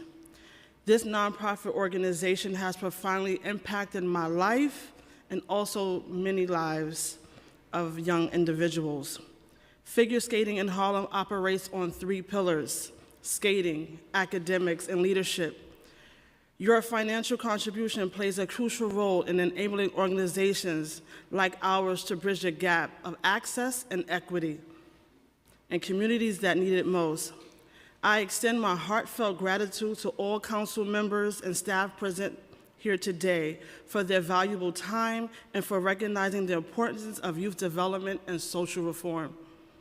The significance of STAR's initiative cannot be overstated, particularly due to its focus on investing in girls of color. By providing opportunity that these girls would not typically have access to, we are leveling the playing field. For example, this past year, several students from figure skating in Harlem had an extraordinary opportunity to serve as international ambassadors in South Africa. This experience not only broadened their horizons, but enhanced their self-esteem. Despite language barriers, they found common ground through sports, arts, and culture, a form of education that is truly invaluable. When remarkable opportunities are presented to girls in communities like Harlem and the Bronx, I feel very compelled to advocate for continued support in forums such as this.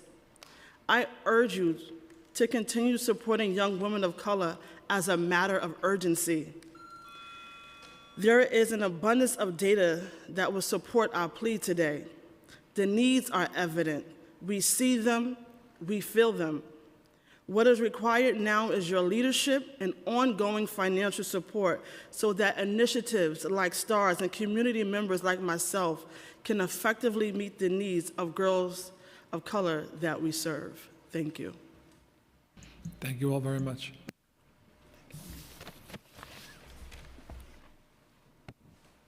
Okay, our next panel, John Louis, Sebastian Vante, Francesca Perron, Nadia Swanson, Stephen Morales,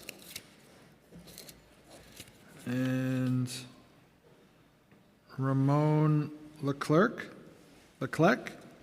Sorry.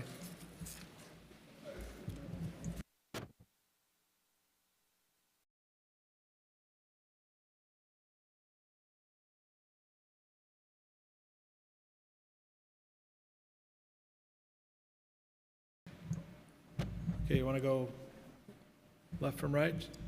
Just make sure your mic is on. Thank you, Council Members Brennan and Stevens and all other members of the Committee on Finance and Committee for Children and Youth for taking this time to host the hearing.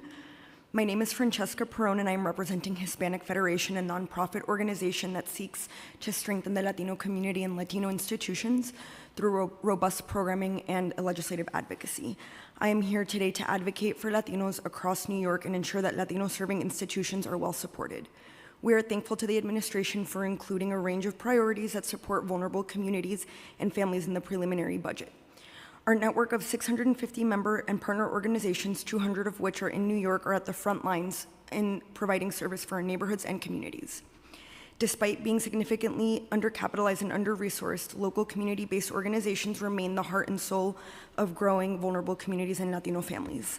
CBOs uplift communities and organize them to advance equity and opportunities to increase the quality of life for all. Today, we are taking the time to advocate for the expansion of key funds for the upcoming year to support the ever-growing need of Latino families and ensure that the city prioritizes the allocation and resources to improve their well-being. Essentially, an investment in vulnerable communities is an investment in an equitable and more prosperous New York. Hispanic Federation is thankful for the $3.7 million in continued support for the Communities of Color Nonprofit Stabilization Fund in the 2024 budget. This initiative has grown to support over 700 capacity building projects. As such, we are respectfully asking you to continue the support for the CCNSF with the $7.5 million budget allocation in the fiscal year 2025 budget. Protecting and expanding the CCNSF is vital. Due to overwhelming need, our organizations are working around the clock to provide services for communities of color across New York. Larger, more established nonprofits rely on endowments, affluent board leadership, and development teams to provide the stability that our colored nonprofits unfortunately do not have access to. Thus, the CCNSF funding. Thank you for your time. We've provided written testimony that expands on the work of Hispanic Federation and the requests. Thank you. Good afternoon, Chairs Brennan and Stevens. Thank you for the time today. My name is Stephen Morales. I'm the New York Policy Director at All Our Kin.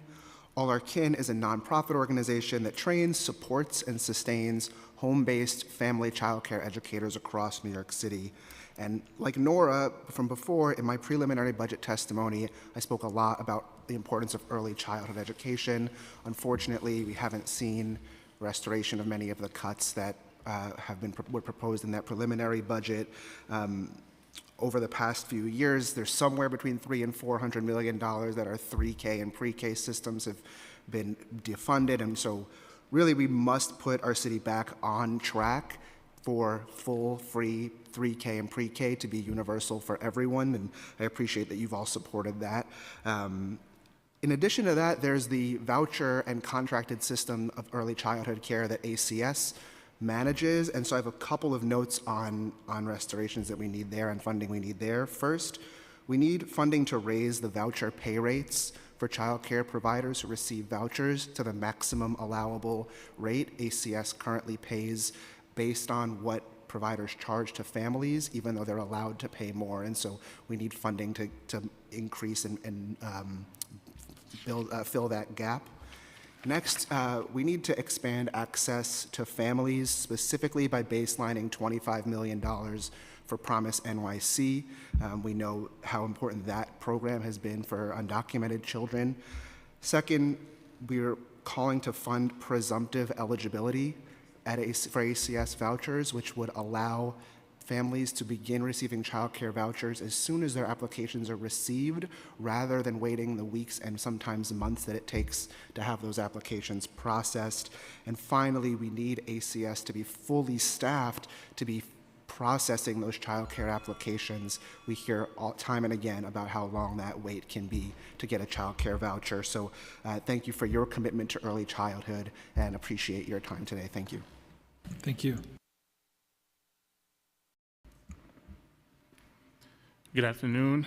Sean Jean-Louis. I'm the Policy Director over at Expand Ed Schools. We're an after-school intermediary that partners with direct service organizations in the after-school space to support their capacity for program and service delivery.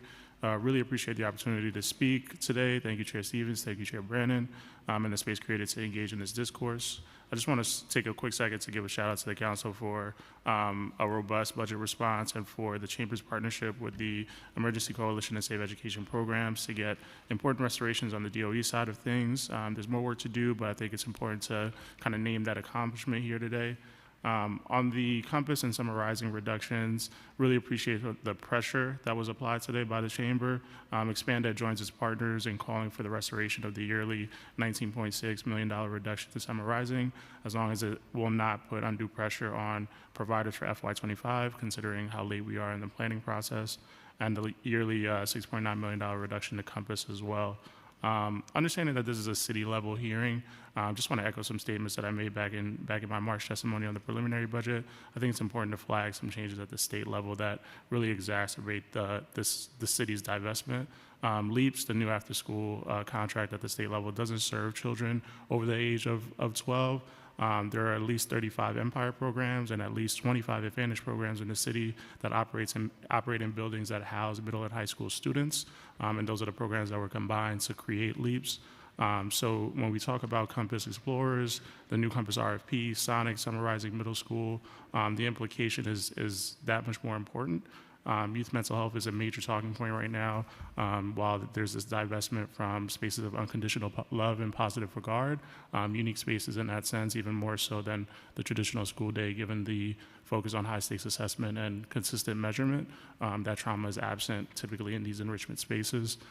So as a sub-grant distributing entity, as a technical assistance provider, as a workforce developer, just want to make Expanded available to partner with the council to fill any gaps in service moving forward. Thank you for the opportunity to testify today. Appreciate you. Thank you. Good afternoon. My name is Nadia Swanson. My pronouns are they, them. I'm the Director of Technical Assistance and Advocacy at the Ali Fournet Center. We're the nation's largest and most comprehensive program for LGBTQ unhoused youth.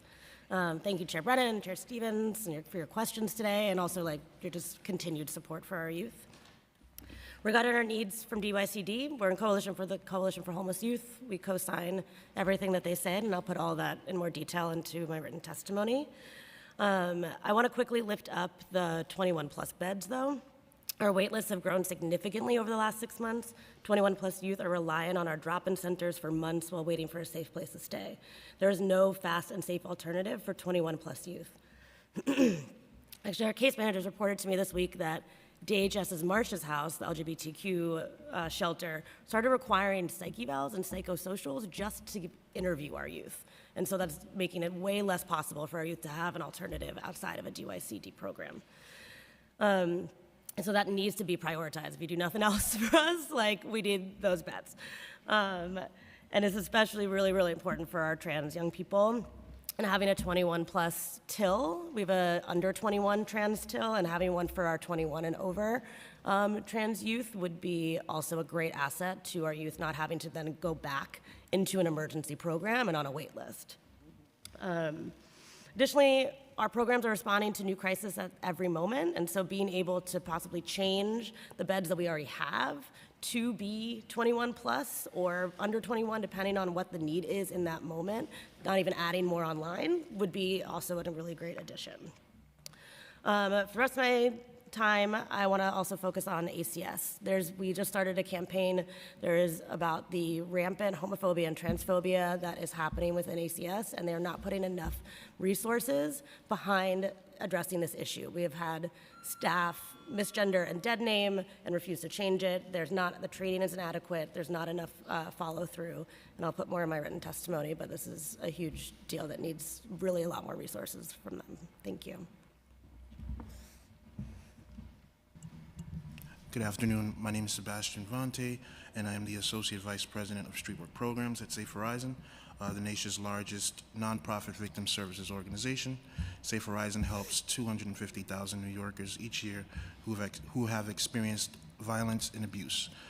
Since 2021, almost 600 youth and young adults have exited homelessness and moved into their own apartments with the assistance of a housing voucher and a DYCD-funded housing navigator. The housing navigators were created in 2021 to help New Yorkers find and move into housing with EHV Section 8 vouchers. The current housing navigators at the DYCD-funded drop-in centers are temporarily funded through the end of June. Data shows the success and the return on investment of housing navigators. A record number of young people have exited homelessness and moved into their own apartments. Since the creation of the Housing Navigator position, there has been a 200% increase in youth being discharged from youth shelters into their own affordable apartments. Defunding these positions will effectively close this pathway out of homelessness for vulnerable young New Yorkers. It would be devastating for DY City programs to lose our only housing-dedicated jobs and return to the status quo of not being able to connect our clients with housing. At Safe Horizon Streetwork Project, we helped connect over 200 of our clients to housing vouchers in the last 3 years. Of those, 188 have moved into their own apartments to date. Of the 188 apartments that our clients were able to obtain with their housing vouchers, our program's 2 phenomenal housing navigators found and connected clients to 169 of those apartments. There were 19 apartments that our housing navigators did not find but still helped our clients lease up. With the elimination of the only city-funded position specifically funded and trained to assist homeless youth in accessing permanent housing, how many young people will be able to move into apartments? How many will be unable to find and move into apartments and will therefore lose not only their housing vouchers, but their chance to exit homelessness? We all know that prolonged homelessness is expensive for the city. Defunding these positions will not save the city any money in the long run, as homeless youth without a pathway out of homelessness become chronically homeless adults. Youth need housing. They need City FEPS vouchers, and they need housing navigators. Our drop-in centers have been nothing short of extraordinary in their efforts to meet the growing needs of our newly arrived youth and unaccompanied minors. Despite this remarkable dedication, our team has been operating without additional support. We need at least 30% increase for DYCD funded drop-in center contracts. This additional funding will enable us to meet the needs of our young people and ensure more appropriate staffing across all sites. Lastly, the city also underfunds our RHY residential contracts, falling short of covering actual costs. We urge for an increase in funding to ensure that all current crisis and transitional independent living program contracts are adjusted to adequately cover operational costs and provide a 10% increase for all residential agreements. Thank you. Thank you. Good afternoon. My name is Ramon Leclerc. I represent New Alternatives for Homeless LGBTQ Youth. 9 years ago, back in 2015, the sitting city council at that time passed a law, I don't remember the local law number, I apologize, requiring DYCD to fund 21 to 24-year-old beds. There's been no movement in 9 years. Only 2 providers currently, and one, Ali Fournier, is actually funded privately and not by DYCD for the 21 to 40. Wonder Home is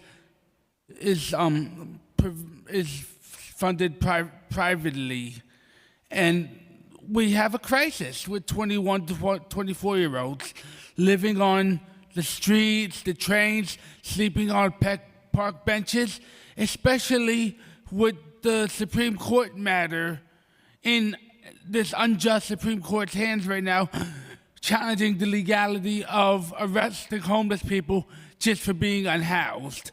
It's extremely dangerous, and I encourage the City Council to really sink their teeth in DYCD. At the time, their excuse was that they don't want to merge 16 to 21 to 20-year-olds with 21 to 24-year-olds due to the 21 to 24-year-olds being bad influences. And I actually asked Ms. Haskell, who was working for DYCD at the time, what's the difference of the influence between the 21 and 20 to 24-year-olds over the 16 to 20-year-olds, and sending the 21 to 24-year-olds to DHS shelters where there's 40, 50, 60, 70-year-old people who have, severe criminal records, some, and housing and allowing those people to influence the 21, 24-year-olds. The housing navigators are extremely important. And I just want to say this. Mayor Adams' edict to not allow sleeping in drop-in centers is extremely dangerous, and it's depriving our youth of a human need. If you have nowhere else to lay your head and you fall asleep in the chair, or if you have cots, I don't see nothing wrong with allowing our young people to sleep. Thank you. Thank you. Thank you all very much.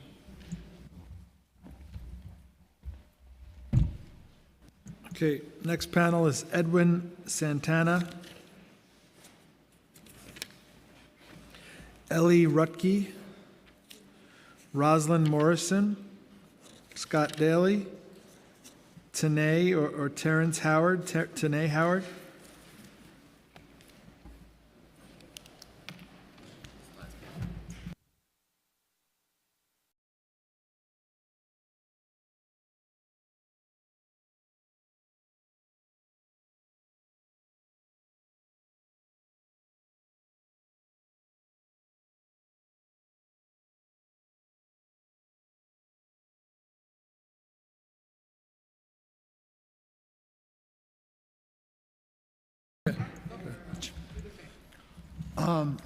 Thank you very much.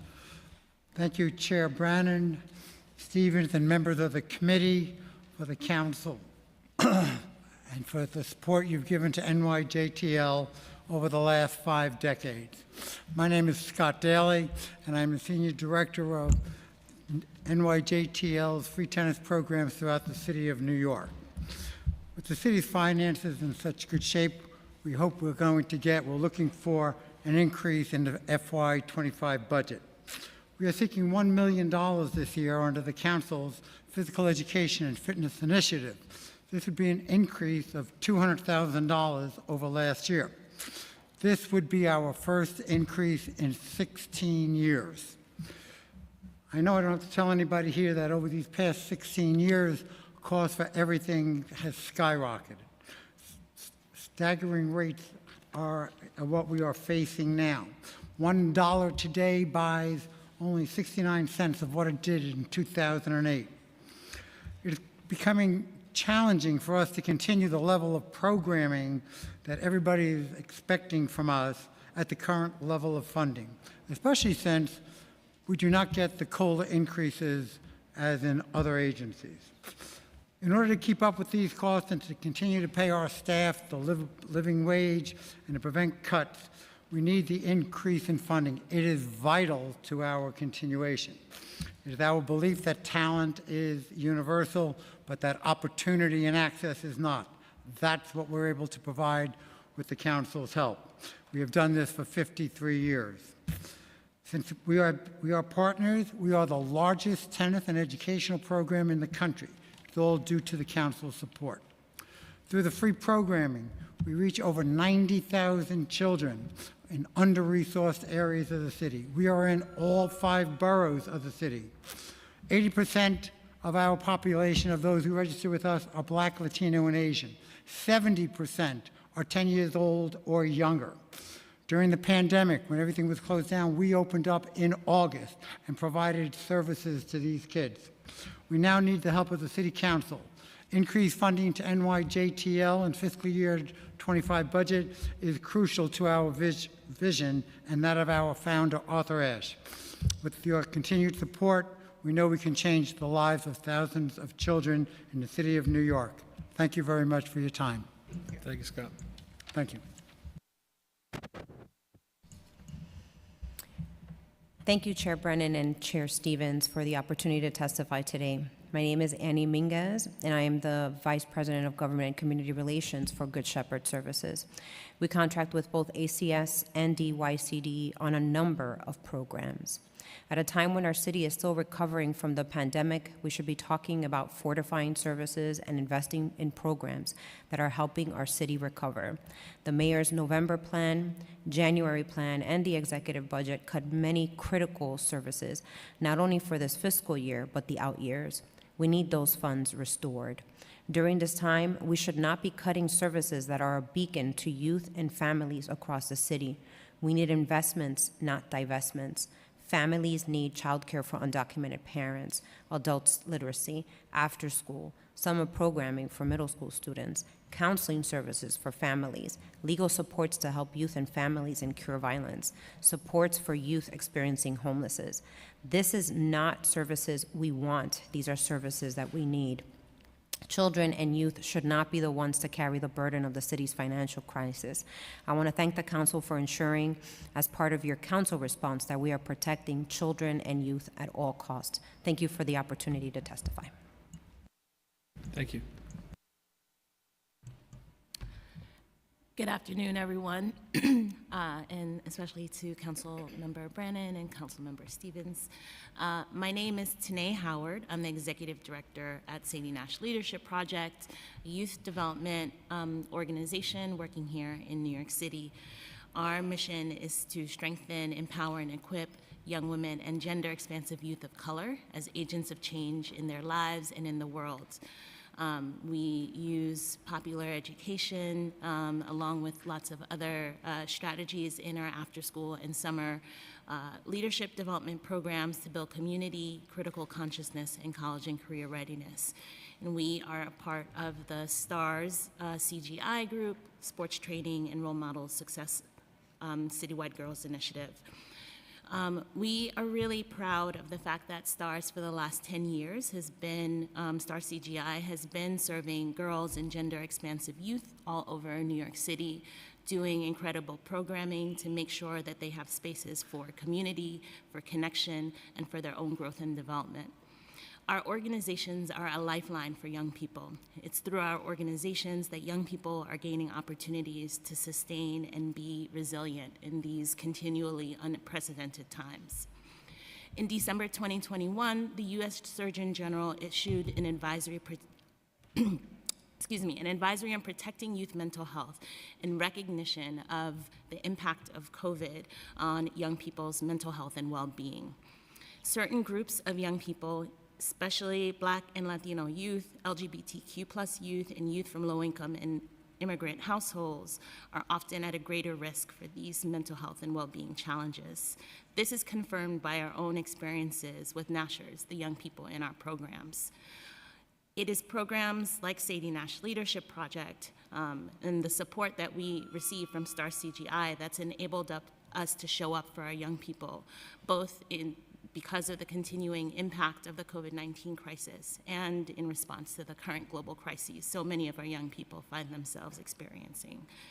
It is imperative that our programs are funded so that we can continue the proud work we've done to really expand the programming, meet their needs, and create new opportunities for healing and self-care for these young people. We're so proud of what we're doing to create a just and joyful New York City in partnership with the young people in our programs, and we're hopeful that you will continue to invest deeply in these young women and gender-expansive youth who are not just the future of our city, but are creating change now. Thank you.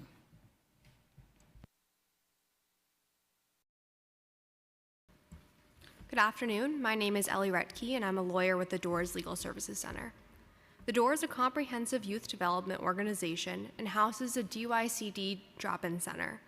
Our Legal Services Center specializes in serving young people in their immigration cases.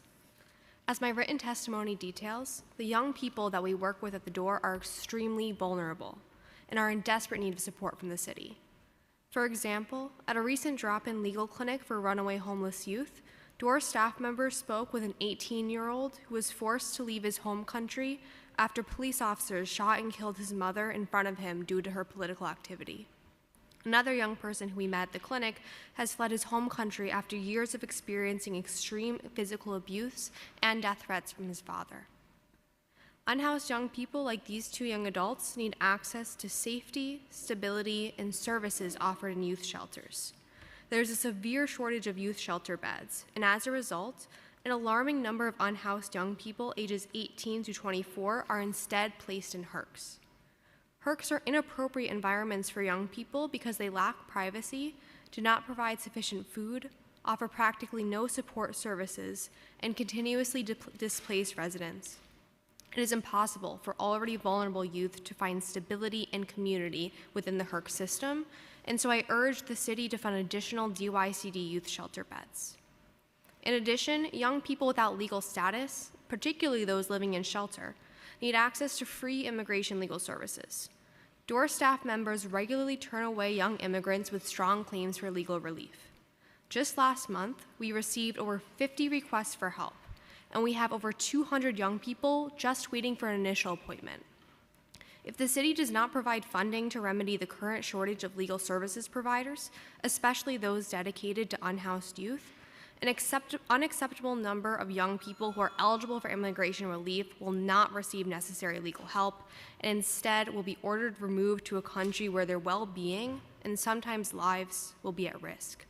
Thus, I urge the city to fund youth-specific, no-cost immigration legal services. Thank you.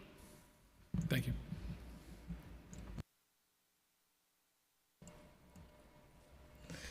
Good afternoon, Chair Brannon, Chair Stevens, and the entire panel. Thank you for this opportunity and inviting us to share our testimony.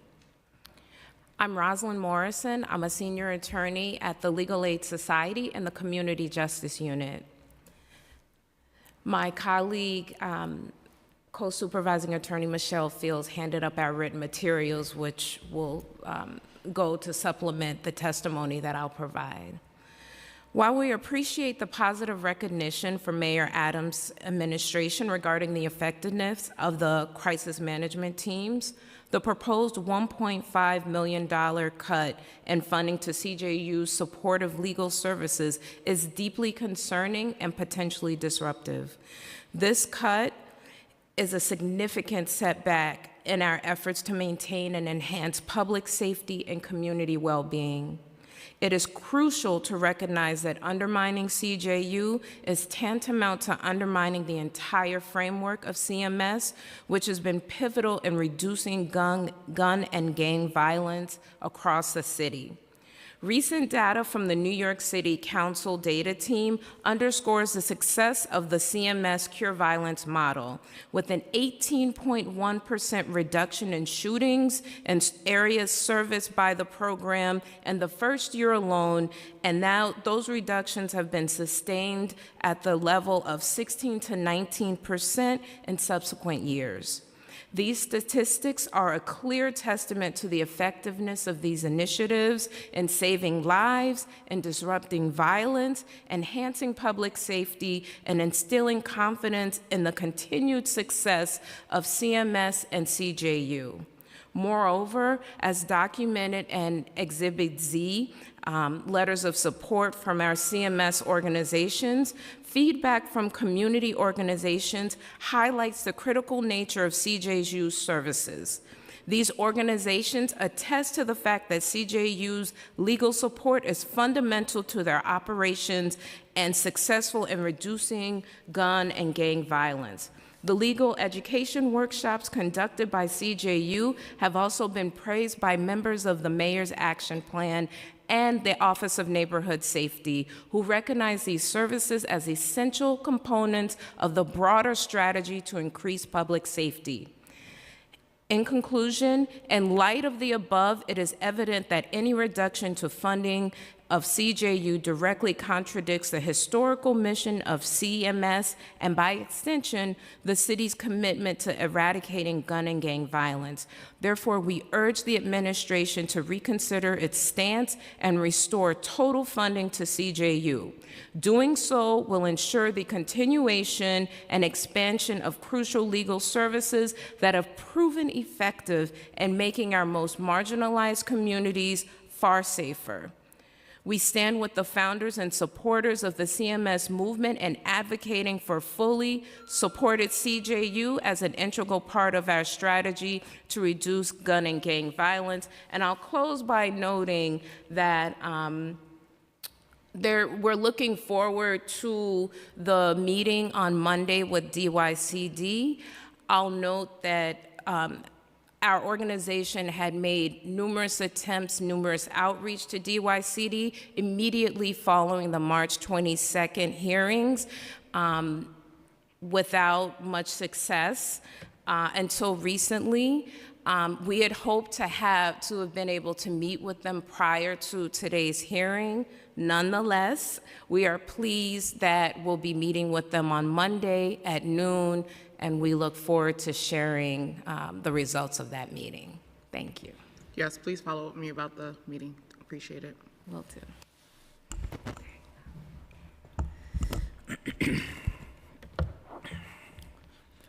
Thank you, Chair Stevens and the Youth Services Committee members. My name is Edwin Santana, and I'm a community organizer at Freedom Agenda and a member.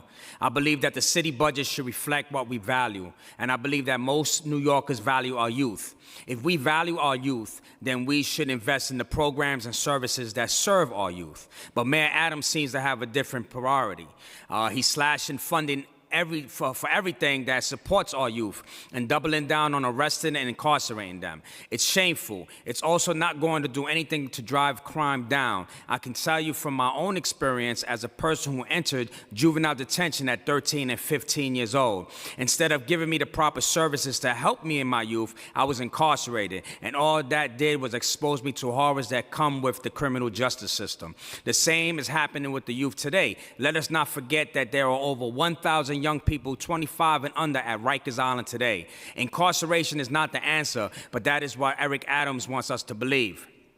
The mayor's budget proposes cutting millions from the Department of Youth and Community Development. That includes huge cuts to the Office of Neighborhood Safety for things like cure violence programs, employment programs, as well as legal services and recreational events. But you know what he's not cutting? The Department of Correction. Even though they have 4 times more officers per person in custody than average jail system, and even though they are the only city agency that is actually required to shrink in the next 3 years under the plan to close Rikers, Rikers is a hellhole. Rikers, especially for people behind the walls, but for people who work there too. So DOC is expected to have over 1,400 vacancies this year, and the mayor isn't planning to cut any of them. He keeps saying he expects the jail population to rise, but that's not inevitable. It's his policies that are designed to create that outcome. I know, and the city council knows, that this is the wrong path, and I want to thank you for calling on the mayor to restore funding cuts to DYC and other services that support our youth. If the mayor won't agree to those changes in the budget, we urge the city council to use every power you have, including passing a budget amendment to ensure a just budget for our city. In the full written testimony I will submit, you'll see a full budget analysis from the campaign to close Rikers that calls on the city council to cut DOC's bloated budget and redirect those resources to our youth and our communities. Thank you. Happy Mother's Day to everyone here. Happy Mother's Day to the mothers on Rikers Island and in DOC custody. Peace.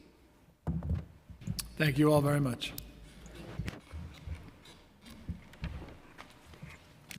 Okay, our next panel we've got on Zoom, starting with Diana Imbert.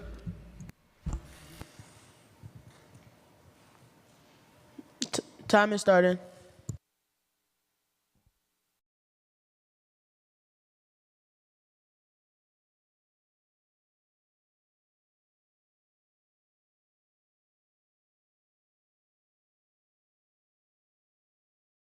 Hi, I'm sorry. I know the timer just started. I was unable to speak actually due to being muted. Okay, go ahead. Thank you. Thank you for the opportunity to discuss the need for continued funding for Promise New York City. My name is Diana Imbert, and I'm a staff attorney for the Early Childhood Education Project at Advocates for Children of New York. We were pleased when the city launched Promise New York City in January of 2023 to increase access to early childhood programs for children who are undocumented. Unfortunately, the mayor's executive budget does not include funding to continue this vital initiative, and hundreds of children risk being turned away from their programs this summer if the funding does not continue. Many early childhood programs, including New York City Public Schools, infant and toddler programs, as well as 3K and pre-K programs that offer extended hours, require families to qualify for subsidized childcare assistance to enroll. These programs have historically excluded children who are undocumented, as they are not eligible for this subsidy based on state and federal restrictions. Since the launch of Promise New York City, hundreds of families of children who are undocumented have been able to access a variety of early childhood programs. From its inception, demand has exceeded capacity, and we know that several hundred other families have contacted agencies seeking care for their young children through Promise New York City, but have been turned away due to a lack of funding.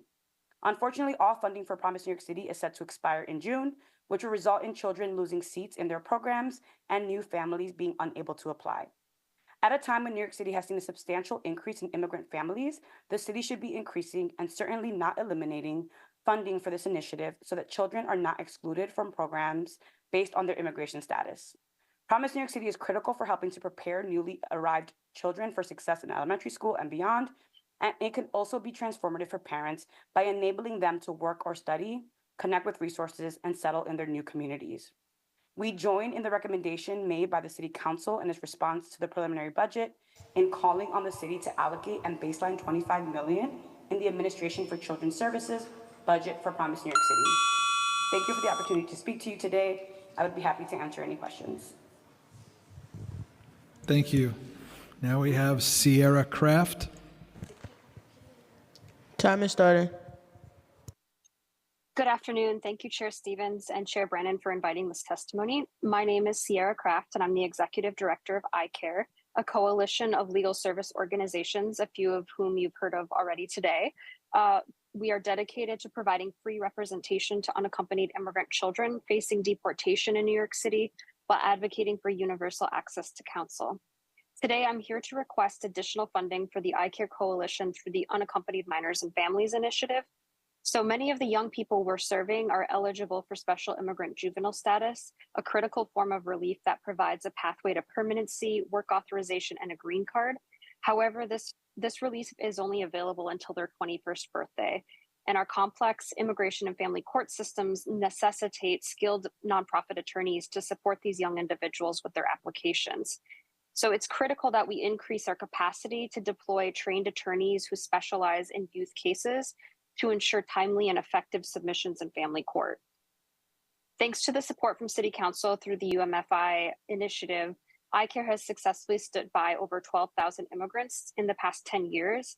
And these children represented by attorneys achieve a success rate of over 90% in winning their cases, which opens doors to higher education, meaningful careers, and leadership roles in the city they now call home. But despite this success, our funding hasn't increased in over 5 years, even though the demand for services continues to grow. So thousands of young people in New York City are in urgent need of legal support, and the time is really ticking on what options they have available to avoid deportation. And the current funding levels are just insufficient to meet the needs. So we're calling upon the city to prioritize and increase funding for iCare. We're urgently in need of $5.7 million this fiscal year to serve over 1,800 children through comprehensive legal screenings, know your rights training, direct representation, and referrals to essential city and social services. Time expired. Thank you. Thank you. Thank you, Sierra. Now we have Lisa Crook. Starting time. Good afternoon. My name is Lisa Crook, and I'm the Chief Program Officer at Covenant House, New York, where we serve youth experiencing homelessness.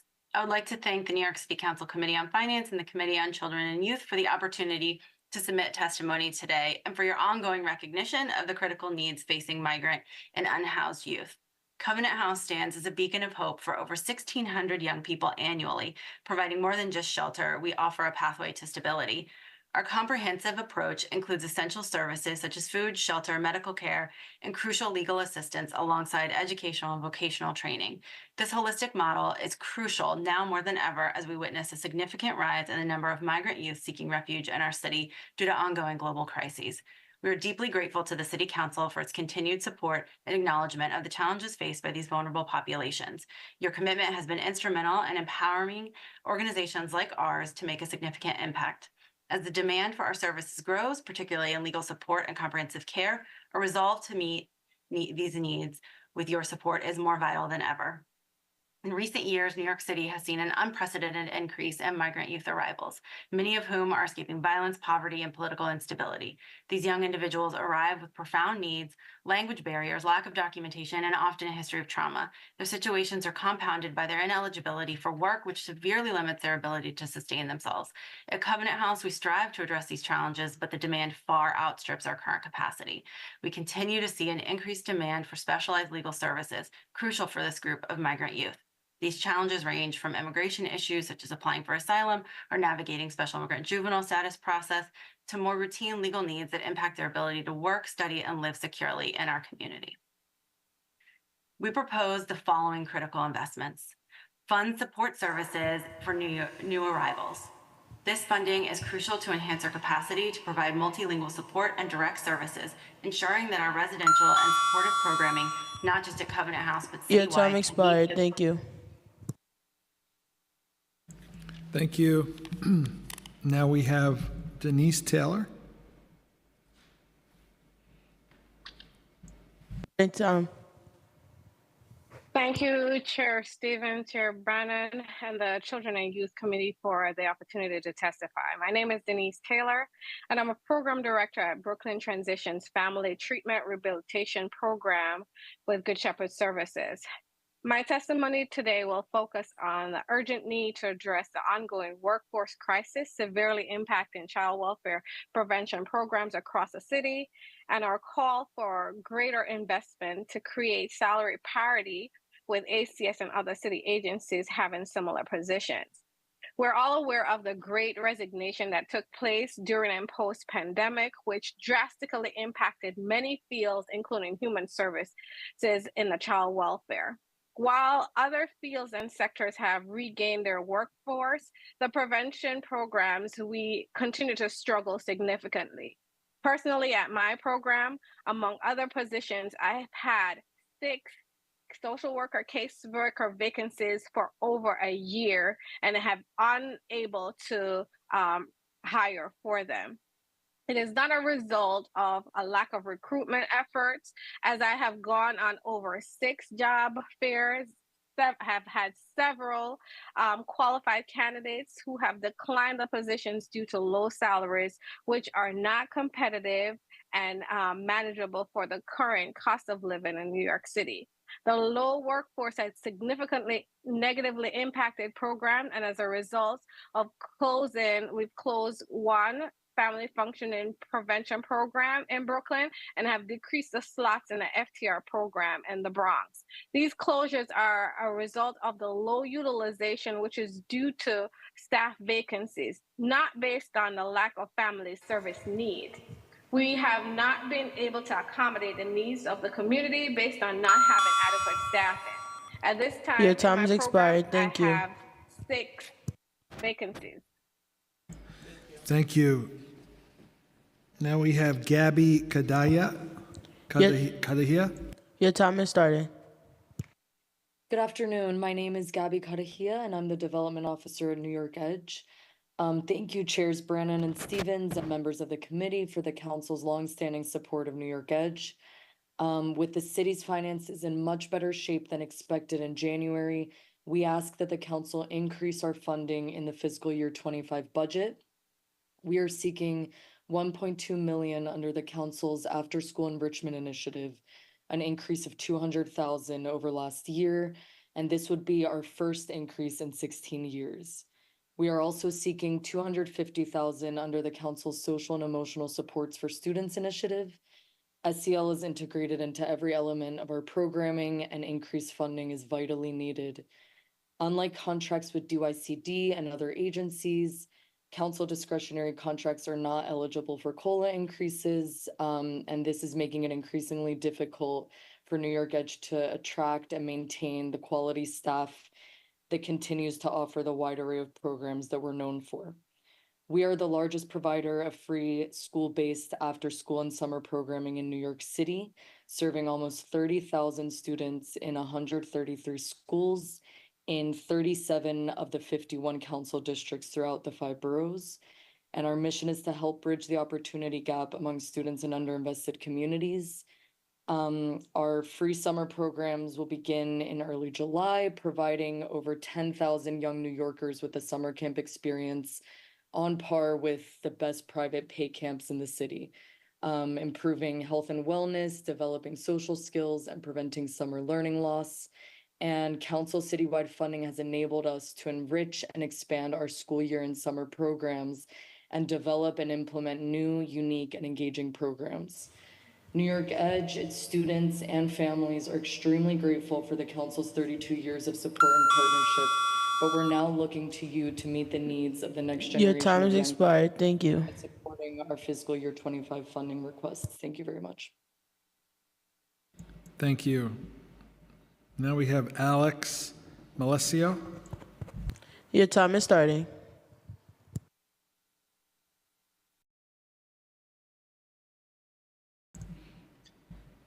Chair Stevens, Brennan, and members of the City Council, good afternoon. My name is Alex Malesio, and I'm the Senior Director of Government Relations at Urban Upbound, aka East River Development Alliance. Like many of my colleagues in the nonprofit sector, I'm here today to advocate for the inclusion of funding in the city's budget to support programs that address the root causes of poverty and mitigate its social ills, which often affect youth the most, including violence and the exclusion from economic opportunity. Specifically, we at Urban Upbound have found that the following programs have the greatest impact on youth. Career-focused workforce development. A high percentage of youth today are seeking meaningful careers that promise a living wage, including coding, engineering, and construction trades. In this context, workforce development involves programs such as high school tutoring and college preparation, soft skills including resume building, interview prep, career planning and retention counseling, and hard skills training, including connections to free, highly technical courses. Entrepreneurship services. Many youth today are particularly attracted to the independence and opportunity associated with starting a business. Technical assistance services provide budding entrepreneurs with the support needed to manage their business's finances, operation, marketing, and vendor relations, and administrative responsibilities. Urban Upbound specializes in providing business strategy consulting to worker cooperatives, an innovative business model that facilitates worker equity. Financial inclusion is both a prerequisite and a goal of workforce and business development, regardless of whether they are in crisis mode or are furthering in their journey towards financial independence. Youth need access to one-on-one counseling and services that address debt, credit, financial planning, taxes, and benefits. Access to safe and affordable banking through community-based institutions such as the Urban Upbound Federal Credit Union is also key. Finally, youth should have access to mental wellness services that address the emotions and challenges that could arise during career and financial growth. Services such as sessions with Your time has clinical expired. counselors. Thank you. Thank you. Thank you. Now we have Peter Tarson. Your time is starting. All right, thank you so much. So I'm gravely concerned by the potential cuts to social services that we've been discussing here, the basic aspects of childhood from field trips and daycare to responding to the dire crisis in runaway and homeless youth housing. I want to beg the council to restore these services, to advance a proposal for an institution that we can cut in order to achieve this, namely the NYPD Strategic Response Group. The NYPD Strategic Response Group was created as a counterterrorism unit, but has completely transitioned away from that obligation into the forcible repression of protests, including peaceful ones, and the clearing of homeless camps that only exist due to prior cuts in social services for the unhoused population. The violent tactics that the SRG uses preemptively are outlined in its handbook, which instructs SRG to respond to peaceful protests from certain political movements, for example, the Black Lives Matter movement, as well as back during the presidency of Donald Trump, any opposition to him was also in this category as if they were violent protests. There's a list surrounding movements meriting violence rather than a mere criteria for determining a violent protest. The SRG has been completely failing to actually de-escalate violence or danger as exists in our city. It is the product of the broken windows policing philosophy, which places an extreme emphasis on property over the sanctity of human dignity or life. It has forcibly undressed people, beaten non-resisting protesters, and bystanders at protests, such as legal observers, and its members have frequently been overheard expressing a desire to use lethal force and bemoaning the fact that they're not permitted to in a certain situation. We have seen this recently in the response to the student encampments.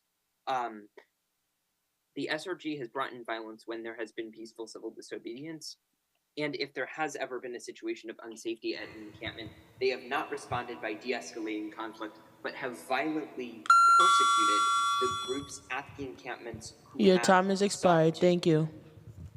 Okay, take care. Thank you very much.